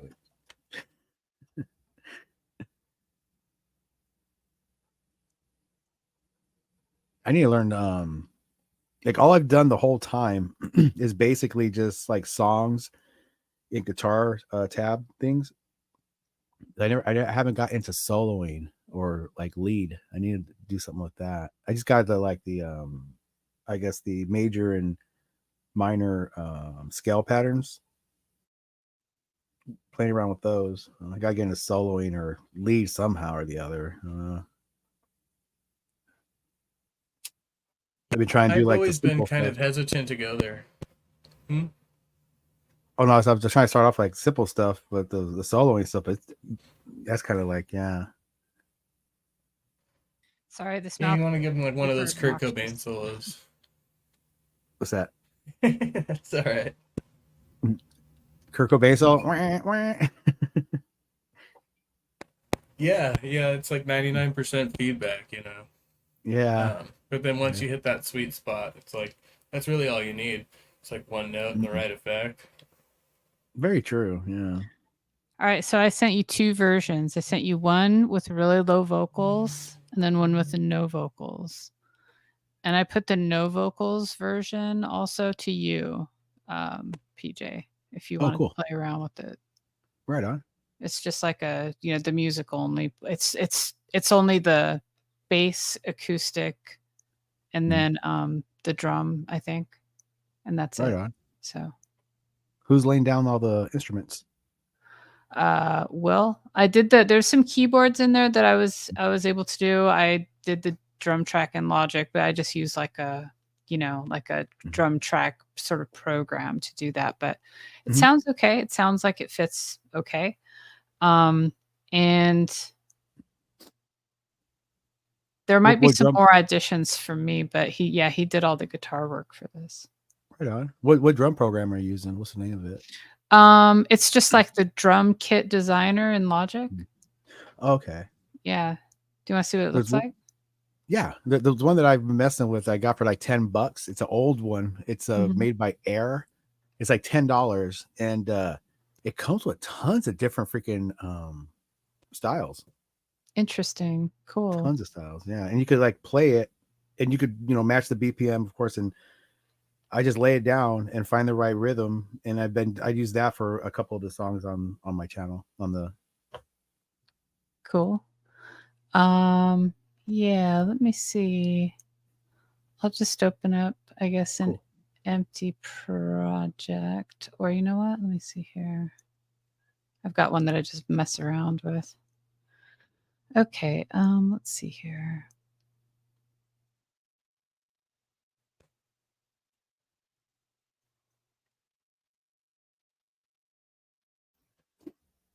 What's Jill asking? Cheddar Man, black or I think white? Cheddar Man would be yellow. Right? Mhm. Or orangish yellow or something like that. Silly Jill. Yeah, I'm a half breed. So I'm gonna take my white side. I'm gonna use that for my benefit. We was kings. You We used to own honky. you guys. We own all this stuff. And we can again. The only reason why we don't is we let you have it for now. I think I use my white side for good. I get away with it because I'm half native. Home base, home base.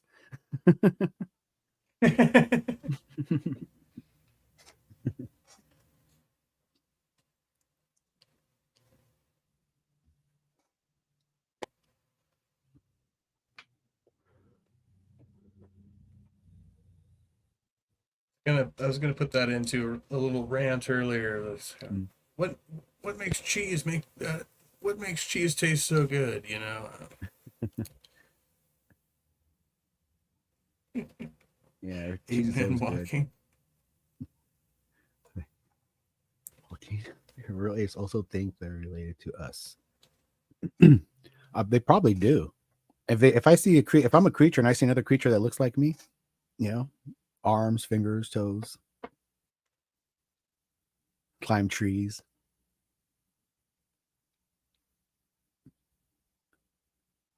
Kind of want to go Think they're Neverland just Ranch now. plotting the plotting the hostile takeover of. Sorry, but the Bible pretty much commands me to mock your religion. Yeah, sounds about right.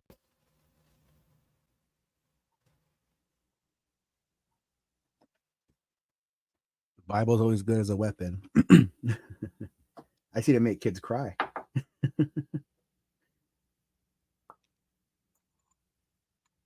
think I read somewhere earlier that said a lady who takes a book with her everywhere she goes will always have company and a weapon. Yeah.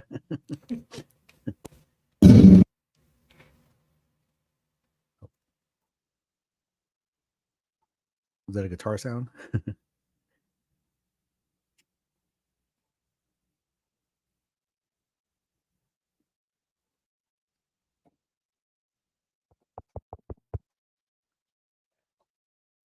Can you hear me? Yes. Now, yeah. Okay. That means that you'll be able to hear my program too. Let me Cool. put my screen up if I can, so that you can see the drum thing. Cool.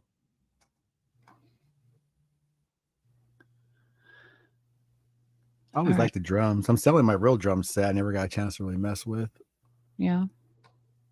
Mm-hmm. All right. So it should be up to share. Okay. So it's kind of hard to see, and I wish I could make it bigger, and I'm not sure why it's not bigger. But this part right here, like here, I'll say it.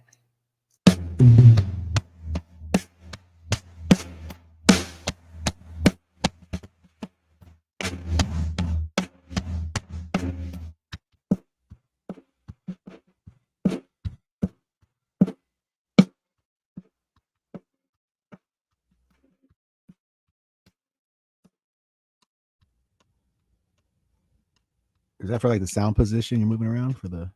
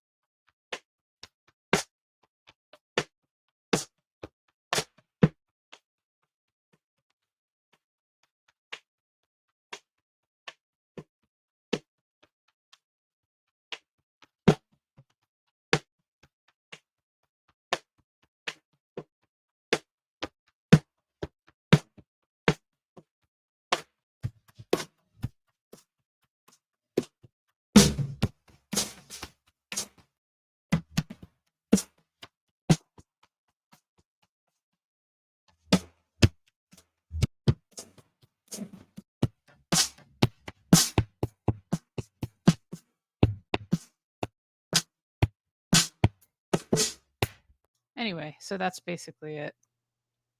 I hope that you guys could hear that coming through. Yeah, I was coming in and out. Oh, really? Okay. Yeah, I don't know what's up with that. That one Anyway. section on there was that for like panning or like where the sound is coming from? That little dot you're moving around. This little guy. Yeah. Okay, so this is a little grid that says simple, complex, loud, or soft. And so you Oh, can like, okay, I see. say, okay, I want a little more simple, a little more soft, or a little more loud, or whatever. Okay. And it'll like add fills or different little sub beats and stuff like that. You can increase the general percussion settings, so there's a lot more of that little stuff going on. Yeah. I don't understand swing yet, but I'll get to it. But Oh, swing. That's kind of yeah. like the swoop. Yeah, like it's gonna offset it a little bit to make it more natural sounding. I think. Oh, I see. Okay. All right. Yeah. But yeah, there's like all these options here, all these different ones, and then each drummer does it differently. When you select a drummer, each one of them does this differently, and then these are all presets that are different too, but they'll be different from every drummer. And you can select parts of the instrument to accentuate certain aspects. Okay. Yeah, I think that you can cut a section and say I want a lot of fills in here or whatever, and even it'll even listen to, like, let's say you have like just a guitar line and you've said this is my beats per minute. Like it'll look at your guitar and it'll try to figure out like when the embellishments are supposed to be there, and sometimes it's pretty good at guessing. What's the name of that again? It's just Logic Pro. It's just the built-in drum kit designer. Because I was watching some video the other day talking about how there's a drum sampling kit. Like maybe it's, I might have the name of it. I can't. And then check this out. Check this out. But it This does is that the automatic fill too. Yeah, this is the electronic drum kit, and like so I just chose 808 flex, right? I've never done this before, but you do the little down arrow here, and what you see is that everything channels that's itself in that kit is detailed out so that you can say I want all these but none of those, one of these, and blah blah blah. But here, let's listen to it like just as it is. Wait, it's gonna do that thing. Oh, it's super low. It's nothing. It's not even Nothing on. going. Yeah, I don't know what's up with that. I've been having issues lately with this, so Is the program itself kicking out the sound problem, or I'm not sure. Let me see if maybe I screwed up my settings here. Nope, that should be it. Okay.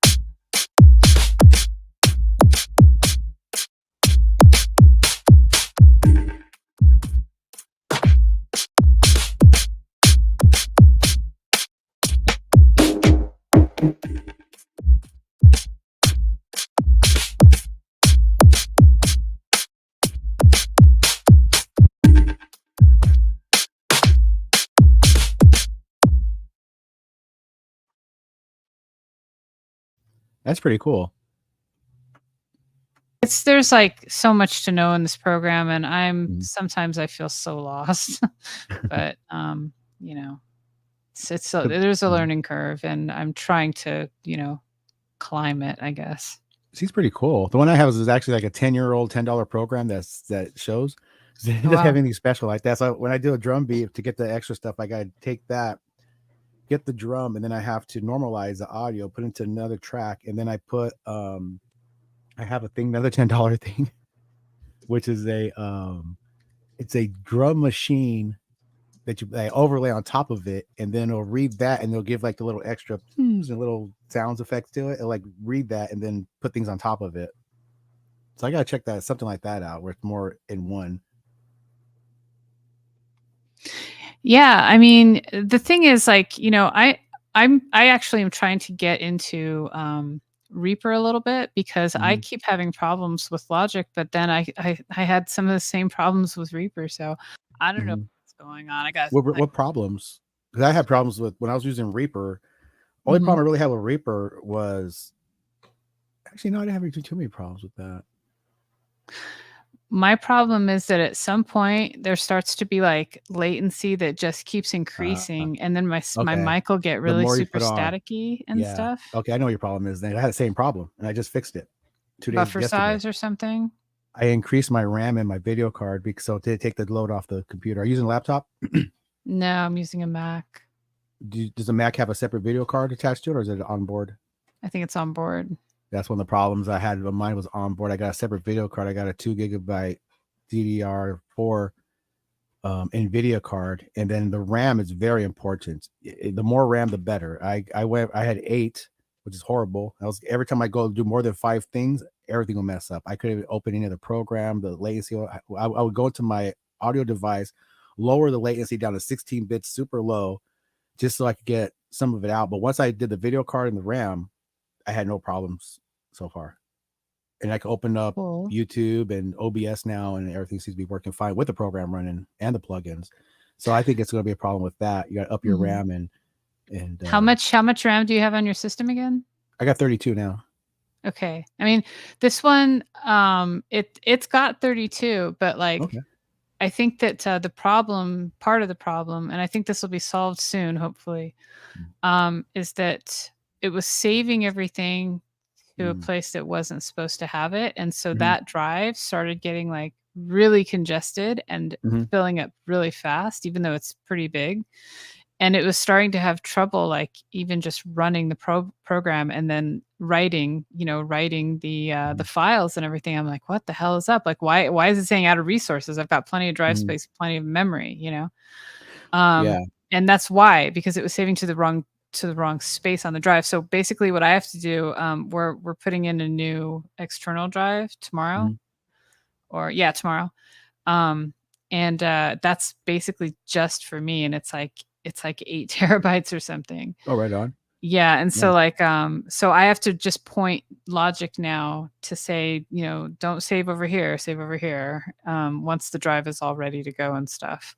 Right So on. That should be in your hopefully that'll settings solve there, my pretty easy. problem. Yeah. Yeah, I think it's in preferences or whatever, like the path or whatever. So I just have to find that and point it in the right direction. I don't know if I'm gonna have to like move my plugins or whatever. I'll have to see. So I have a shitload of stuff installed. I don't See, really want after messing with those programs, and I looked at Logic Pro, and it's almost like Reaper. It's very kind of basic, and it's got a lot of cool features, but it's almost like an open source style system.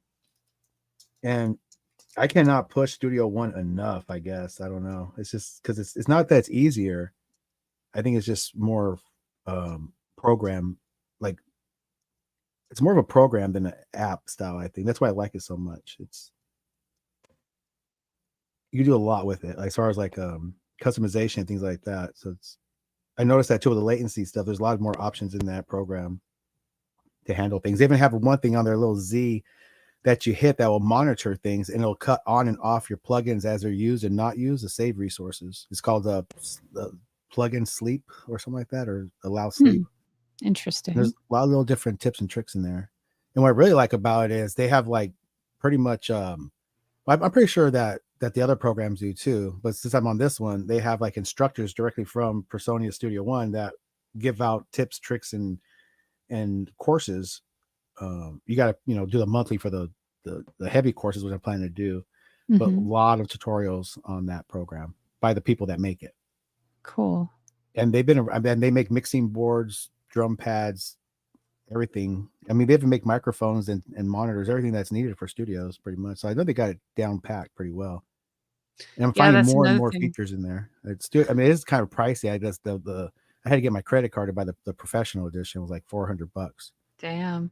But it's worth it. Well, actually, I got the bundle. I got the the device I got for 50 for the artist edition. So I paid no, I did pay $299 to upgrade to Pro, because if you don't have a previous version, it will cost you $399, $400. But I hate to say that it does cost money, but overall working with the other ones, this is like almost like driving around in like a Ford Focus with a bad muffler, and you jump into like a a decent Toyota Lexus or something like that. It's like, that's nice. It's really nice. So it's the cup holder Yeah. right here. God, this feels Different. so much better. Exactly. Yeah. It's like, oh, Yeah. how do I do this? Oh, wait, they tell you exactly how to do it right here, and they even have a course for free here.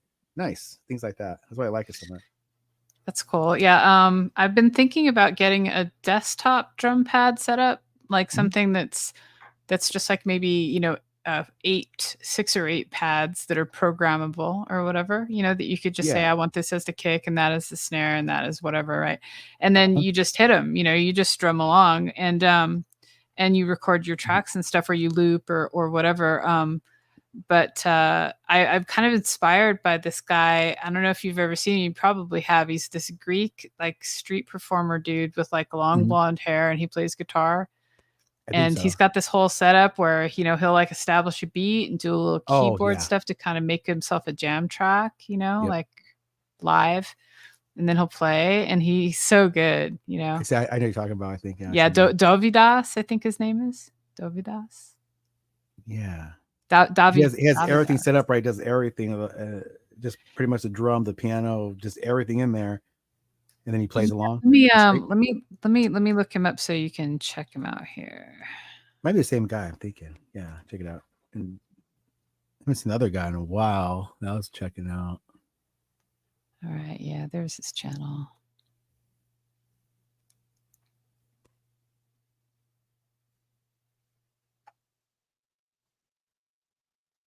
Definitely going to have to get a better drum program, though. That one I have it's hard to work with. It has a lot of cool sounds, but I can't record on the fly. I have to actually record it in the program and put it in as a MIDI and then mess with it. Mm-hmm. Because it's I guess it's the older version. It's not the.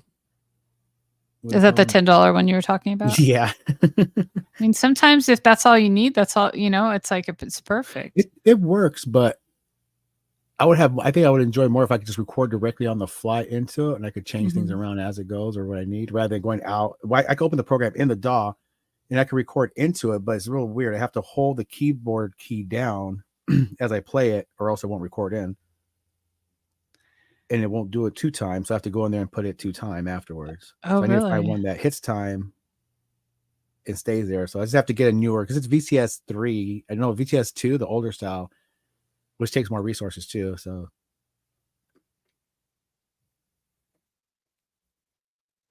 I think I just downloaded this app, but it's just the guide. It's not the program. The guide to the app and not the app itself. Right. Lovely.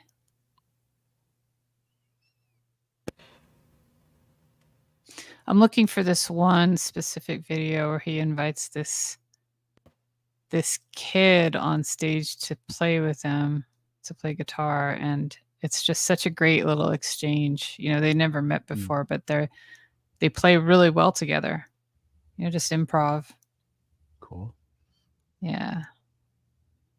The guy they invites up, he could be no more than 20, I'd say. He looks more like he's about 16. He's you could tell he's been at it for a while. He's pretty fucking good.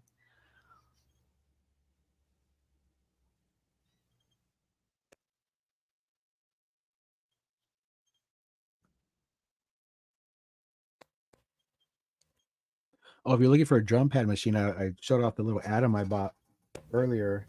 I got it used for like $59.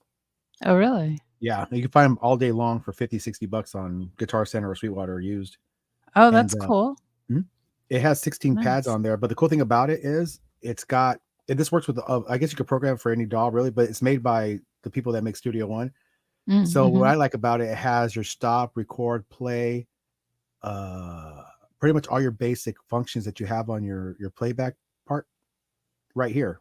So I just hit the button there, and then on the other side, it just has a lot more shit that you can use to control things with. Even scroll through the presets that you put in there and make any presets that you would do a sample tank. You do the same thing with this. Nice. Very nice. Yeah, I'm going to try not to spend more than $100 for any one thing, except for unless it's an instrument, you know what I mean? But other Yeah. stuff, I'm going to try to keep it at like, maybe 150 at the most, if it's something that I really need and it has to be good or something. But, this is just a hobby that's for that right same way. now. So Yeah. I'm getting everything used pretty much. That's the best way to do it. cool. Yeah. I mean, why not used? If it still functions, I mean, that's fine. Like you're talking about the preamp thing. Yeah. I got this one for it's used. It said it was blemished, but it actually looks brand new to me when I got it. So I put it on here. This is like $499 new. It's Damn. modeled after the Universal, I guess the Universal 775 or something like that. That's like a $1,500 model. Okay. And so they go new for $500. I got it for $259, $260, I think. It was this is the most expensive. Yeah, the most pricey thing I paid for is that warm piece down there.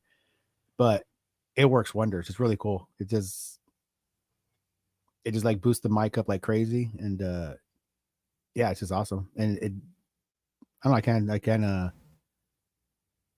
I guess I was messing around with different like preamps here and there. I sent a couple back, and this thing is really nice, as I gotta say. It's really clean. It's a warm audio.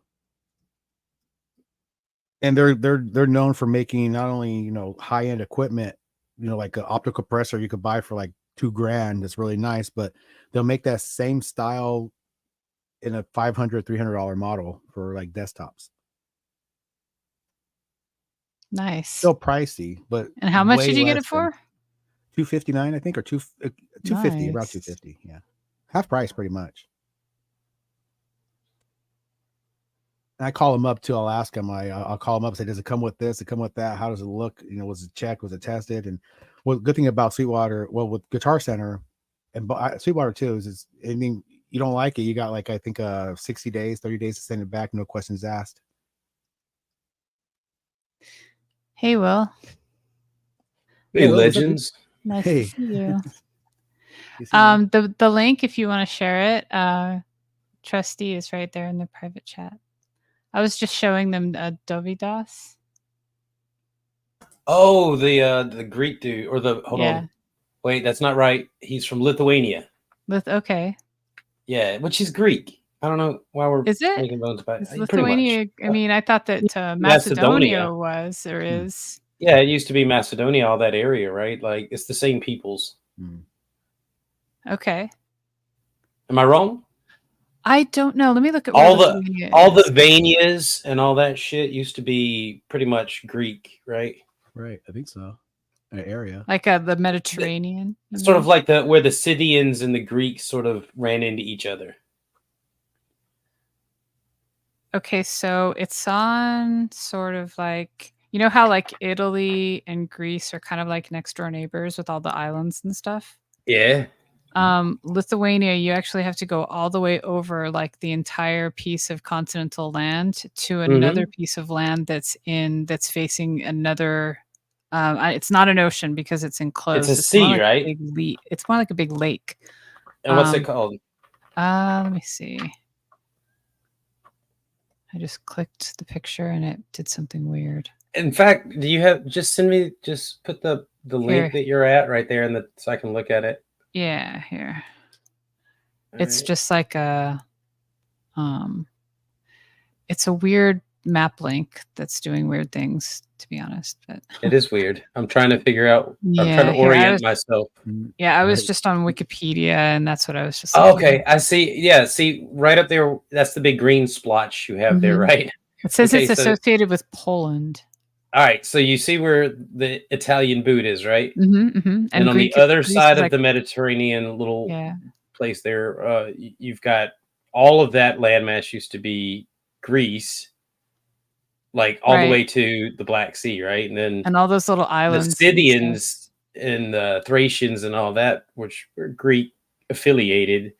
That's everything up through the steppes. I mean, Serb might come on here in a second and like correct me, but Correct I'm us pretty all. sure I'm pretty sure the Scythians ruled the steppes, and they basically that's what the Thracians were. They were like the mix of the Scythians and the Greeks.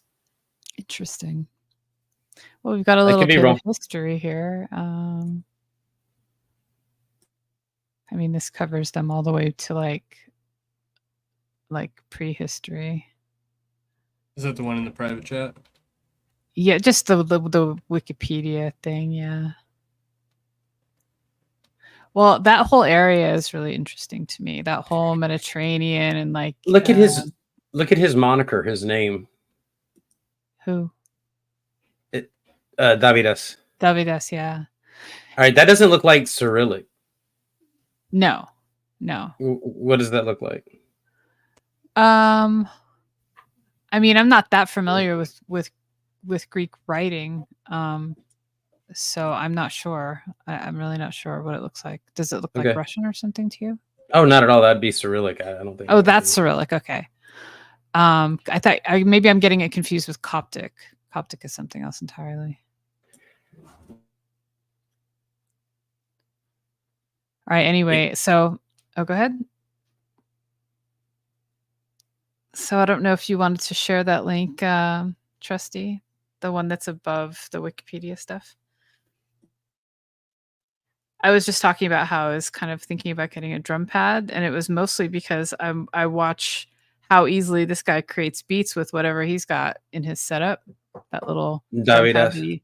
Yeah, he he has a little brush, he has a drum stick, and he just makes it on the fly, and it works out really well. That is the guy I was checking out before. Yeah. Yeah. You were checking out, guys. I knew it. Yeah, that Dolby dude. Dolby does whatever. Yeah. Dolby does. Yeah, I like that guy though. In fact, it was his video about Donner's hollow body or thin line telly that made me buy that for my dad. I was like, look, if it's good enough for this guy to open up out of the box, tune it, and fucking play for a live gig, then my dad can't complain. Hey, you're just not as good as Davidas, Dad.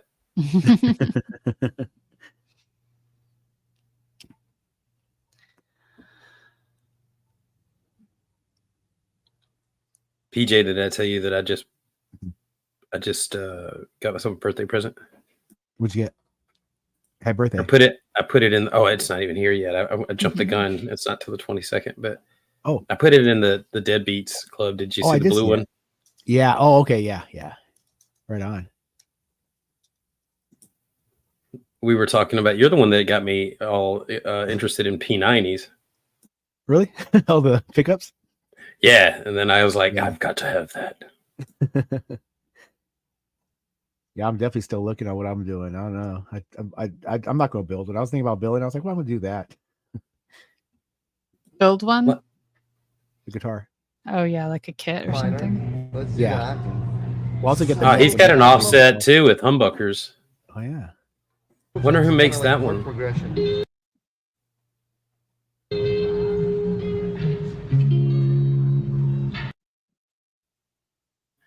I don't know if Ape's got the bandwidth. Yeah, let me do the. Maybe I should share it. Yeah, maybe. You want me to if share he it? wants you. So I'm just gonna like improvise something, and then we're just gonna jam. We're just gonna go to town. Okay. So, I could try sharing it if you want, Trusty. It looks like it's chunking a bit. Yeah, he might be buried in the lag. Oh, Let me there we see go. here. Let me grab. Yeah, that'll probably work out. Let's see if it makes a difference. I don't know. Tab, yes on audio. There we go. Okay, let's see if that works. Hey, take a look at that monkey. do that. So okay, I'll come up with some kind of like. All right, that's a bit better. I'm going to turn it up.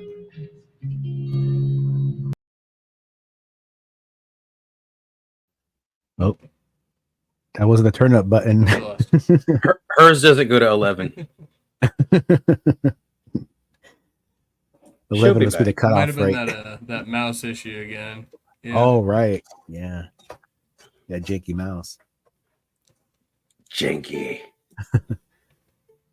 Yeah, I was thinking about the modding platform too, and I thought about doing the build kit, and maybe if I start with the like a good like a cheap guitar and just mod it and get really comfortable with it, where if I fuck it up, it's no big deal. You know, it's $150 or $200 or whatever. That's not a huge deal, right?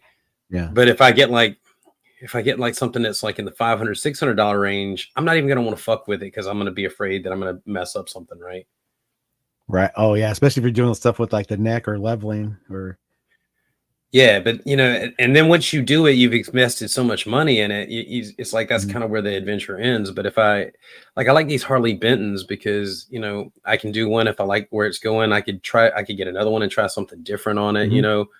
Yeah. Instead of just changing out the pickups on the same guitar all the time.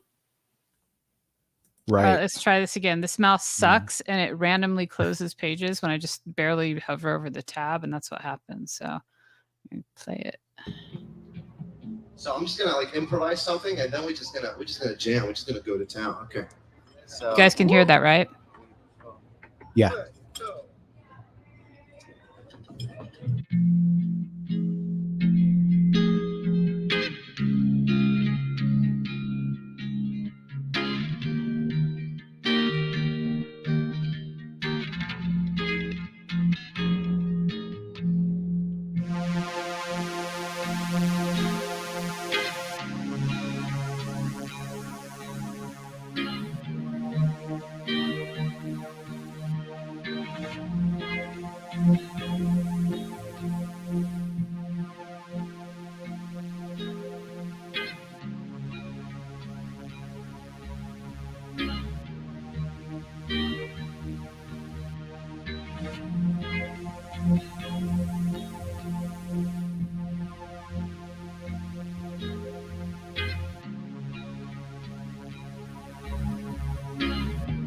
Doesn't that kid look like he's about 16 or something like that? Yeah. Yeah, something like that.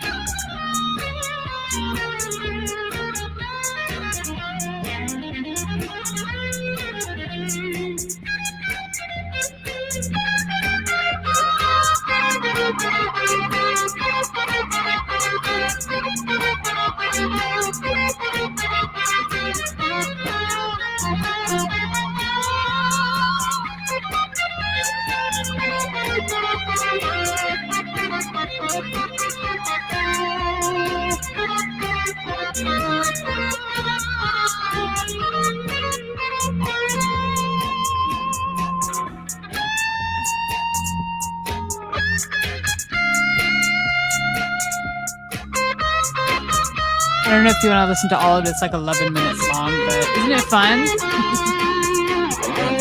Stuart having way too much fun. I'm super jelly. Yeah, but he does that like all over the place with people.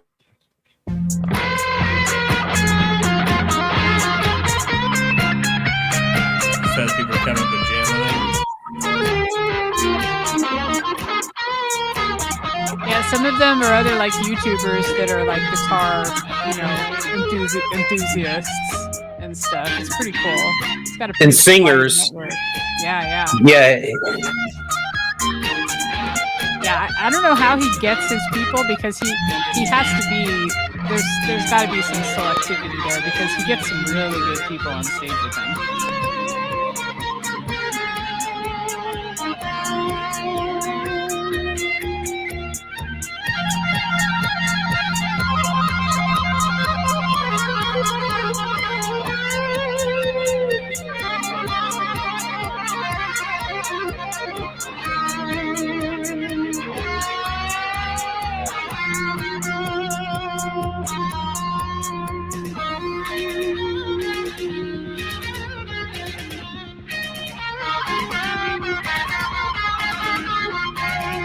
He's gonna hit his face on that guy's guitar.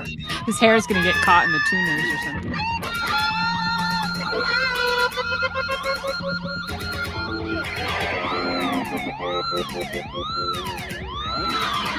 I love how they're on the same wavelength, you know?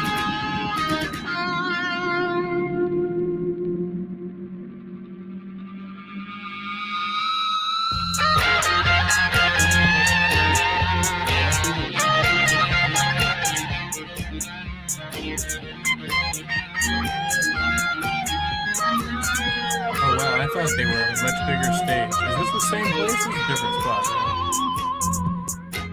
Same place.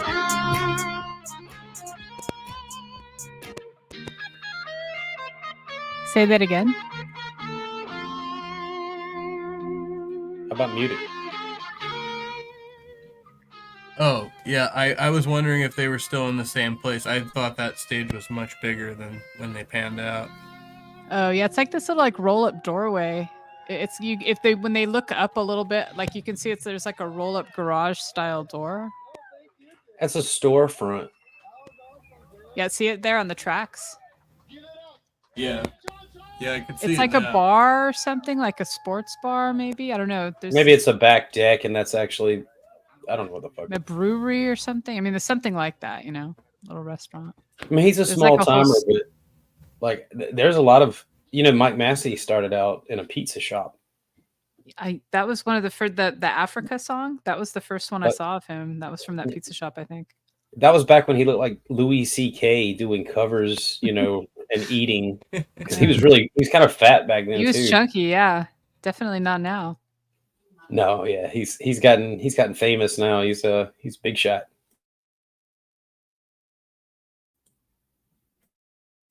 You guys know who we're talking about? Mike Massey. Shot. No. Nope. Oh no. That dude's got. I don't know, man. You want to see one of the old ones when he looked like Louis C.K.? Yeah. Okay, hold on. Yeah, that's what he Go wants to for be it. famous for. It's like, I'm a really talented artist, and I used to look like Louis C.K., and that's all people will ever remember me for. Louis C.K. is such a talented artist.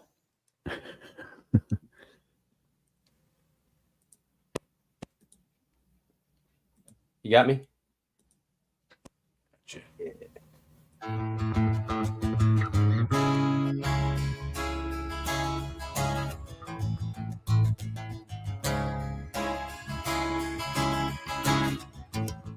hear them like call pizza orders and shit while they're playing. Waitress will walk right in front of their fucking stage. I hear the drums echoing tonight. She hears only whispers of some quiet conversation. She's coming in 12:30 flight. The moonlit winds reflect the stars that guide me toward salvation. I stopped an old man along the way, hoping to find some old forgotten words or ancient melody. He turned to me as if to say, "Hurry, boy, it's waiting there for you. It's gonna take a lot to drag me away from you. There's nothing that man or boy could ever do. I've blessed the rains down in Africa. It's gonna take some time to do the things we never had."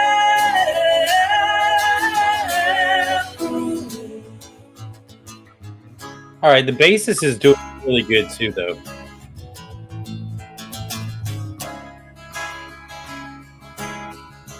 The wild dogs cry out in the night as they grow restless, longing for some solitary company. I know that I must do what's right, sure as Kilimanjaro rises like Olympus above the Serengeti. I seek to cure what's deep inside, frightened of this thing that I've become. It's gonna take a lot to drag me away from you. There's something that a hundred men or more could ever do. I've blessed the rains down in Africa. It's gonna take some time to do the things we never had.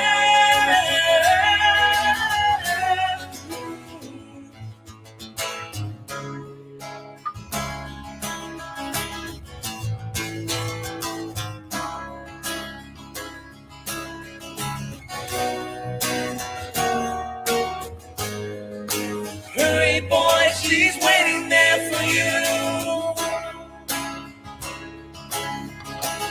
It's gonna take a lot to drag me away from you. There's something that a hundred men or more could ever do. I've blessed the rains down in Africa.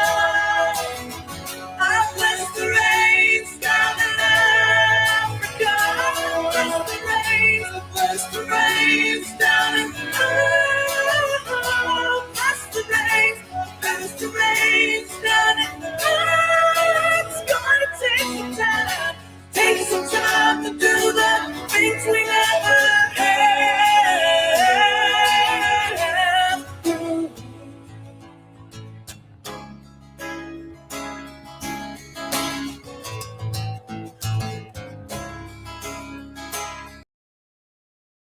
It's just crazy that people were eating pizza next to a dude that was just, I mean, fuck.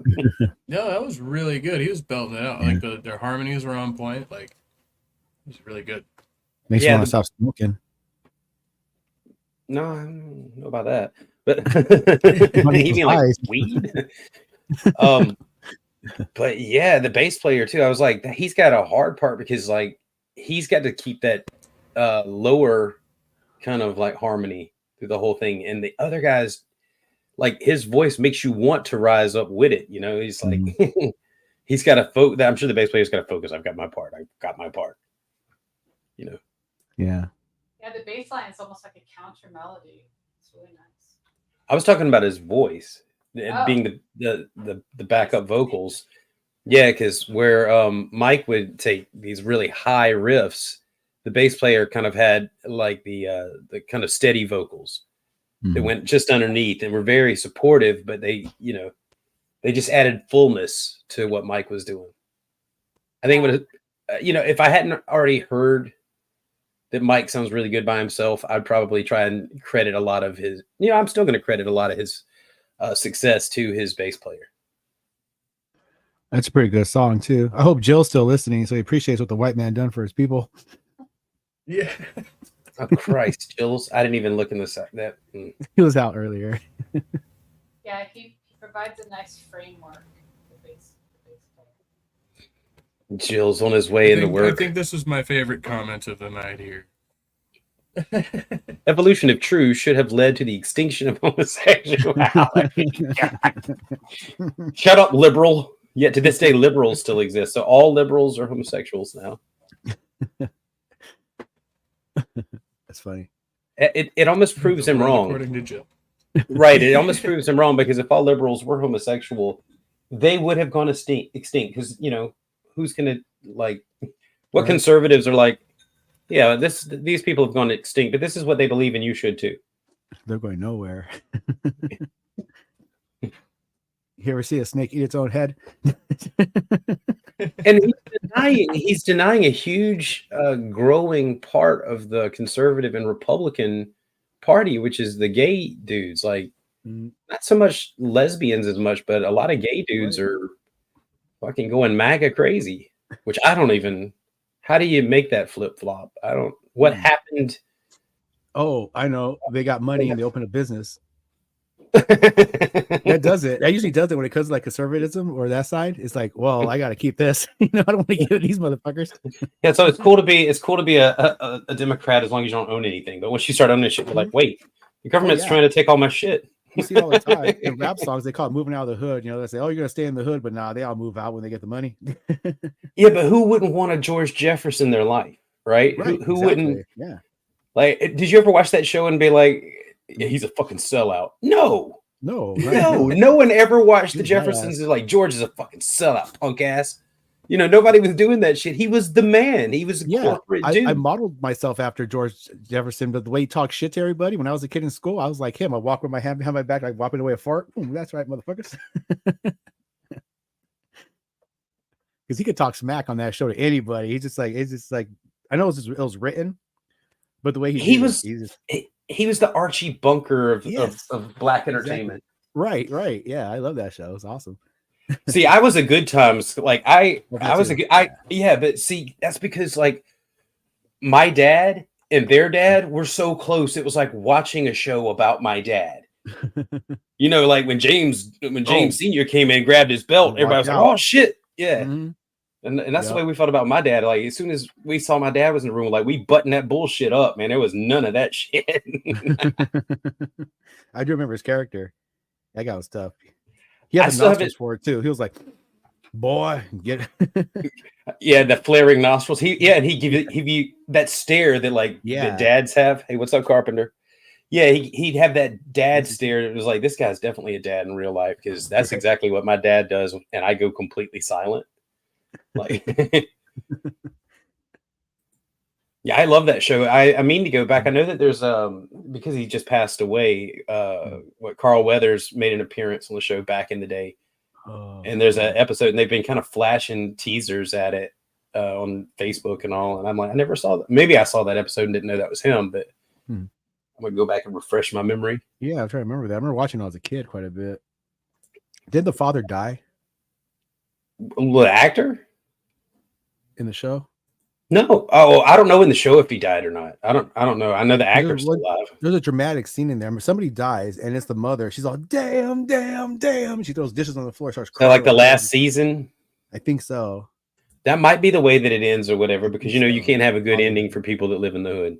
Yeah, right. Yeah, exactly. Yeah, the white man's not going to let that happen. They already made that mistake with the Jeffersons. Yeah. All right. All these colored folk thinking they were moving on up, and Then you had Good Times being like, "Not, you're staying where you're at." That's it. Yeah. Right. Sorry. Here's Meanwhile, Black they're Jesus. fucking it up. They're fucking it up with Silver Spoons on the other side, Mm. and Small Wonder making Yeah, I it look remember like that. all white people had all this money. Oh, dude, right? Silver Spoons is pretty cool. They I killed used all to the wonder, stuff. do like poor kids, do they think that like all people that that did fairly well from themselves have like a little train that drives through their fucking house? Like Right? that's a Video thing. games in their house and Right, yeah. like stand-up video games. And back in the day when there was no consoles, I was so jealous. Right? Yeah, Ricky, dude. you I was piece like, of shit. son of a bitch, Schroeder bastard. And Small Wonder, they got a Oh, fucking robot. They got a yeah. robot like maid Name was daughter Vicky. thing. Vicky. Yeah. Yeah. And she was in the closet. I don't know if y'all caught that little reference in there, Yeah. but Vicky was always in the closet. He plugged her into the armpit. I remember that. He had to lift up her arm and plug in the armpit socket to charge That was her up. just, yeah, that was so the pervy directors could see little side Yeah. tit on a kid, Right? Yeah, right. whatever gets them off. We need There to see were a more couple. feet. There were a couple of like poor white people shows, but it wasn't a whole lot, right? No, I back keep then. thinking back, I'm trying to a lot think of about. mixed divorced families, like after the divorce. I think Growing Pains was like that, wasn't it? No, With Kirk Cameron, no, wasn't that a they're divorce? married.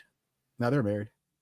I remember watching that show quite a bit. It's Kirk Cameron, the blonde haired kid, the mother, Meredith Baxter, Bernie, and Right? the father. Am I thinking No, of they're Valerie?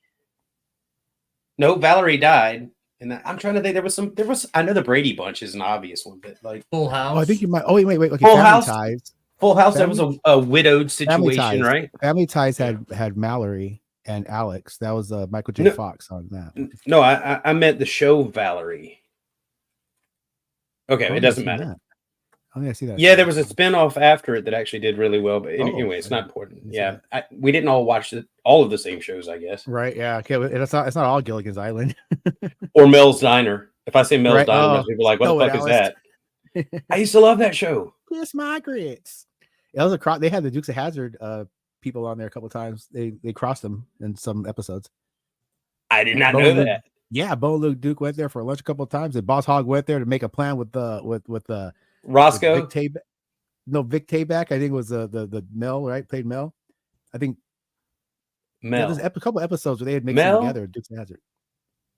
Oh, I got you. Yeah, I was looking for a character on Dukes of Hazzard, but you're talking about the diner owner. Mel. Yeah, Mel Ellis. Yes, Mel was the yeah. owner, right? Yeah, and Yeah, I think 'cause Boss it's Hog Mel's came over, Diner.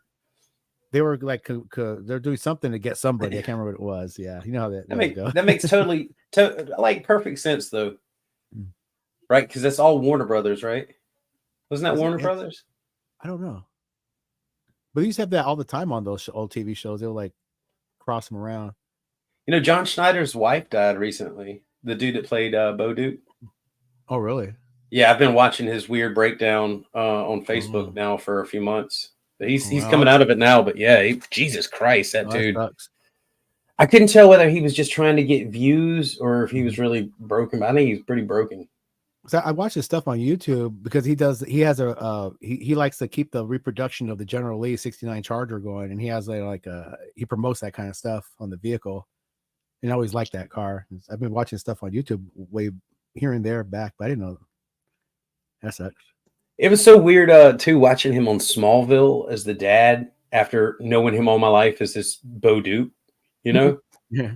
It was just so weird because like he was the irresponsible Duke boy, and then all of a sudden he's Superman's dad, who's overprotective for some reason over like an indestructible kid. You're going to be overprotect, whatever.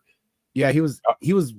I think his main character thing with the beginning of the show, the pilot, was he was a driver. He was the best driver that they had, best runner, right? And then Womack's character was like the responsible.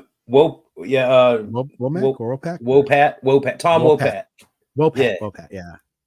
Isn't that part of the lore though? Like Superman's character was because of his upbringing, because of the way the Kents raised him or whatever. Oh, right. Yeah, I think it was back in the day before this happened, before the pilot episode told a little before story where Uncle Jesse was the runner. He was making the moonshine and running it, but then he got Bo was the best driver, so he was the actual driver for running the moonshine, and then they got busted. And then happens after they got busted for moonshining. So Uncle Jesse's stuck on the farm. He's under some kind of like order, you know. But him and Boss I'm Hogg were buddies confused. Are back in- we're talking about Dukes of Hazzard now? Because I thought Yeah. we were talking about Smallville, and then we went Oh, no, back. I'm sorry. I got no. It's my fault. we went back to It's Dukes of Hazzard, yeah, because they're all ex whiskey runners.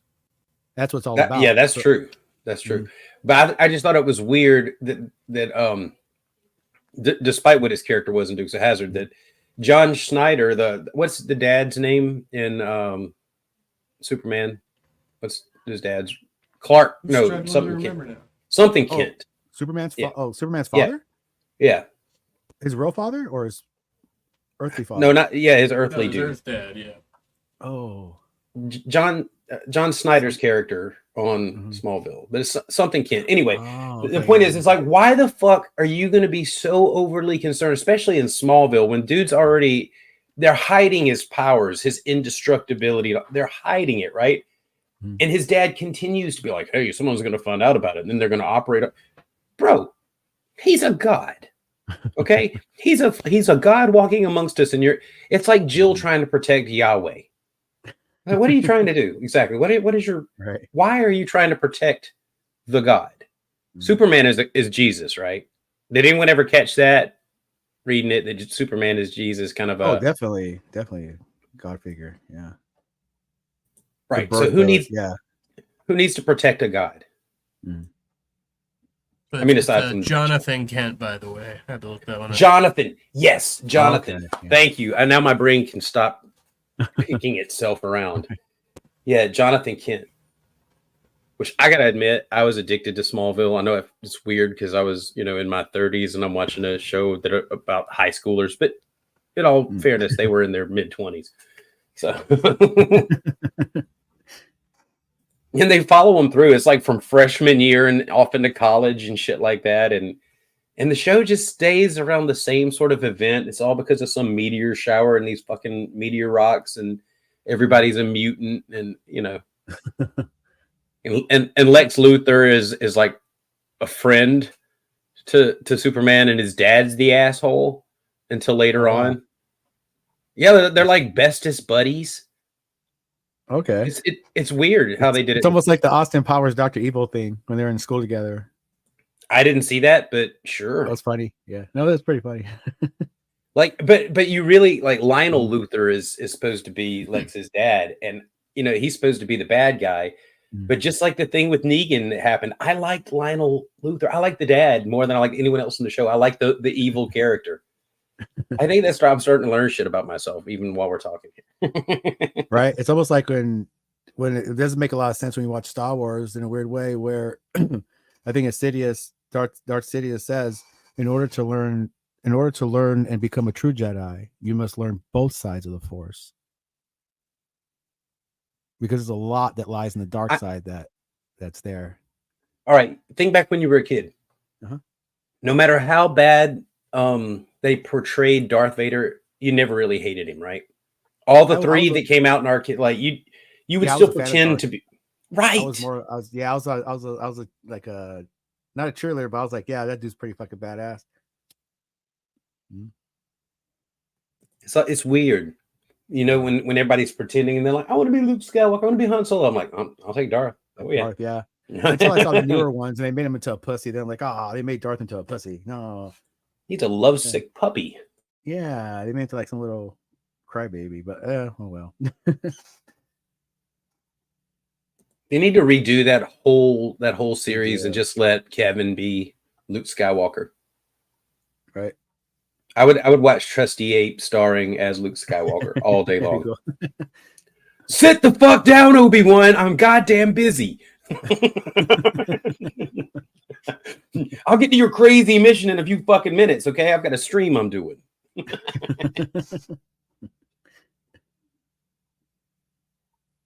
I always thought that Luke was a whiny little bitch, though, to his aunt and uncle.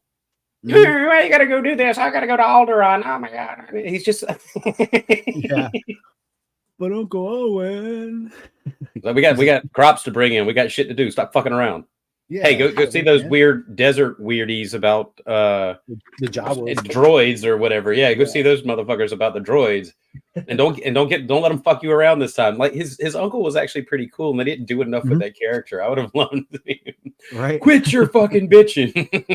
I think they were trying to like portray, you know, him as like a sort of a boy, you He's a know, country with like boy. the carefree sort of concerns of a boy. You know, all he wants to do is go mess around with his friends or whatever. You know. Yeah, but anyone else noticed that they were supposed to bring in crops, but they wanted this desert fucking planet? Yeah, like where are these crops? Are they underground or Well, something? no, they had they have C3PO was efficient at moisture evaporators, so they're farming water. That makes sense. What's up, Kelby? Hey, Kelby. Hey, what's up? I heard there were some nerds talking about some nerd stuff. Is that all we have to do to summon you? Is just start talking about Star Wars and shit? It's because I called Skywalker a pussy. Now you're gonna come in here and set me straight. Well, I mean, I heard you were talking about what they were farming. Obviously, he was a moisture farmer. Everybody knows that. Come on.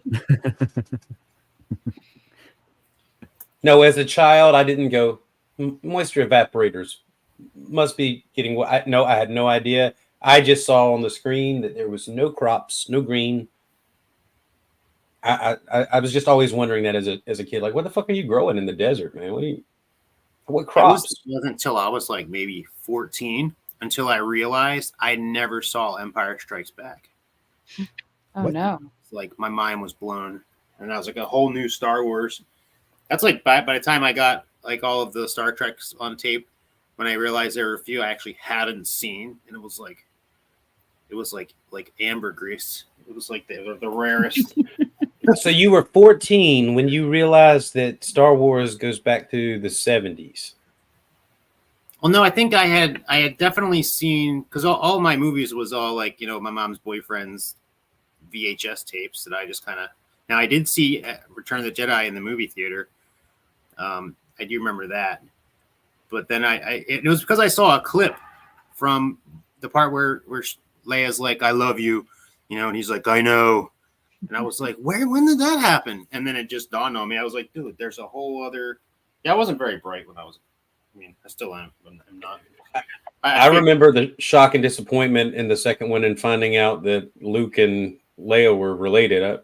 Like, oh, damn it. I wanted them to get together. I just felt weird. Yeah, I did as a kid. I thought for sure that's where it was going. And then they did that. And I was like, ew, what are you doing? We had it worse. When I was like 7 or 8, me and this kid, and don't turn out to be your sister. We used to play, and this was his idea. Naked Princess Leia on a speeder bike getting chased by Darth Vader. Okie dokie. What? That was. You made that game up, or you did? I think that guy had references. The neighbor kid made it up. I don't think I thought of it. But Pretty intricate. Why is that weird? Imagine. Why is that weird? Naked Did you see what she was wearing when Jabba had her? Yeah. He was almost there. Right. But Right, what does it so- take for 2 children to play such a game? It's I don't know. I did something similar. It wasn't about that precisely, but like there was loads of naked chicks and heart pretending. Oh yeah, We didn't know what to do with them. We had no idea, but you just knew that was a desirable state to have, you know, women in is some naked. The less clothes, the better for value. Honestly, the first dream, one of the first nightmares I remember having was I directly trace it to watching Clash of the Titans, and I think must have been a scene of that with like a naked lady statue, because I have very old dreams of like statues of naked women, and I can't remember why. I was never. You got assaulted in the museum. That's I can't. I don't think so. I don't have any memory of it, so I have no idea where these thoughts would have come from. Back in the day, I would have thought it was like a past. Search your inner child's memory bank and Must be find some how heavy trauma he to touched forget you. it like that. Right, but it's like I got sodomized under Sacagawea's hair lock. right. I definitely remember the dreams. Sacagawea, nice. No, I think I was in the Trek first though. It's my first love. And I was just watching the Tucker Carlson interview Vladimir Putin. Oh no, that must have been horrible. Well, Putin said that that Poland induced the Germans to start World War II. Something happened when you showed up. It's like I felt a change in the force, Kelvy. I don't know what it is, but it's starting to manifest now. I see it. Uh-oh. I've been up since I've been up for a while. I have a graveyard shift, so I just got off work. I can relate. No, the original, the oldest story of the Kiev Rus is like there was these original people living there, like these Slavic people, and then this, these Vikings come down from the North Rivers, and the official story is that these native people asked and begged these Vikings to come and rule over them and be their masters. That's the official story, and I think of that, and I'm like, yeah. With the invasion of the Sea Peoples? Proto propaganda bullshit. Maybe they needed, protection from those ice giants, You know, I can just picture, Skyrim, and then it all makes sense. I'm like, okay, the Romans were the freaking, yeah, it all makes sense. It was all an allegory to explain to me video games, politics. In the future. Yeah, history repeats itself. Yep. Oh yeah. I was just reading the thing where they're describing like gladiator games. Well, the thing I read on my channel was like, it was from Tertullian. It was a Christian writing about why. Well, apparently the fact that he had to write this means that it was pretty common for Christians at that time to attend gladiator games and like chariot races and stuff. The fact that he had to write something. So it was interesting reading his thoughts on it. But like stuff like the way that the wrestlers and the actual people. Do you have time period dreams where you have read so much of the stuff that you dream that you're back there? No, that'd be kind of cool. Well, actually, no, maybe it would compared to some of the stuff that I read that happens to these people.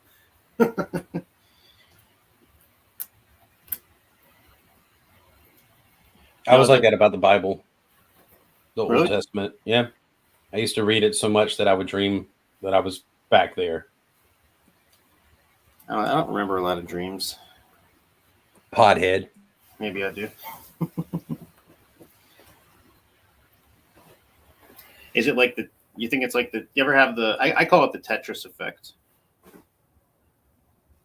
where it's and I noticed like, I remember one point when I was like playing like Call of Duty for too long, and I close my eyes and see like apartment blocks with windows or people that might be popping up like constantly, or Tetris blocks falling in your head, or I mean anything you start doing for a long time, it's like your brain is still doing it.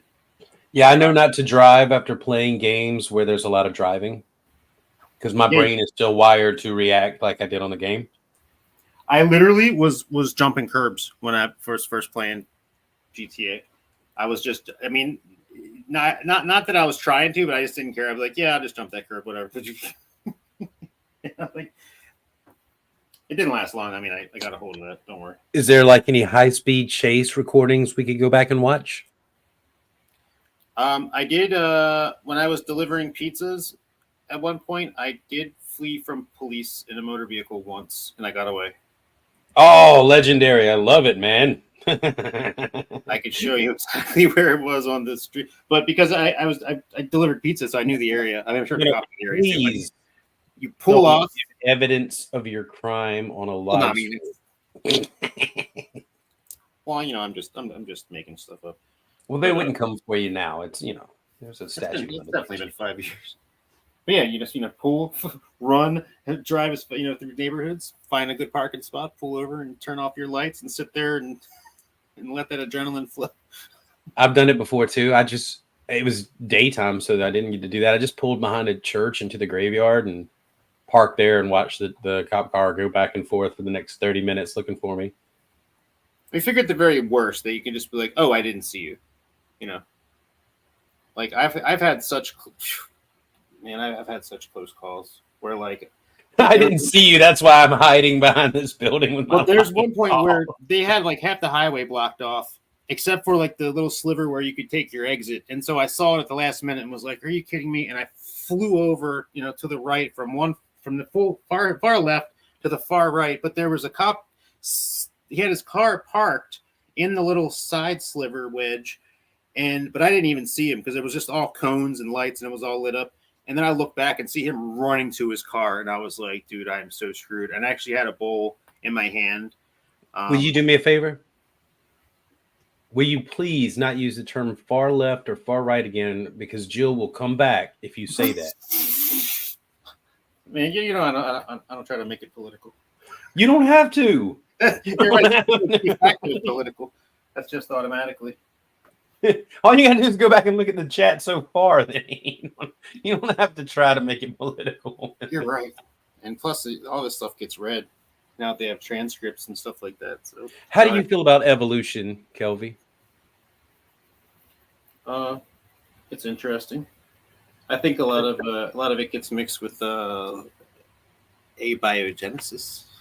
And how does that? I mean, like, so when you read the Bible, you go ahead and factor in evolution as a part of it, or you kind of don't? I don't. Gotcha.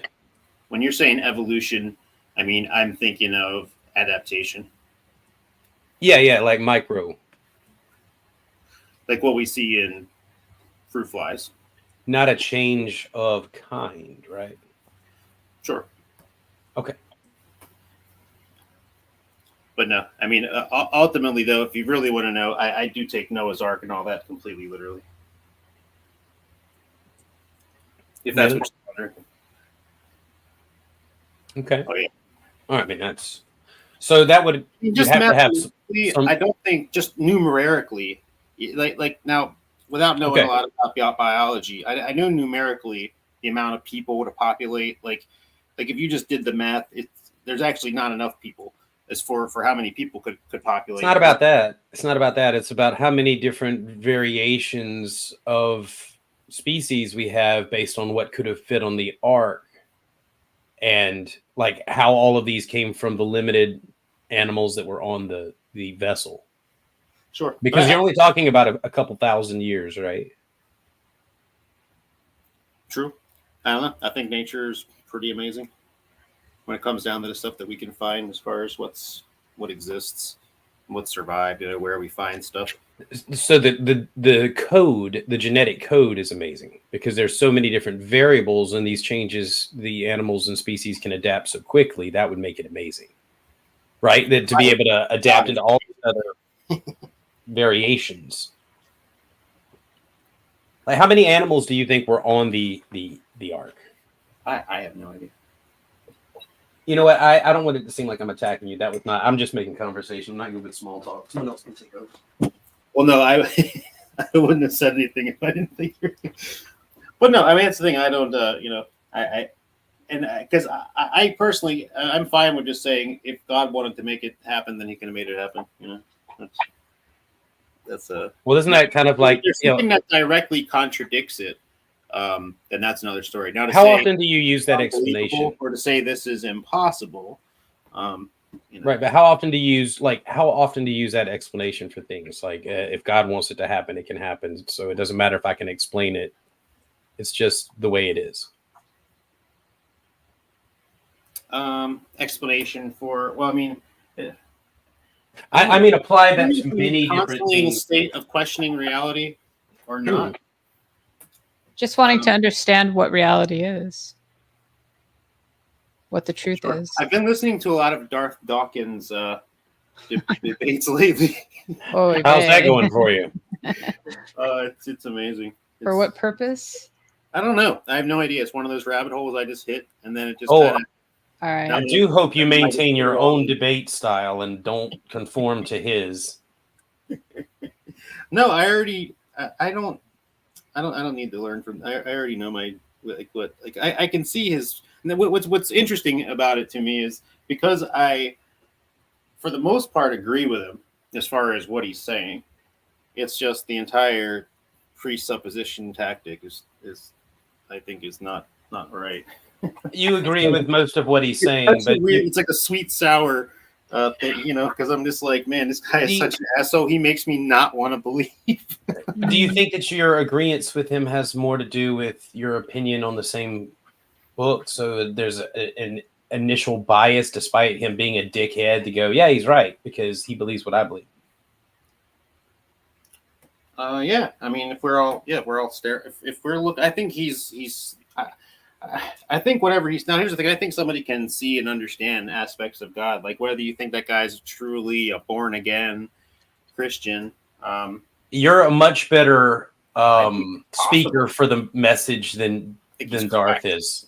Okay, like Darth will never convert anyone because he has the personality of a dirty gym sock, but you, on the other hand, are very personable, and I would be much more ready to listen to you talk about it. I mean, except for when we get mad at each other, but like I can have a conversation with you. There is no real conversation with Darth. It's him going to a script over and over again. Yeah. And he cannot think outside of his script. Yeah, I don't know what So, his motivation. this is just for a note on adaptation. The volcano snail is one of the most unconventional snail species and animals in the world. They live in shells made of iron, they have iron bits on their feet, and they don't need to eat. These scaly foot snails live in extreme conditions of heat and pressure. They can be considered living relics, since their awe-inspiring features used to be pretty common 500 million years ago. The volcano snail is classified as Chrysomelalum squamiferum. Chrysomelalum comes from ancient Greek and means golden-haired after the golden color of one of the iron sulfide compounds, pyrite, which is located in the shell of the snail. The specific name squamiferum is from Latin and means bearing scales, alluding to the iron pieces on the foot of the snail called sclerites. Volcano snails are deep-sea snails which inhabit the hydrothermal vents miles below sea level.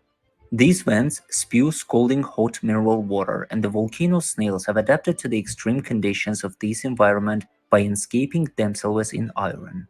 Volcano snails are also commonly known as sea pangolins, scaly-foot gastropods, and scaly-foot snails. They belong to the family Peltospiridae, which is a very small family of gastropods that contains no subfamilies. The snails also belong to the order of deep-sea snails, Neomphalidae. The volcano snail's hydrothermal habitat influenced some of its physical and dietary evolutionary traits over millions of years. Mineralized iron and sulfur infuse the shells and bodies of these snails.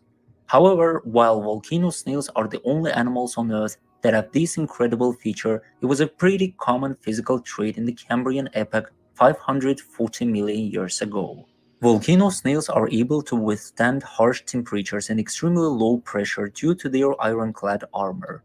Studies of the volcano snail's genes reveal that the genes which control its scaly foot and shell actually did not evolve much in the last 540 million years. That means that the genes are much older than this. The volcano snails also develop large hearts, which make up 4% of its body volume, an unusually large proportion. This is to provide enough oxygen for the endosymbiotic bacteria that live in its stomach and provide for its nutritional and energy needs. The sea pangolin comes from the gastropod family Peltospiridae, whose first recorded appearance in history occurred in the Eocene period 47.8 million to 41.3 million years ago. I have to take off, but I'm going to give you the link to this because it's pretty cool, in my opinion. I think this is the right link. It seems like a boss from like a volcano level and like, you know, like Metroid or something. I mean, how cool is it that it has like iron in its feet and it gets its. We haven't gone yet into the nutrients, like how it exactly gets those, but apparently it doesn't need to eat. It has some kind of maybe osmosis system. I have no idea, but pretty cool, right? Like, who needs aliens? I mean, this is pretty crazy, right? Like, if we discovered something like this on another planet, it would seem completely, perfectly alien to us, and yet here it is on our planet. Yeah, check out some of the 70s videos from when they were about to launch Viking probe to Mars with Carl Sagan out, and the predictions for the types of stuff that was like stuff like underground snail type of things that would suck the minerals out of rocks and the moisture out of ice. It was cool. Nice. Yeah, but anyway, have a good morning, guys. Take care. Later. Thank you, Halsey. You too. I should probably wrap up as well here in the home stretch of my little shifty here. Oh, yeah, for sure. Thanks for coming by, Kelby. Yeah, man. Have a great weekend. I'll see you around. All right, have a good one. See you soon. Tons of stuff going on. All right, well, it's been a good evening, good morning. Time for me to look alive. So, see y'all on the flip side. Much love, everyone. Be well. Stay trusty.